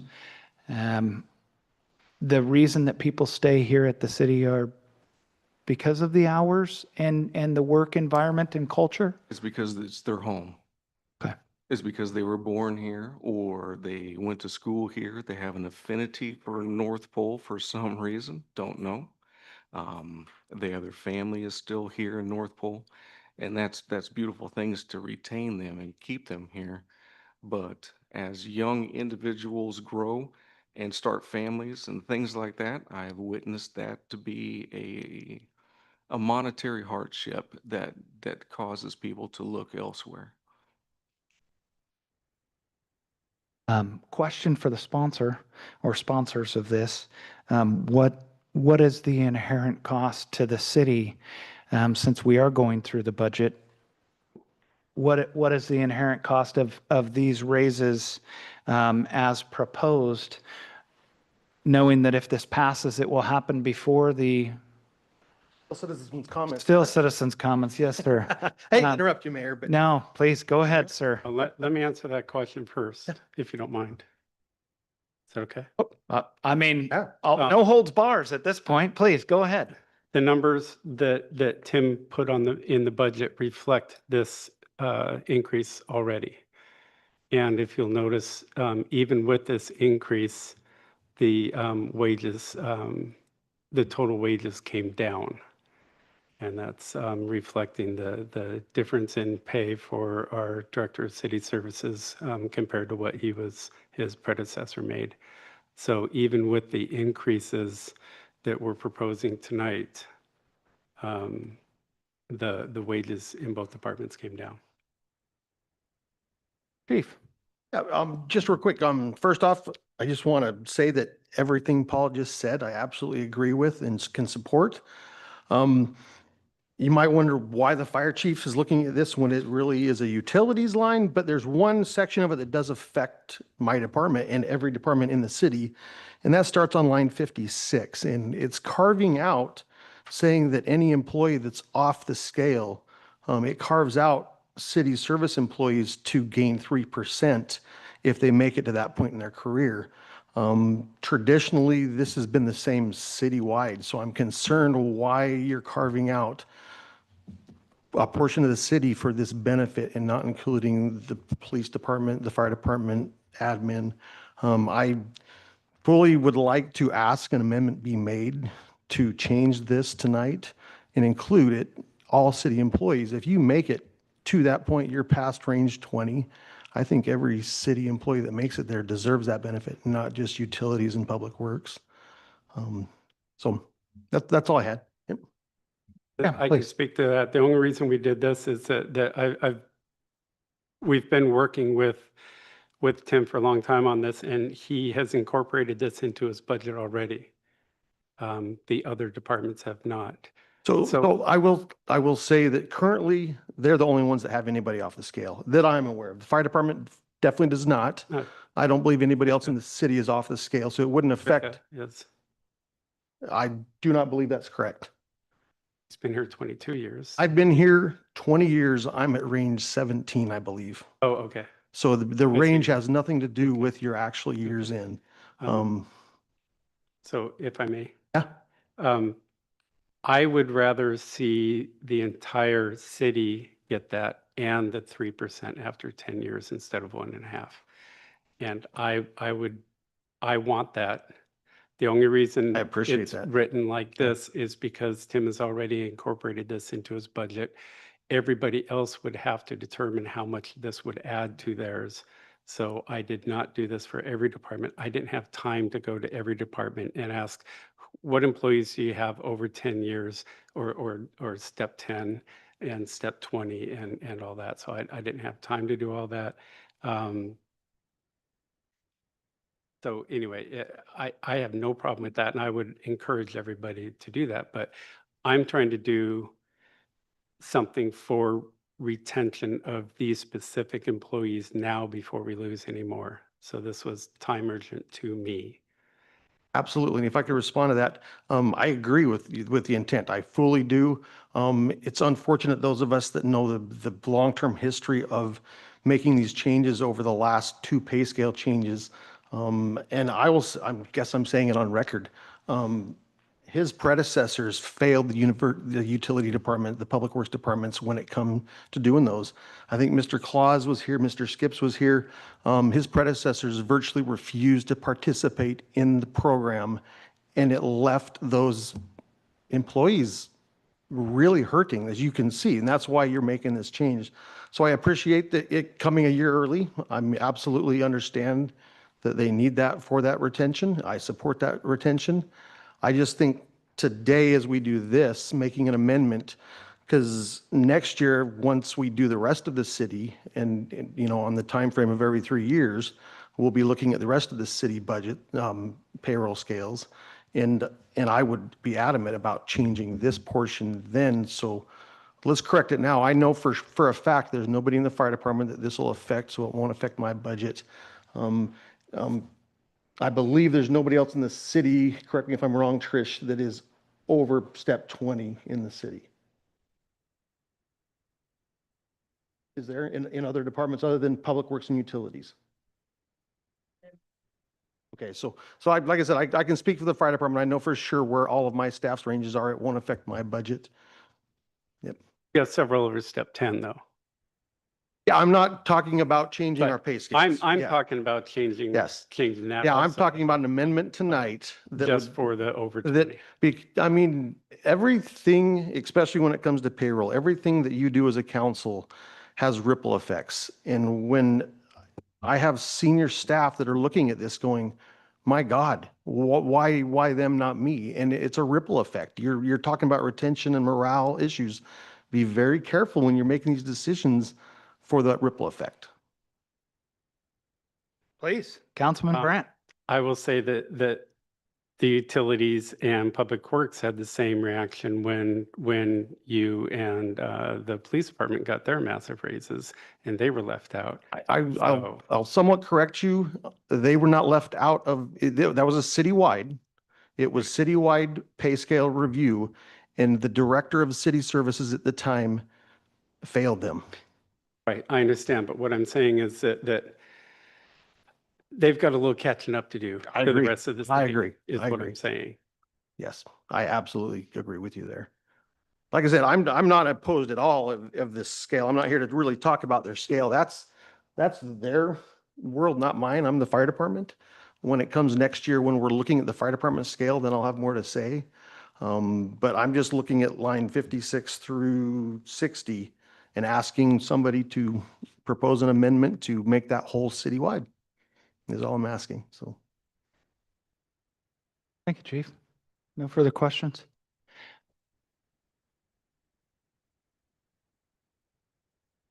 Elucidated that quite well, so I don't have a tremendous amount to add, but just a question, if I may. I noticed that there's language in the ordinance and then there's changes to the pay scale as well. And the changes to the pay scale aren't actually reflected in the language ordinance. Is that a necessity that it state that we're actually changing it at step 10 or step 11? Is that necessity for that to actually be stated in the ordinance, or is it sufficient to just have the different pay scale? It's all in the scales. So it is stated in the ordinance. I don't know exactly what line it is, but on the very first page, it says C scale or C pay. It's redlined on page 1 to address these. I looked at that as well. Okay. So it does address that in reading through it. We haven't had our attorney look at this, but we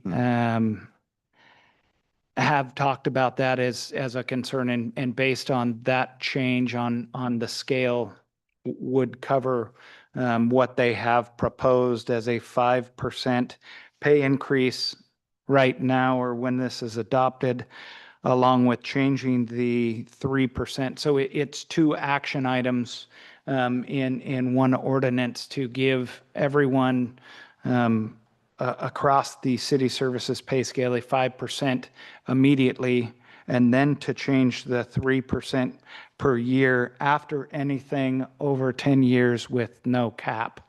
So if you work at the city for 40 years in city services, you will be rewarded for your service to stay at Right, 3% I a would year. have, yeah, I just would have expected to see the 3% spelled out explicitly in the language here, kind of similar to how the after 20 says overstep 20 on the pay scale. It's all spelled out so that that's enshrined in a real clear way to see in code. I want to state up front, I'm very thankful for the way the city has taken care of the police department employees and me over the years. Like I said at our budget presentations, you are our union. You represent us as employees, and that's always been a tremendous blessing to me and to my family.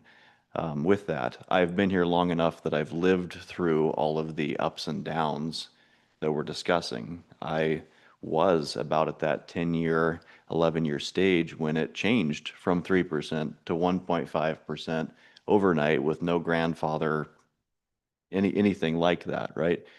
I can tell you those types of changes, those broad sweeping changes, have a significant impact on staff and on staff morale, because it's not just about the dollar, it's the message that is being communicated to them. I deeply appreciate your stated intent that you would like that to go back to being consistent across the board. The argument was made roughly 8 years ago that if someone theoretically worked here for 50 years, it would be an exponentially massive pay raise for that person. And at that time, a council member argued very hard to reduce it off of this hypothetical, because nobody would ever be working here in reality that long.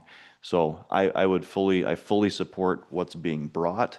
I just have the same concern as the fire chief, and I would also advocate that we're able to be competitive as individual departments on the actual hour rate, but for the step increases, that we try to keep those consistent across the city, across all departments, because it sends a good unified message to all the employees. Yes, sir. I just want to speak to what you said about line 56 through 60, how it's spelled out separately, because overstep 20 is not reflected in the pay scales. So it had to be reflected in the ordinance itself. Okay. So that's why that's in there separately. And as far as I wasn't here when they reduced the step increases after step 10, so I don't know what the reasoning is behind that. But 1.5% doesn't cover inflation even. So if you're working here at step 11, then you're working for less than you were last year, and I don't think that's right. Again, the only reason I'm doing this tonight for these departments is that they have already incorporated this into the budget. So we know exactly how much this is going to cost the taxpayer. Totally fair. The other departments have. And I don't know if I can speak for the fire department, but just so you know, 8 through 12 is where we still start getting the max amount of value out of our employees, right? Because every employee, they follow a bell curve of usefulness, right? And older people are valuable too, but they're maybe not as dynamic as some of the younger officers. And so right around that 10-year stage, they've got the requisite training, they're out of the, kick up my heels, young cop stage. They've got some wisdom, right?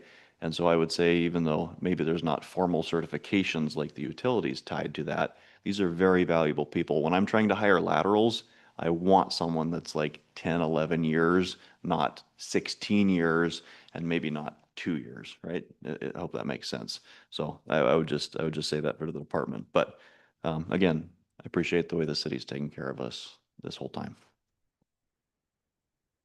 Thank you, Chief. Any other public comment? Is there anyone signed up, Madam Clerk, online who would like to testify to this? Is Cody still here? No. I just want to make it known that we had one other employee reach out. I'm sure that everybody read that email with their concern, that employee's concern. Did you, as council, get a chance to read through that and see that? Okay. Yeah, and Councilman Brandt, please. I'm working on an email back to her. So Okay. There's a lot of points that I'll make to her personally that we've brought up tonight. I am all for going back to the 3% pay raise or 3% increase after step 10 for everybody in the city, but reasons I've stated, that's not part of this particular ordinance. If somebody else wants, great. And I'm in full support of that. And like Chief Heineken said, after 20 years to have 0 or 1% increase is ridiculous. In the hypothetical that they do work here 50 years, they're that much more valuable to us. And if they're stuck at the same rate they were 30 years ago, they won't be working for us. So we need to take care of our employees as far as that goes. So I don't know what the reasoning was behind our most valuable people not being paid as well. Makes no sense to me. So. Councilman Brandt, when you looked at these numbers, and I applaud you for taking this on. We had intent as a staff to take this on after the first of the year, as per our code, that we put a committee together and deal with this citywide, not department by department. I don't know what spurred the let's make this happen now versus let's wait for the way that's done through code. But the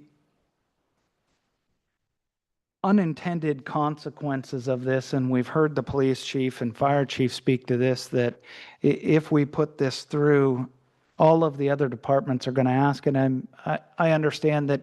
I agree with you. It needs another look at to move this forward. We do have professional development pay raises that come as part of that. I think having the 3% moving forward for every year as proposed makes a lot of sense if we remove the step increases after year 5 or year 6. But that isn't for me to decide. It's a committee to decide and put forth in front of the council. This seems like a preemptive move to make that happen now rather than wait for the committee to decide. And then based on your numbers, per our code, it's set up to look at other entities out there and what they get paid and compare that and use the same information across the entire city to adjust those rates. I asked Maggie when this came out, so we didn't have a whole lot of time to review this. Typically, we would receive an ordinance, it would get discussed, it would get brought to the staff meeting to try and pare out any unintended consequences and have that discussion. Because this was put forth by 2 council members, that didn't happen, or 3 council members, I apologize. That didn't happen, nor did it get vetted by our attorney. This is how unintended consequences happen, and it's unfortunate that didn't happen, and maybe nothing would be different, but at least we'd have time as a city and city staff to digest some of this. I did ask our HR director to get together with finance and talk about the cost of this payroll increase for this year. That is $78,246, but that doesn't include any overtime and no cash out. My question is, where does the additional money come from? Not just for this year, but for the following years that aren't budgeted for. If we start increasing this across the city at $78,000, $100,000, it gets to be very expensive. What is your intent to come up with additional funds to help pay for this and make this make sense? What are we going to do when we lose valuable staff? Oh, I agree. So this is, 2 years ago, you weren't making that argument when the police and fire got their massive raises. I wasn't on council then, or I would have made that discussion. During that time, our council got together as a committee, looked at pay raises and the pay scale across the entire city, not just one single department. I can't believe that our entire council and committee that was put together didn't take into account everyone's concern across the city when they did that, because they specifically put in code it's to be looked at every 3 years.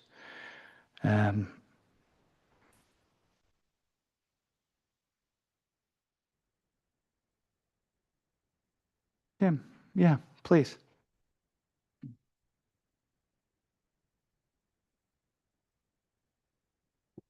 So I wasn't employed here in 2023.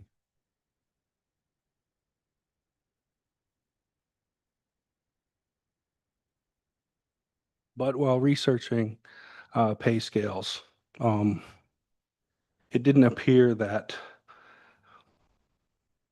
it was a unified pay increase in 2023, because the police department got a raise, and then 2 months later, the city got a raise. So the police department actually got 2 raises in 2023. So I don't believe that it's always been every 3 years. Yeah, and I'd agree with you that it always hasn't been 3 years, but per our code, those protections were put in place to review this every 3 years to prevent having to change this in an off-year schedule and to prevent unintended consequences of firefighters asking for the exact same thing, or police or any other city employee asking for that, so that it was unified and looked at across the entire city body, not just department by department, but also digested and analyzed in that way at the same time. So the city used to have a unified pay scale, and they went away from that, so that individual departments could change their pay scales based on their needs. And that's what the police department and fire department have done. And this is the city services attempt at doing that. The every 3 years, my understanding of reading code is to look at the city's pay as a whole. This ordinance is not referencing the entire city's pay scale. It's the one pay scale And it's not taking away from the planned pay committee next year. If this was passed and the police and the fire department or finance employees see it and bring issue, it would be a fantastic time to bring that up, is in the financial meeting that you have scheduled next year. If this doesn't come up, then potentially that finance group, the pay group gets together and nobody has brought up any issues. Please, Mr. Trissel. You can sit anywhere, grab a mic, do whatever you wish, sir. You're on camera, so it's good enough. Thank you. Previously, when the council looked at the pay scales, they're looking at a time period and seeing what inflation actually has happened.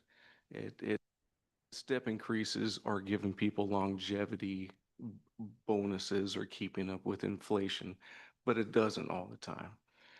The last time that the city did that, all department wide, it was 11% adjustment on the pay scales. Not one employee realized that 11%. They adjusted the pay scale 11%, but everybody went back to the pay that was closest to where they were. So the city can say that we adjusted the pay scale for our employees 11%, but not one single employee realized that. So that doesn't happen every 3 years. It's supposed to, but historically it never has. It'd be a fantastic thing to look at, but it's usually looking at what has happened cumulatively over the past 3 years to see if some adjustments are needed. But it's usually not something that employees realize at all. Mayor? Yeah, Mayor? please, Councilman Clark. So, something that Paul brought up before, and I've brought it up before, this particular department is a little bit unusual, partly because of the certifications. I know police have certifications, fire has certifications. But if the police department, for example, were to lose a sergeant, or the fire department were to, lose a lieutenant, whatever, they could probably go out and hire someone at an appropriate range, I'm guessing, to replace them. And abilities in this case, and Mayor, you mentioned something like, well, it would cost, how are we going to make up this $70,000?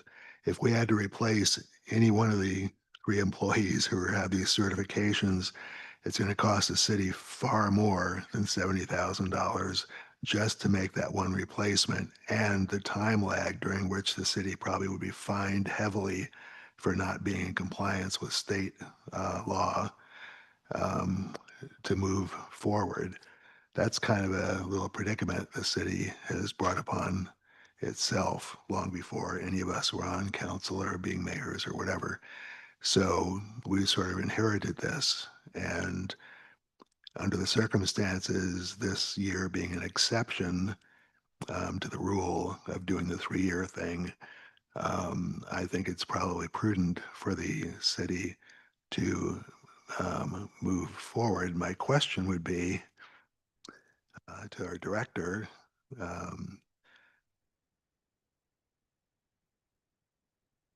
you don't really have any other options, do you?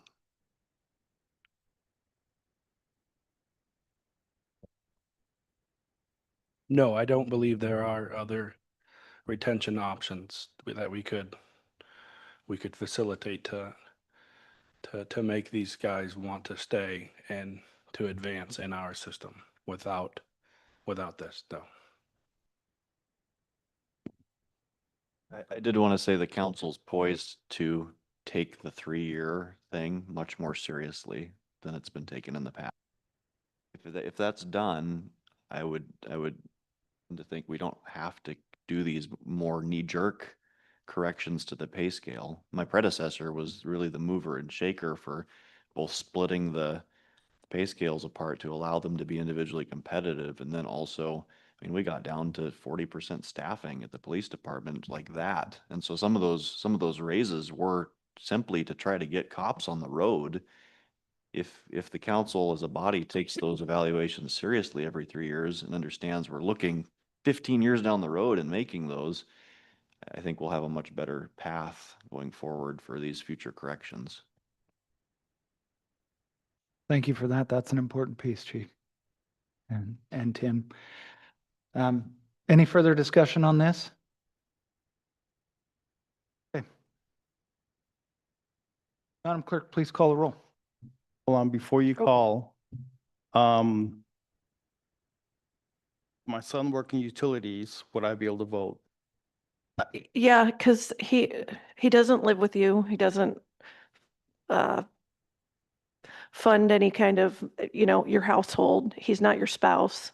So I don't read in code any issue, but yeah, if council has an issue. In Fairbanks, it was an issue when June Rogers voted to approve a contract and her husband, who works in the department that got a raise, that was an issue, but their combined income, and the attorney said, well, now the toothpaste is out of the tube, so it was too late to recall. But given that he doesn't live with you, he doesn't financially contribute to your household, I don't see any issue. Maggie and I were over here discussing it, and neither one of us see a. Okay. Okay, with that, no further discussion. Madam Clerk, please call the roll. On ordinance 2025-15, an ordinance of the City of North Pole, Alaska, amending Title II, Chapter 36, Section 470, the City Services Pay Scale. Mr. Brandt? Yes. Mr. Schuster? Yes. Mr. Rolfe? Excuse me, Miss Rolfe? Yes. I really am happy to have a miss here. I'm just, yeah. Mr. Claus? Yes. Mr. Skips? Yes. Mr. Williams? Yes. And Mayor Church? I'll abstain. You can't abstain. To take a yes or no vote or Give a conflicted reason. out. Yeah, yeah. Okay, I'll vote no. Would anyone like to change their vote? That passed with 6 yeses and 1 no. All right. Thank you for that. That moves us on to ordinance 2025-16. Can I get a motion to introduce? A 5-minute break. I'd like to move to suspend the rules for 5 minutes. We'll reconvene at 10:45. Second.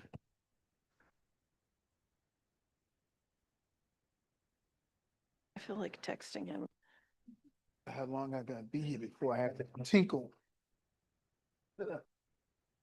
Nathan, sorry.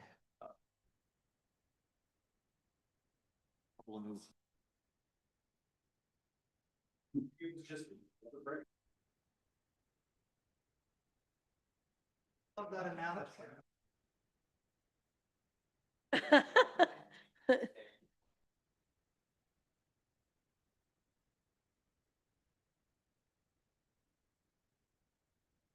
Wait a minute.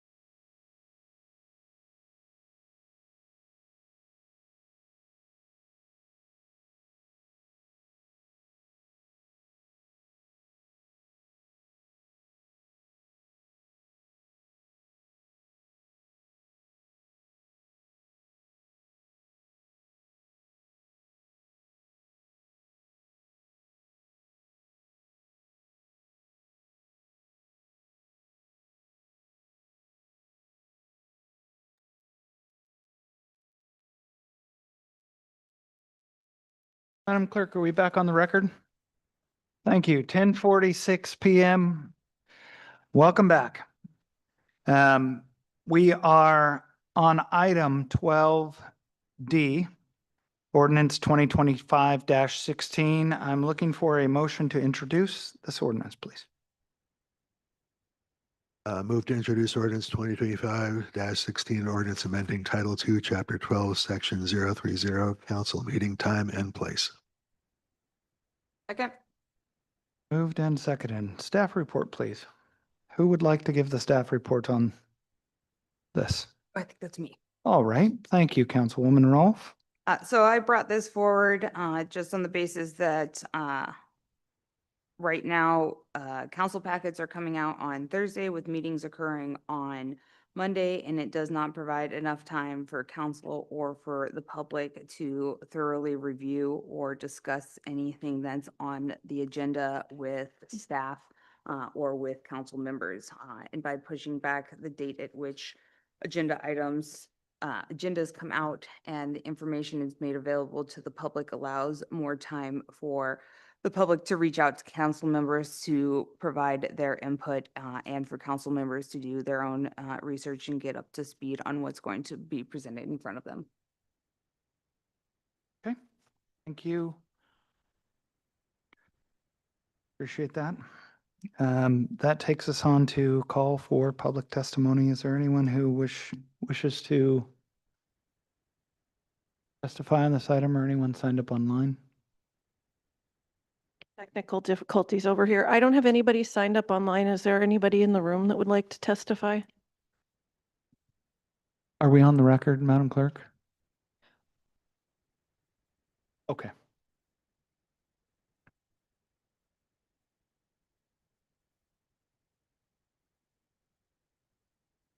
Okay, please step forth if you wouldn't mind grabbing the mic here. Set it up there. State your name and your place of residence, please. Welcome, a new face to City Council. Yes, thank you. My name is Ethan Mann, and I'm on Nordale Road, so I'm not sure if I'm within the city limits, but this is the city I refer to as home. I just came up here in 2021 with the Army, got out. I love the place. I want to stay here at least for the time being. And yeah, I'm trying to be a more avid, involved citizen, so I'm trying to attend more meetings, at least as much as my schedule will allow. I don't know how many that will be in the future. But I've really enjoyed tonight. But at the same time, I'm probably textbook perfect example of what this ordinance would be for, because I have no idea prior to tonight about anything that has been talked about, and I don't believe, given my my mental abilities, that I could spend the time and thoroughly study out all of the different items on the agenda within the past 4 days, I believe. And so I would really appreciate more time to research some of these very important issues. I would like to be more involved, but working as I am to provide for a new family, recently married, we're hoping to have kids soon. My workload's only going to increase. I don't foresee myself having the time right now, nor in the future, in that short amount of time, to study these accurately, present concerns, new business, anything that would actually help the city.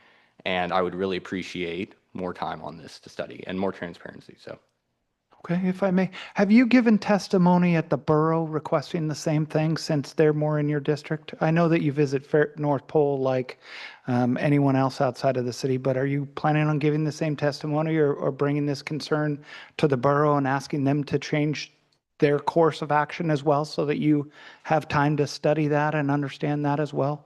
yeah, at this time, I have not put much thought into the borough because I'm trying to. This was the only one that came up to my mind. I had some friends that were here tonight. But I do intend on getting more involved in the future. If there's an opportunity, I would surely speak in support of any ordinance that would do that. I would love more time for all citizens to be involved as much as they can be. So, yeah. I think so too, and thank you for being involved. It's important that citizens regardless of where you live, get involved in city business or borough business. And I would also suggest you go to the borough and give the same testimony during citizens' comments, not on the agenda. They do that very early in the meeting, and so does the city of Fairbanks. If it truly is a concern to be able to read through the agendas and the business of our local area, I'd suggest that highly to you. And thank you for being here to give testimony this evening. Yeah, I appreciate it, sir. Thank you. Yeah. Any other questions? Thank you, sir. Should I want this thing?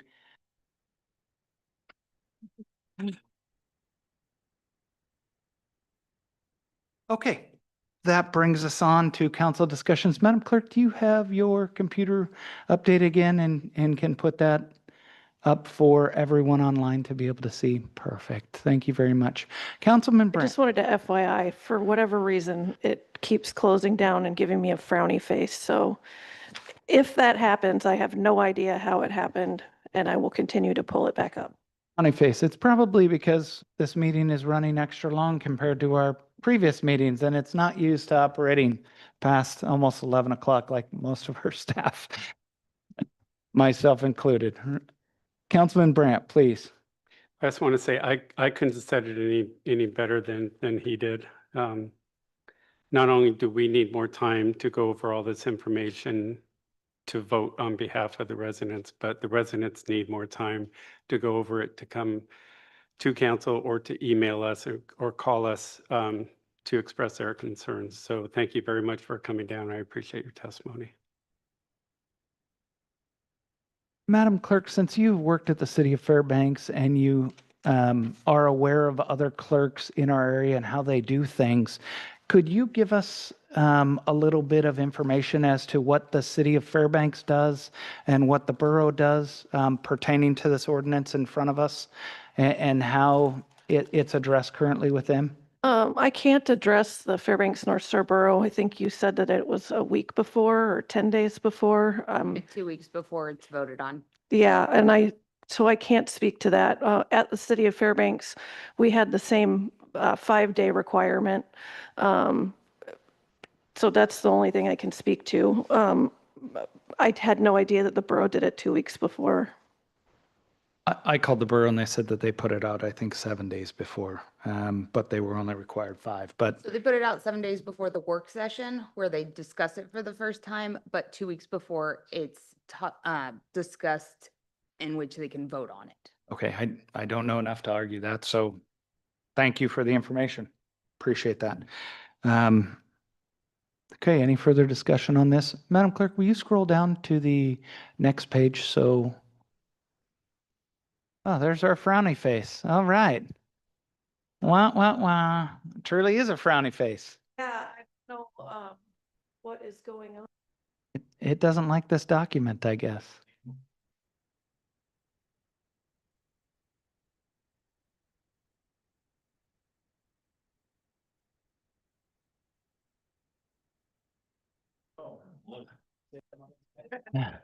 All right. Let's scroll down. There we go. Page 2, page 3 is really the only changes. Is that correct? Page 2 has no changes? Okay, so page 3 there that we're looking at takes the 72 hours to 10 calendar days before the meeting, requires the clerk to produce the agenda by 4 p.m. on the previous Friday, 10 days before the council meeting. Madam Clerk, how would this affect how we do business at the city of North Pole based on that time frame? But we just have to move our staff meeting up to, I'm trying to think, we'd have a council meeting and then we'd have to have a staff meeting. And then 2 days later, we'd have to have the agenda out for the next council meeting. I think it would just change our flow. Would that leave you enough time to do council minutes, since that would also have to be included in this packet to be put out? I think there would be a time, a catch-up period. So maybe there would be some meetings where their minutes weren't available because every hour of a meeting is 2 hours of minutes. And this is a really long meeting. So if we're going to move forward the way that we're going, you would have to change your staff meeting and everybody else would just have to, we would just have to change the way we operate. Yeah, do some changes. But for the minutes, other than that, in meetings like this, that we'll push right up against midnight and you'll end up spending a fair amount of time doing minutes. Is 2 days, 3 days enough to do minutes for you with your current workload? That's my only concern. I just want to be able to vet unintended consequences. Like I said earlier, normally we would bring these ordinances to a staff meeting, have discussions about the unintended consequences for the city, for the staff, for everyone before this move forward. And with these ordinances that are brought forth this evening by the council members who have put lots of work into this, they're not necessarily vetted at the staff meeting. So we're having this discussion more openly than we normally would, and not quite the finished product that we would normally have if they came forth earlier. So I would just keep plugging along, doing the best I could do. There would probably, if we're only speaking about the meeting minutes, there would probably be a couple meetings where I'm getting used to the catch up. So we might have a couple meetings where, and in Fairbanks, there was a time in 2019, I was 9 meeting minutes behind. So there's nothing saying that, if something can't be created, that it won't be created. okay, thank you for that. Staff, since you're here, do we have any concerns for this ordinance as far as the previous time? It will take a little bit more planning on our part as staff to make that happen. I do worry an unintended consequence may be if we need to bring something forth. I don't necessarily see an exception in this to add to that agenda an emergency item, which then may require us to have a special meeting in addition to this to try and push anything forth. These are things that we would normally talk about, but we're doing this on the record this evening. So any concerns for that? Yes, Chief. Yeah, what you just said kind of touched on what I was going to say is this will affect a few times, probably a year, where we've had things come up that need to get on the agenda pretty quick for approval. The one that comes to my mind in the past that we've dealt with at the fire department is our EMS contract with the borough is very time sensitive because of the borough assembly finishing up their budget, getting their contract through. So we're always at that very fine moment to get it to you in June to get it approved. And there's been years where it barely made it to the council. So next June, I predict that I wouldn't get it to you in time to get it onto the budget, and then we have to have that. The contract goes July 1. So as of July 1, all the citizens outside of our city would no longer have EMS. And that would be a problem where I would ask for you to do a special session for that. So that's just one example. There's probably a few, but that's just, some of the unintended consequences that I could think of.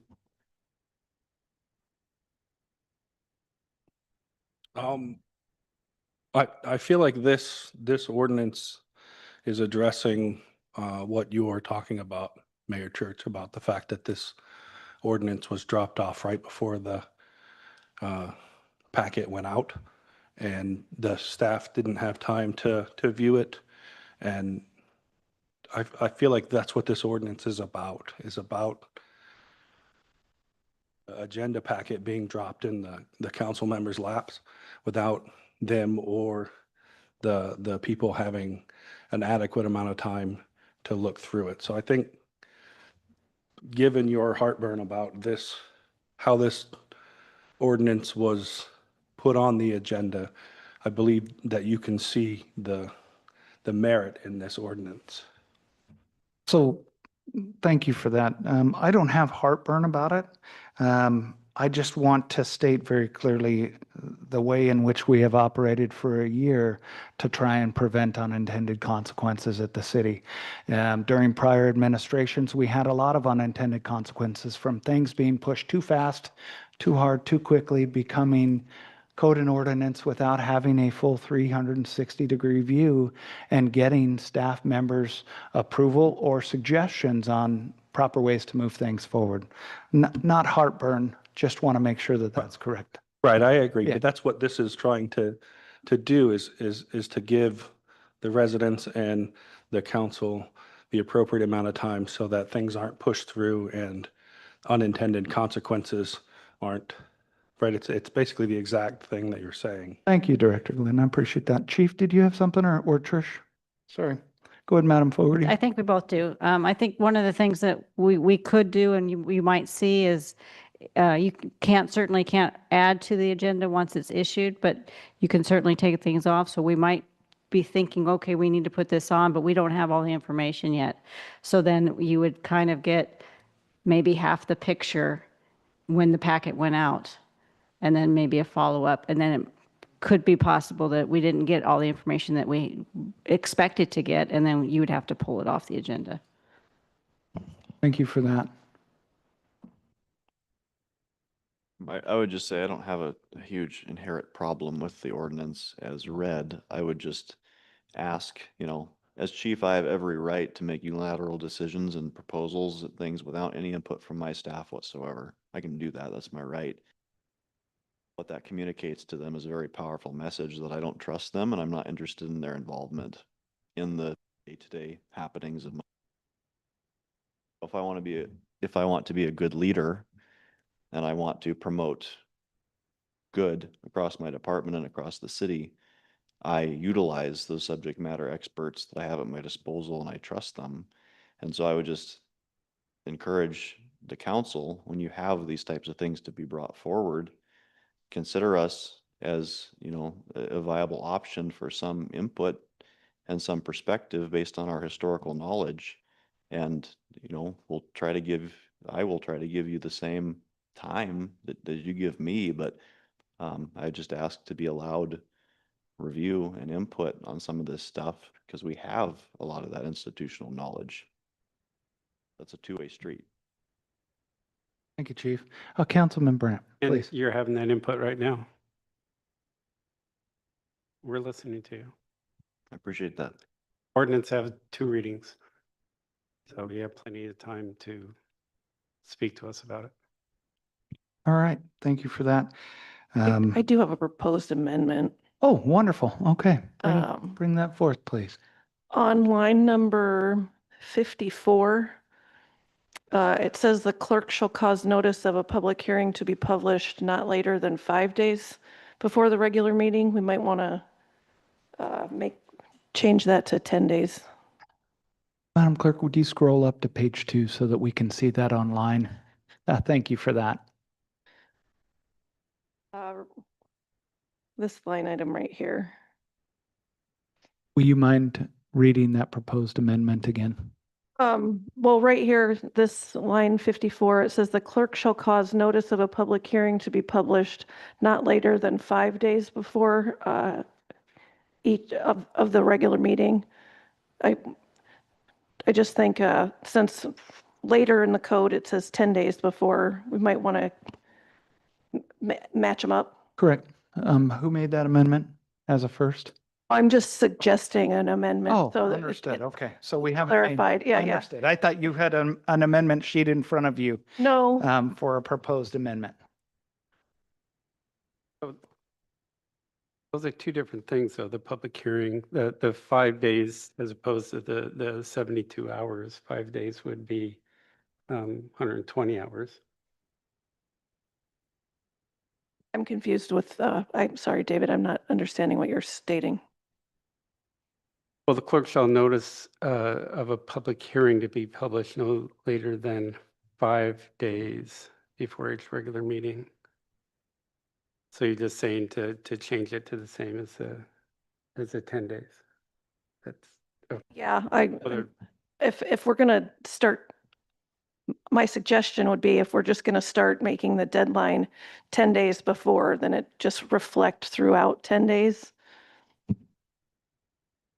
So just like we would at a staff meeting, she's bringing a suggestion to that we as staff would look at,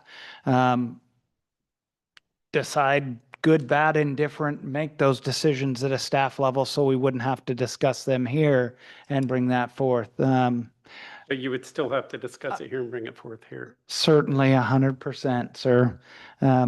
Staff, I think that that makes a lot of sense. Are we in agreement? I'd like to move to make those changes as proposed by the clerk to 10 days.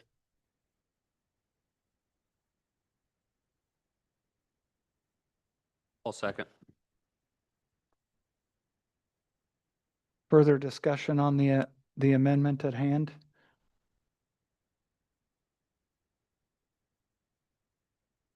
Madam Clerk, please call the roll on the amendment. Anybody in the public that would like to speak to this amendment? No. Thank you, Clerk. I appreciate you. Appreciate that. On the amendment, Group to- effort. on the amendment to change ordinance 2025-16, line number 54 to strike out 5 days before and change it to 10 days before. Ms. Rolfe? No. Mr. Brandt? Yes. Mr. Schuster? Yes. Mr. Claus? Yes. Mr. Williams? Yes. Mr. Skips? Yes. And Mayor Church? Yes. Would anyone like to change their vote? That amendment passed 6 yeses and 1 no. Any further discussion on the ordinance? Madam Clerk, please call the roll on the ordinance. On ordinance 2025-16, an ordinance of the City of North Pole amending Title II, Chapter 12, Section 030, council meeting time and place. Mr. Williams? Yes. Mr. Brandt? Yes. Ms. Rolfe? Yes. Mr. Claus? Yes. Mr. Skips? Yes. Mr. Schuster? Yes. And Mayor Church? Yes. Would anyone like to change their vote? That passed with 7 yeses. Wonderful. Thank you for that, Madam Clerk. That brings us on to item of new business 12E, ordinance 2025-17. Can I get a motion to introduce, please? Move to introduce ordinance 2025-17, an ordinance amending Title II, Chapter 12, Section 40, Journal. Second. Moved and seconded. Staff report, please.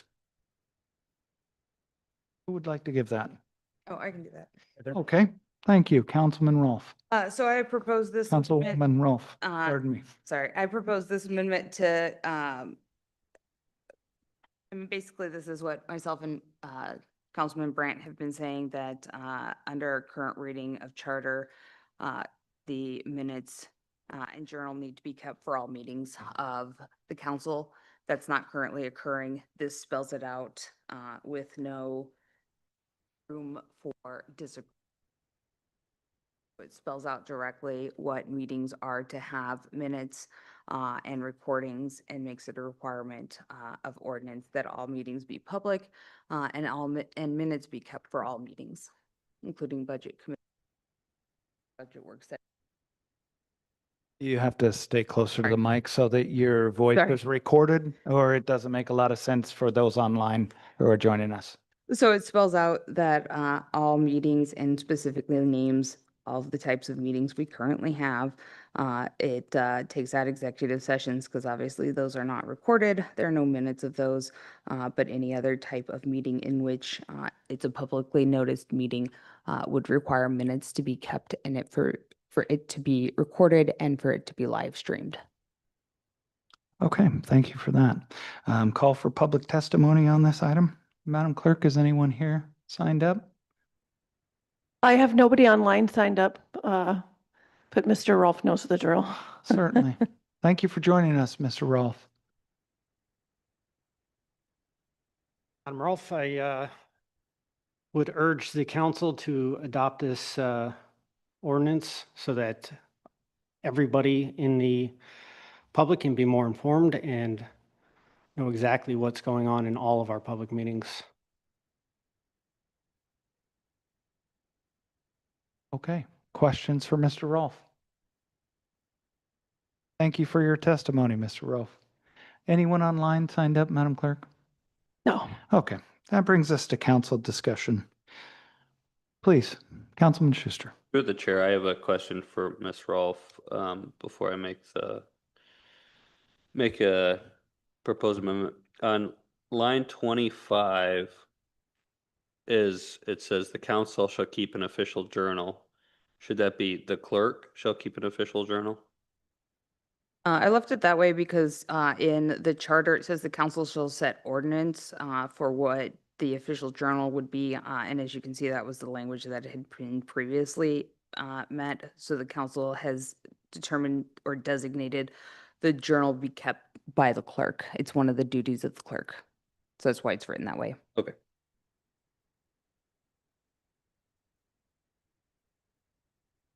Please, Councilman Claus. Sorry, I did not see your hand there. All right, Thank you. another question also for Councilwoman Rolfe. So with the journal keeping, the way it's written in the thing here, in the ordinance here, is it acceptable to have the journal kept as an audio recording for some of the meetings that aren't necessarily a special meeting or a regular meeting like the one we're in right now? So no, it requires a written minutes for all meetings and for like committee of the whole and budget meetings, it could be a brief synopsis of the discussions that occurred. Sorry to say, our code defines journal as minutes. So. Thank you for the a follow-up. Yes, sir. So if the recording was audio and then transcribed, not necessarily by an individual, but perhaps AI, and then corrected by somebody reviewing that, might that suffice as the written journal? I'm just thinking because if people request it, then there would be a file that you could actually send them immediately that they could either read or play, depending on, their preference. The transcription is not required. Transcription isn't what we do for minutes currently. Minutes currently are are supposed to be a brief synopsis of what occurred, the discussion that happened, and then an actual tally of the votes that were taken, how many yeses, how many nos. But there's no transcription requirements, and this doesn't change that. It doesn't make transcription requirements. It still requires just a brief synopsis. It just spells out what meetings are supposed to be recorded and what meetings should have minutes for them because it wasn't apparently clear to all previously. So through the chair, the synopsis, if somebody questioned that like we do with our minutes every once in a while, because we each have a way that we might synopsize something, and they might be different. I was trying to think of a way to keep it a consistent thing without being an inordinate burden on the clerk's office. Suggestions? I mean, there's not really another way to say a brief synopsis. It's supposed to give an idea of what was discussed and how the discussion went, but not a true transcription of every word that was said by the person. Please, Councilman Brandt. I will say that, further on here, it's requiring that all meetings that which a journal must be kept shall be recorded either audio and or video. So that could always be, we can always go back and refer to those. We have questions about the minutes, and this comes up a lot when I'm trying to go back research an ordinance from years ago and trying to find the intent of the council, and I'm reading through the minutes and they say no discussion or consented. If there was audio or video recording, then I could go back and actually watch that. Then I can see what the actual intent of the ordinance was. And right now, also, so the last workshop we had prior to the budget workshops was recorded and broadcast, and that wasn't a problem. But then when we wanted to do the budget workshops, that was a problem for some reason. I had to give up a very important meeting, be here. All of us gave up important things in their lives to be here for those meetings. Ms. Rolfe had to bring her kids to one meeting because she couldn't get a babysitter. If those were recorded, we could have missed those, but gone back and reviewed them. Or with the budget hearing or budget sessions, I would love to have been able to go back and rewatch it with my sheets in front of me to make notes and everything again. But wasn't given that opportunity, obviously. So going forward in the future, I just think it's good practice to have these recordings and make them available, especially the work session. Councilman Claus, please, and let's just let me remind everyone to stay close to their mics. If it's not red, it's not working. For the same reason you want to hear things, people online would like to hear that as well. So my question is, this was through you to our city clerk, though. Do we have the capability, does the way our council monitoring system here is set up, do we have the capability to do that? And how much more time and energy would it take to comply? Thanks. Jordan suggested maybe getting a second TV. So this budget meeting, my hands were tied. Historically, you guys have used the TV here to do the budget presentations, and this is also the TV that we use to do Zoom. We'll have the attorney on later tonight, but there's one TV. So I mean, if we're going to get a second TV, I don't see a problem. Councilman Brandt. I would say that we don't necessarily need to use the TV. All of us were giving the slides in print form. I never once looked up at the TV. I had all the information right in front of us on the slide, on paper. So I don't see that as being necessary. I just want to point out too that this means that all of the years that Kathy Weber was working here, you're saying that there were charter violations, and that's just kind of shocking. That, like, I would very much appreciate a second TV. Unlike Councilman Brandt, I like to look up and see it on the big screen, and the screen is most of the time very readable to me, and I appreciate how large it is. Thank you, Ms. Rolfe and Mr. Brandt, for taking the time to review this and bring it up. I would like to make an amendment to line 43 to remove furthermore. This isn't a closing argument. This is ordinance, and furthermore goes on to just state it again. I don't think as city ordinance that we need furthermore in there. I would also, on 44, I'd like to remove the word accessible, as they are kept and made at the time the meeting is occurring and shall remain on the city's website for up to 5 years or per YouTube requirements. I'm lost where you're at, Mayor. I didn't see YouTube. Am I missing that? Nope, I'm adding that as additional language, and I will fill one of these amendments out and send that to you. My concern is, I think it's great that we have it on the city's website, and it's very useful to go to those city's website, but we use an outside service of Zoom and YouTube. We inherently, as a city council, can't control what YouTube does, what Zoom does, and unless we're going to pay for additional storage on our city servers to keep these videos for evermore, we're stuck with whatever YouTube provides us as a service, which certainly should be addressed.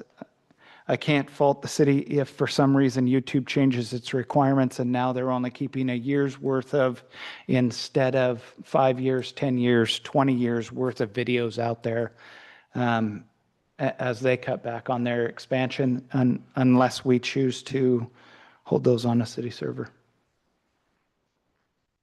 I heard the motion maker, but is there a second?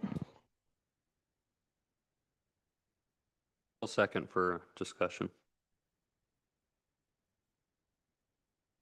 Yeah. So I'm against this. Councilwoman Rolfe. As the amendment is written, I'm against it. I don't have an issue with taking out the furthermore. That's probably my legalese coming out as I wrote this one.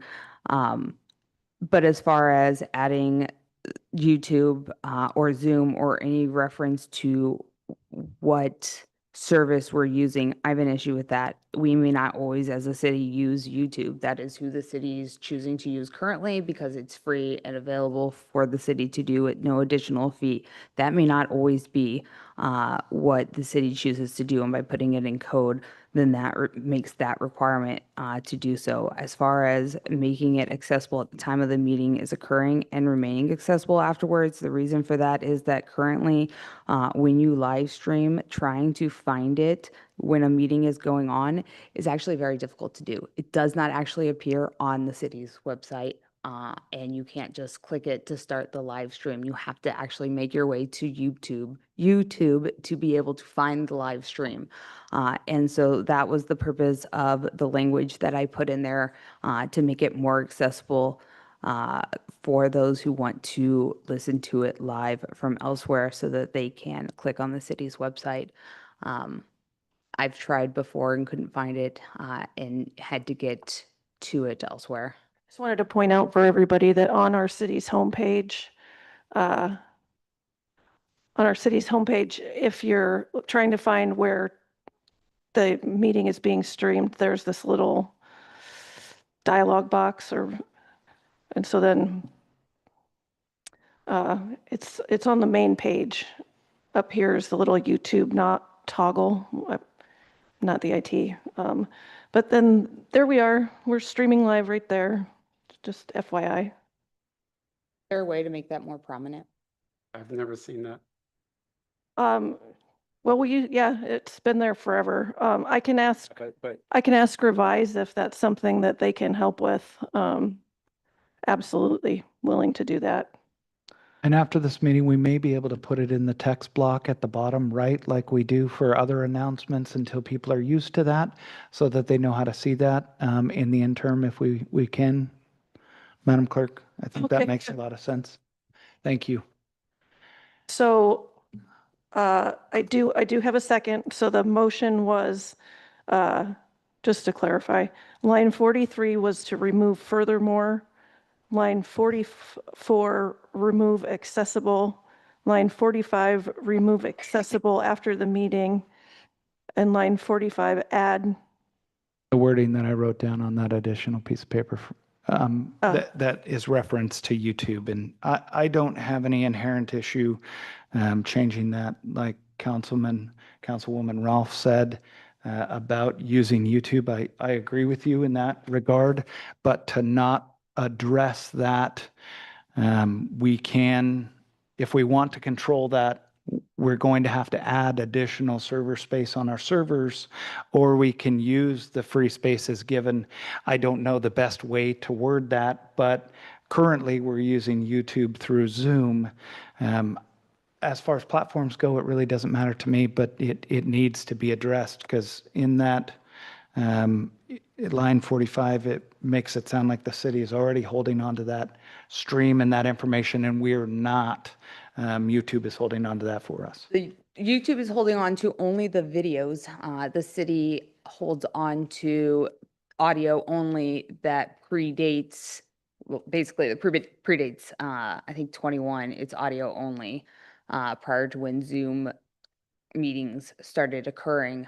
But prior to Zoom meetings occurring, it's audio only, and that takes you to the city's website. So the city is holding on to audio recordings. I don't know where they're stored because I don't know how the city stores it, but the city is holding on to audio recordings that predate the video availability. Please, Councilman Klaus. Instead of naming YouTube, perhaps you could just say an appropriate platforms. I'm okay with that, and then putting some sort of length in there. It could be forever. It could be based on whatever platform that we're using. I don't have any inherent this, and I appreciate you bringing it forward. I think it's important that we change these things and make that out there. So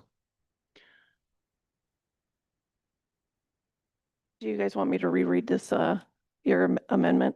And I'm understanding that per the platform used is rather than YouTube. Okay. I'm okay with changing that as long as the second is also okay with changing that. Yes.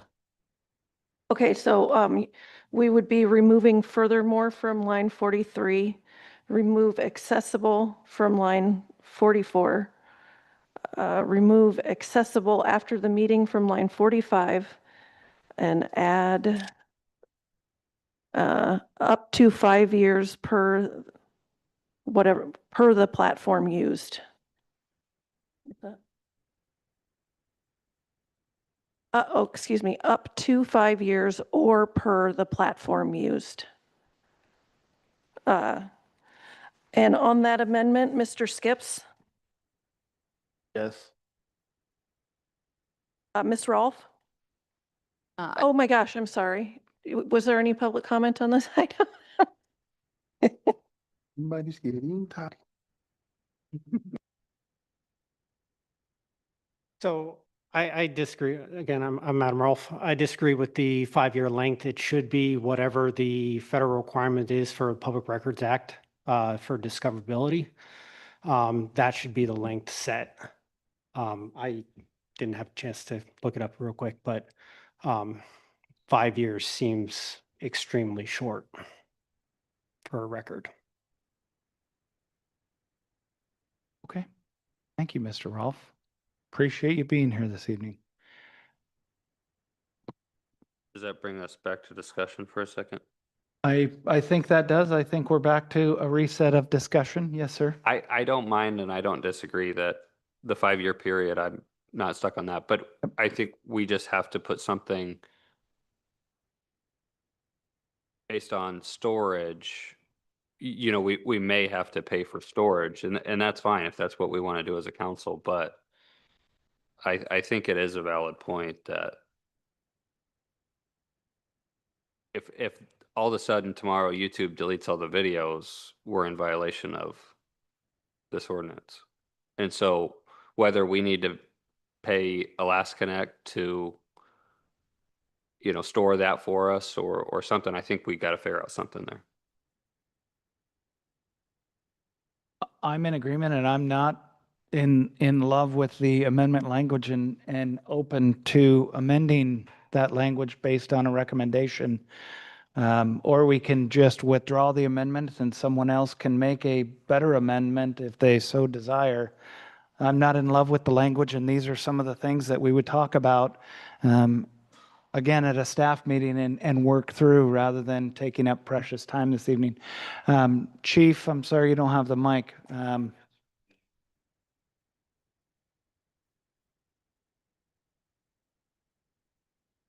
So the retention schedule is forever based on your search. So how do we protect the YouTube videos that we have out there on the retention schedule that we currently have? Is there a way to protect the videos that we have already made on YouTube that are out there if the requirement is forever? We have zero control of any of those videos based on the platform that we use.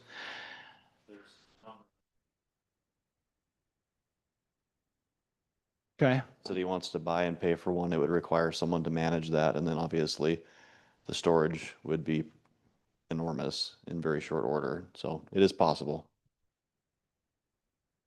Madam Clerk, do you have any sort of recommendation in this?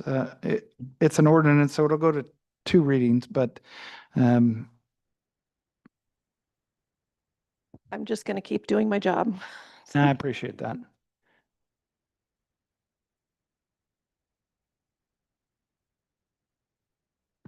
Any further discussion? Did you guys, I withdrew my amendment, yes. and concurrence of the second, Jordan, is that, Yes. okay. I would, Madam Clerk, if I may task and ask maybe that during the 2 weeks that we have to look into a way to protect these records for our city, with the requirement being forever. I don't know if that's looking into another platform other than YouTube or whatever that case may be, but having that record, I know we have a written record of it, but the video record is pretty important too. It certainly speaks to the synopsis of the record that we have by being able to watch exactly what was said in those meetings, and it's pretty important.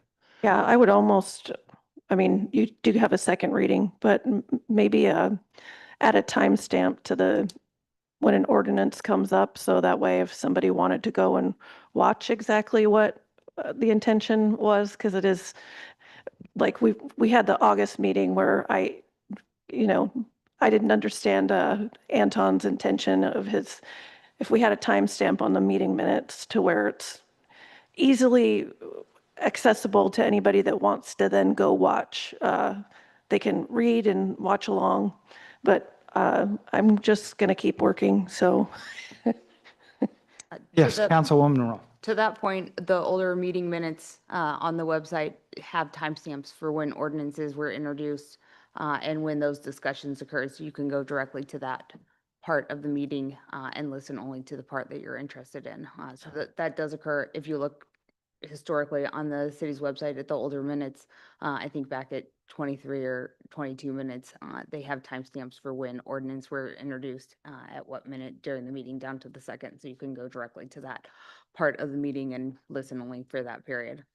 I have never seen that, but that does not mean that it did not happen. So Any further discussion on this? Seeing none, Madam Clerk, please call the roll.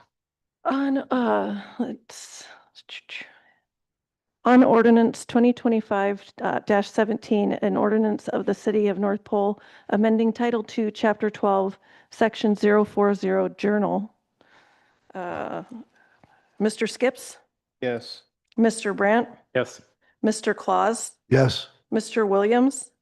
Yes. Mr. Schuster? Yes. Miss Rolfe? Yes. Mayor Church? Yes. Would anyone like to change their vote? Seeing none. That passed with 7 yeses. Thank you. That brings us on to item 12F, ordinance 2025-18. Can I get a motion to introduce, please? Move to introduce ordinance 2025-18, an ordinance amending Title II, Chapter 12, Section 060, Order of Business. I'll second. That brings us on to a staff report or sponsor report. Who would like to give this evening? Okay. Councilman Brandt, please. This one's pretty simple. All we're doing here is moving citizens' comments from after communications from the mayor, et cetera, to the beginning of the meeting after the invocation. 2 reasons for that. One, if citizens are coming to comment on something that's not on the agenda, they don't necessarily want to sit through half an hour, 45 minutes of the meeting, listening to things that they did not come down to testify about. So they can come in, make their comments, and leave if they wish. Also, there's so many times in the committee of the whole where we consent things.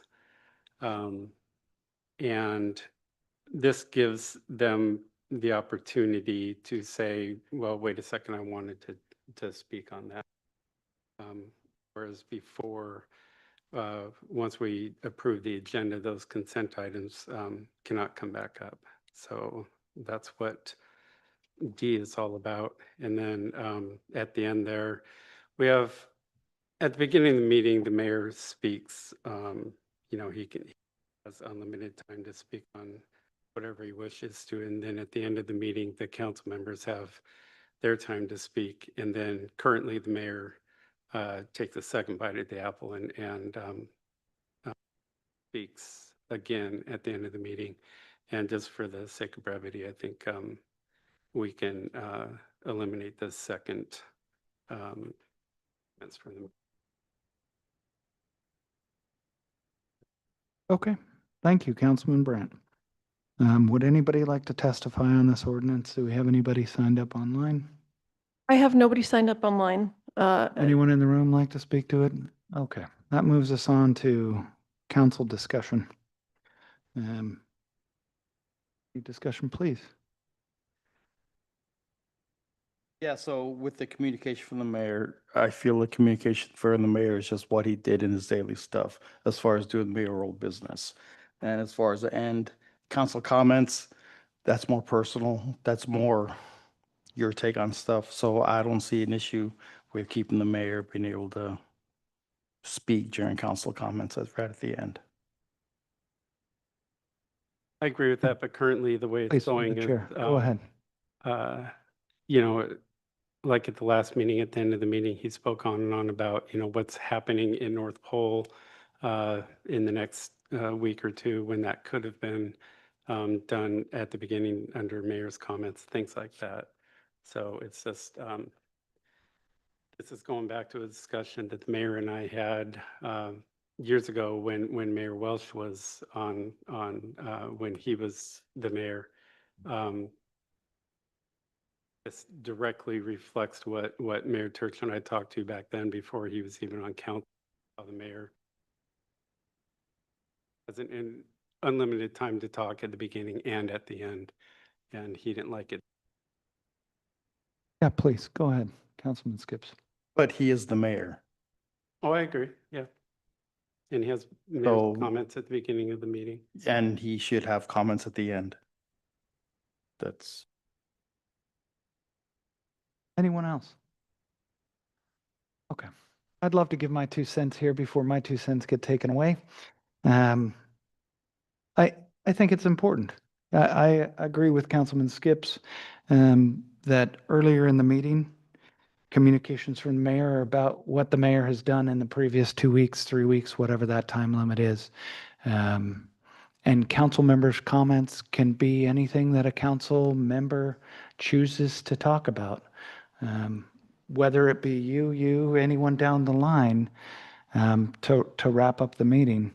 I know in previous years you were correct. Our previous mayor, 2 mayors ago, was very long-winded about a lot of things and would ramble. And yes, we all sat through that meeting after meeting after meeting. Inherently, I don't have any other issue with this ordinance. I would like to move to strike the change excluding mayor in line 55. Second. Discussions on the amendment any more than we've already gone through. Okay, Madam Clerk, please call the roll on the amendment. As long as we don't have any citizens' comments who would like to speak to that. Okay, seeing none, please. On the amendment to strike from line 55, excluding the mayor from ordinance 2025-18, Mr. Brandt, No. Ms. Rolfe, No. Mr. Williams, No. Mr. Schuster, Yes. Mr. Skips, Yes. Mr. Claus, No. and Mayor Turch. Yes. Would anyone like to change their vote? Okay, wonderful. That amendment passed with, that amendment, wow. That amendment failed 4 zeros to 3 yeses. Okay, thank you. Any further discussion on the ordinance itself? I just, I think it's great to have the citizens be able to speak early on in Fairbanks. They made that amendment for their code, and it's, if citizens have problems and they want to get directly to you, it's commendable for you guys to be having them be heard first. I agree. Thank you. Any other staff care to talk about that?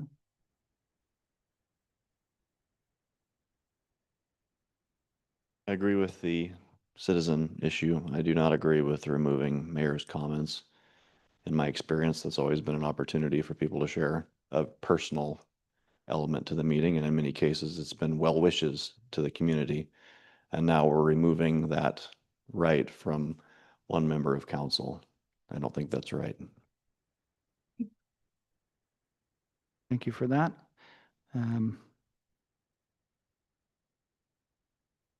In removing that, I think it's interesting that us as a council are going to vote on that, and hopefully someone sitting here at this dais will be mayor, and they will lose that right to speak because it has been taken away. And I find that kind of pleasantly ironic that we're voting on changing our own future.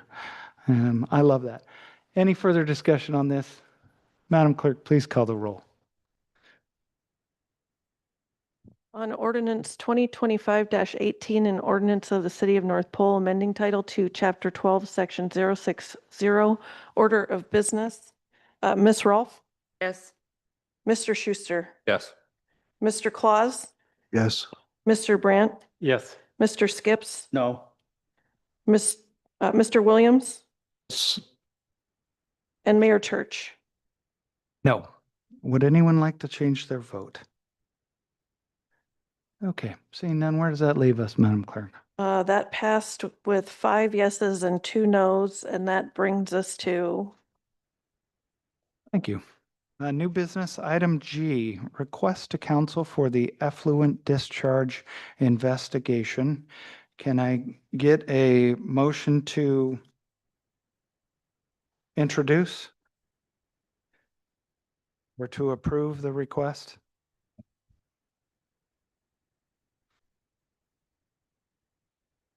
I'll make the motion to move the approval of request to council for effluent discharge investigation by respect. Second. So moved and seconded. Can we get a staff report, please? So this is just a proposal from one of our engineering firms, Respect, to do some investigating for us to determine if there is a viable option for us to discharge our effluent, which is our processed water from our sewer system. I would recommend that we accept this proposal. I believe I sent it out at least 2 weeks ago to you guys prior to it being on the agenda, just so that you guys could look through it. But it's pretty straightforward. Okay, thank you, Director Glidden. I appreciate that staff report. Brings us on to call for public testimony. Is there anyone signed up or in the room who would like to give testimony on this item? I have nobody signed up online. Is there anybody in the room that would like to speak? Okay, thank you for that. That moves us on to council discussion. Please, Councilman Brandt.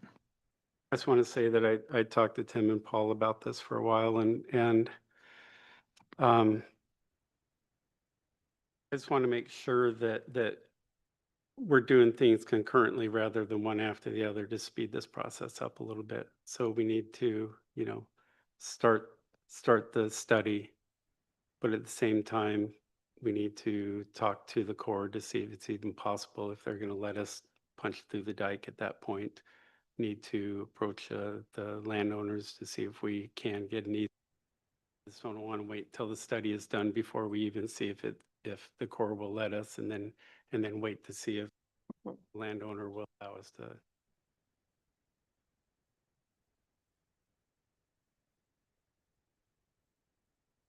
Yeah, I agree.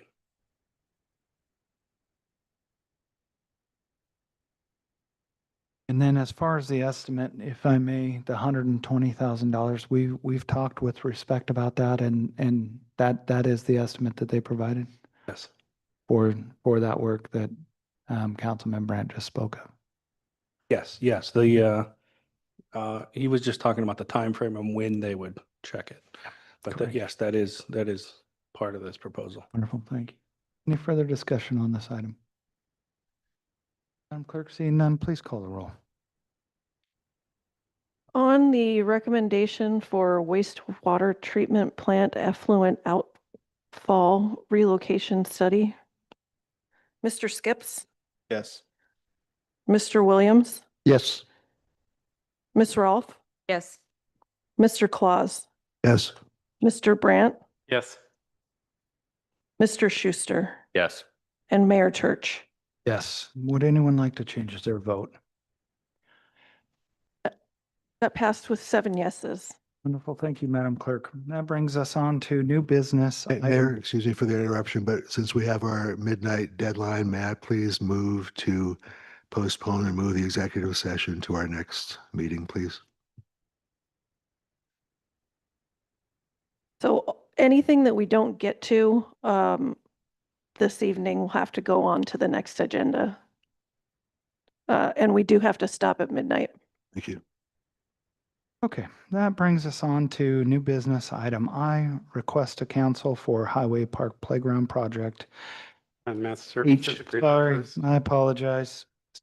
I've been up since 5 o'clock this morning. Brings us on to 12H. Thank you, council, for keeping me correct. Request to council for the master services agreement through Respect. Can I ask for a motion, please? Move to approve the request to council for master services agreement Respect. Second. Thank you. That moves us on to Sorry, missed who this did this. Was that Ms. Rolfe. Ross? Thank you. Yeah, Councilwoman Rolfe. Director Glidden. So we currently have what's called a master services agreement with the engineering firm Respect. It's in your packet, the actual document, but it just basically says that that we can use them as an engineering firm to do investigations and create designs and plans for us. The current agreement expires in January 2026. So I would just recommend that we extend this contract by 3 years. It doesn't cost us any money. There's no fee associated with this particular contract. It's just some paperwork, I think, really.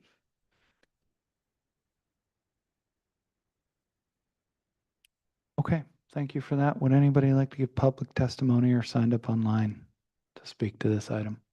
Thank you, Madam Clerk. Appreciate that. Brings us on to council member or council discussion. Please, Councilwoman Rolfe. I had a question. Do we need to update the client's delegated representatives? Or is that just whomever we use? Because the master service agreement names Robert Wallace and the current mayor as the 2 client representatives. So technically, they shouldn't talk to Director Glidden under this contract. Right. Yeah, we can definitely do that. So I sent this to our attorney to get the attached extension. I guess we did not see that. So yeah, I'll talk to him and see where we should add that change. Thank you. Tim, with the master service agreement, along with any contract, should we be looking for a defined rate per these services that we're receiving if we're going to get into contract with them on a 3-year extension to define their services at a certain dollar per hour, similar to every other contract that has been presented to council? I feel like we certainly could, but this in no way allows me to spend money, give them money, or locks us into having to use them for anything. This basically just gives me permission to ask them to give me a proposal rather than have to put it out to bid. So if we wanted a proposal from the engineering firms, we'd have to create an RFP and put it out to bid like we do the other contracts in order to just find out if they would be willing to do the work. With this master service agreement, it just says that I can talk to them directly without having to put it out to bid. Would definitely change it to add dollar amounts and things if that's something that we wanted to do. Okay, thank you. Yes, please, Does Council. this supersede code then? Because code says anything over $50,000 has to go out to bid. Yeah, it should. I feel like this is a contract that would already be in contract with them. So most of our contracts with respec are over You'd 50,000. understand that, yeah. So the That's one why I'm we wondering just it- passed was 120 and that didn't go out to bid. Right. So I believe that, I don't know contract law, but the intent of this is to eliminate the need to go out to bid. My understanding of it. I can ask River to give me a better understanding of it. Probably won't get an answer before this is due, so. You may get lucky and he still may be ready to join our meeting. He responded to this very quickly. Okay. Further discussion. We should- Please, Councilman Brandt. We shouldn't approve this tonight without the amendment that Ms. Rolfe spoke about, so. We should probably postpone until we get an answer. Okay, to do that, would So I you, propose postponing the master service agreement to the next council meeting. Second. discussion on the amendment? Okay, seeing none, I would like to see, I think like to see this go out to bid and allow them to bid on it and dictate or predicate to us what they're going to charge for their services moving forward. Can we vote on the amendment? Yeah, certainly, but um,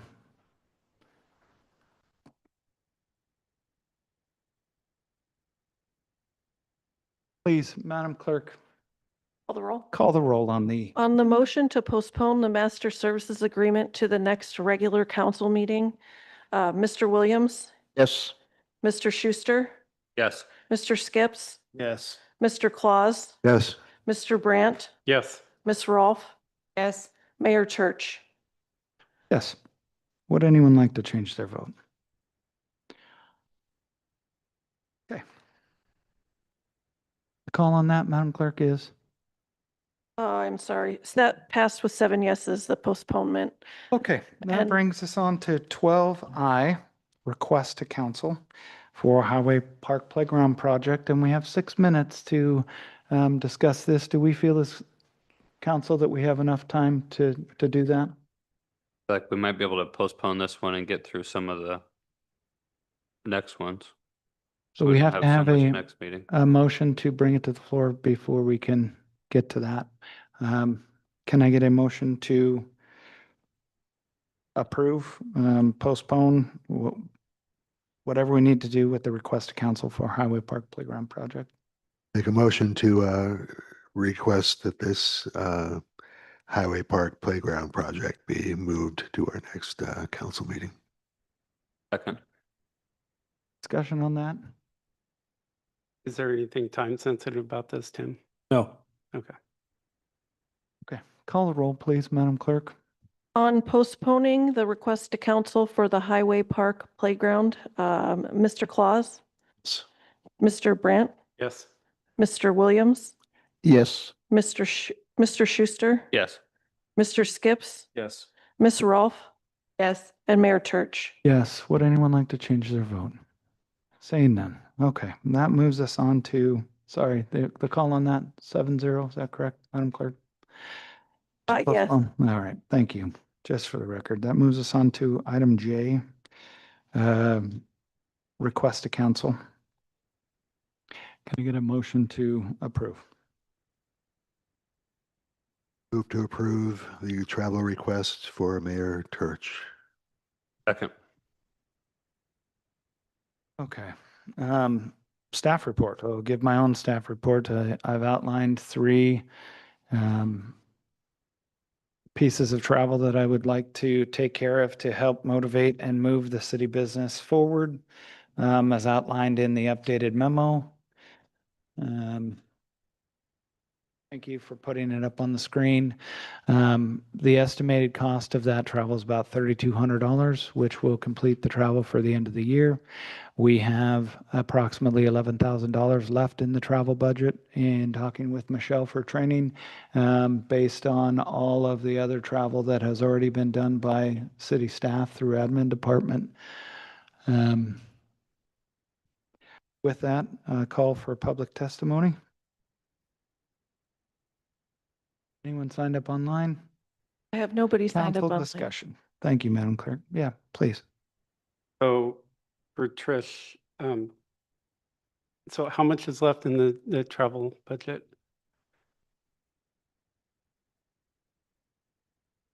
You know, I checked with Michelle. Quite a bit.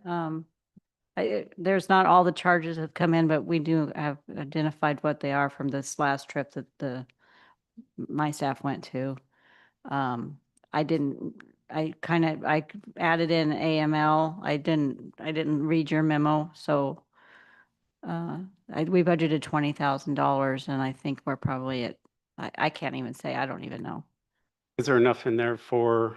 There was plenty. Okay, is any of your staff doing any more travel for? Michelle's doing one more trip, and I included that trip in my estimate. So there's plenty of money in the travel budget, Yes. that's what I'm getting at. Yeah. Okay, great. We had actually planned to go to another conference, and something fell through, and we didn't, what we anticipated, we did not do. Okay. So. Got it. One more question, Mayor. Please follow up. Item 3 here, the AML, is that supposed to be December 8th through the 12th? Yes, it is, sir. Thank you for that edit.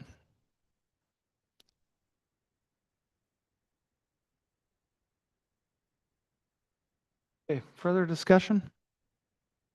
Please. Item 1, the Alaska Resources Conference. You say it's going to discuss development throughout the state to include natural gas, road to Ambler, oil exploration on the North Slope. That's going to be $1,346. I don't see how that's a direct benefit to the taxpayers of North Pole. Can you enlighten? Yeah, certainly I can. So those meetings that happen there are not only informative from a standpoint of the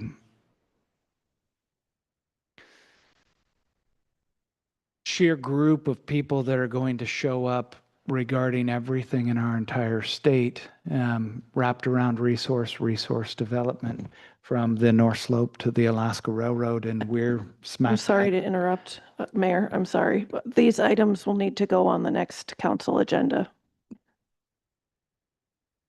Okay, automatic adjournment. Thank you, Madam Clerk. Thank you, Council. Thank you, staff, for the long meeting. Appreciate you being here.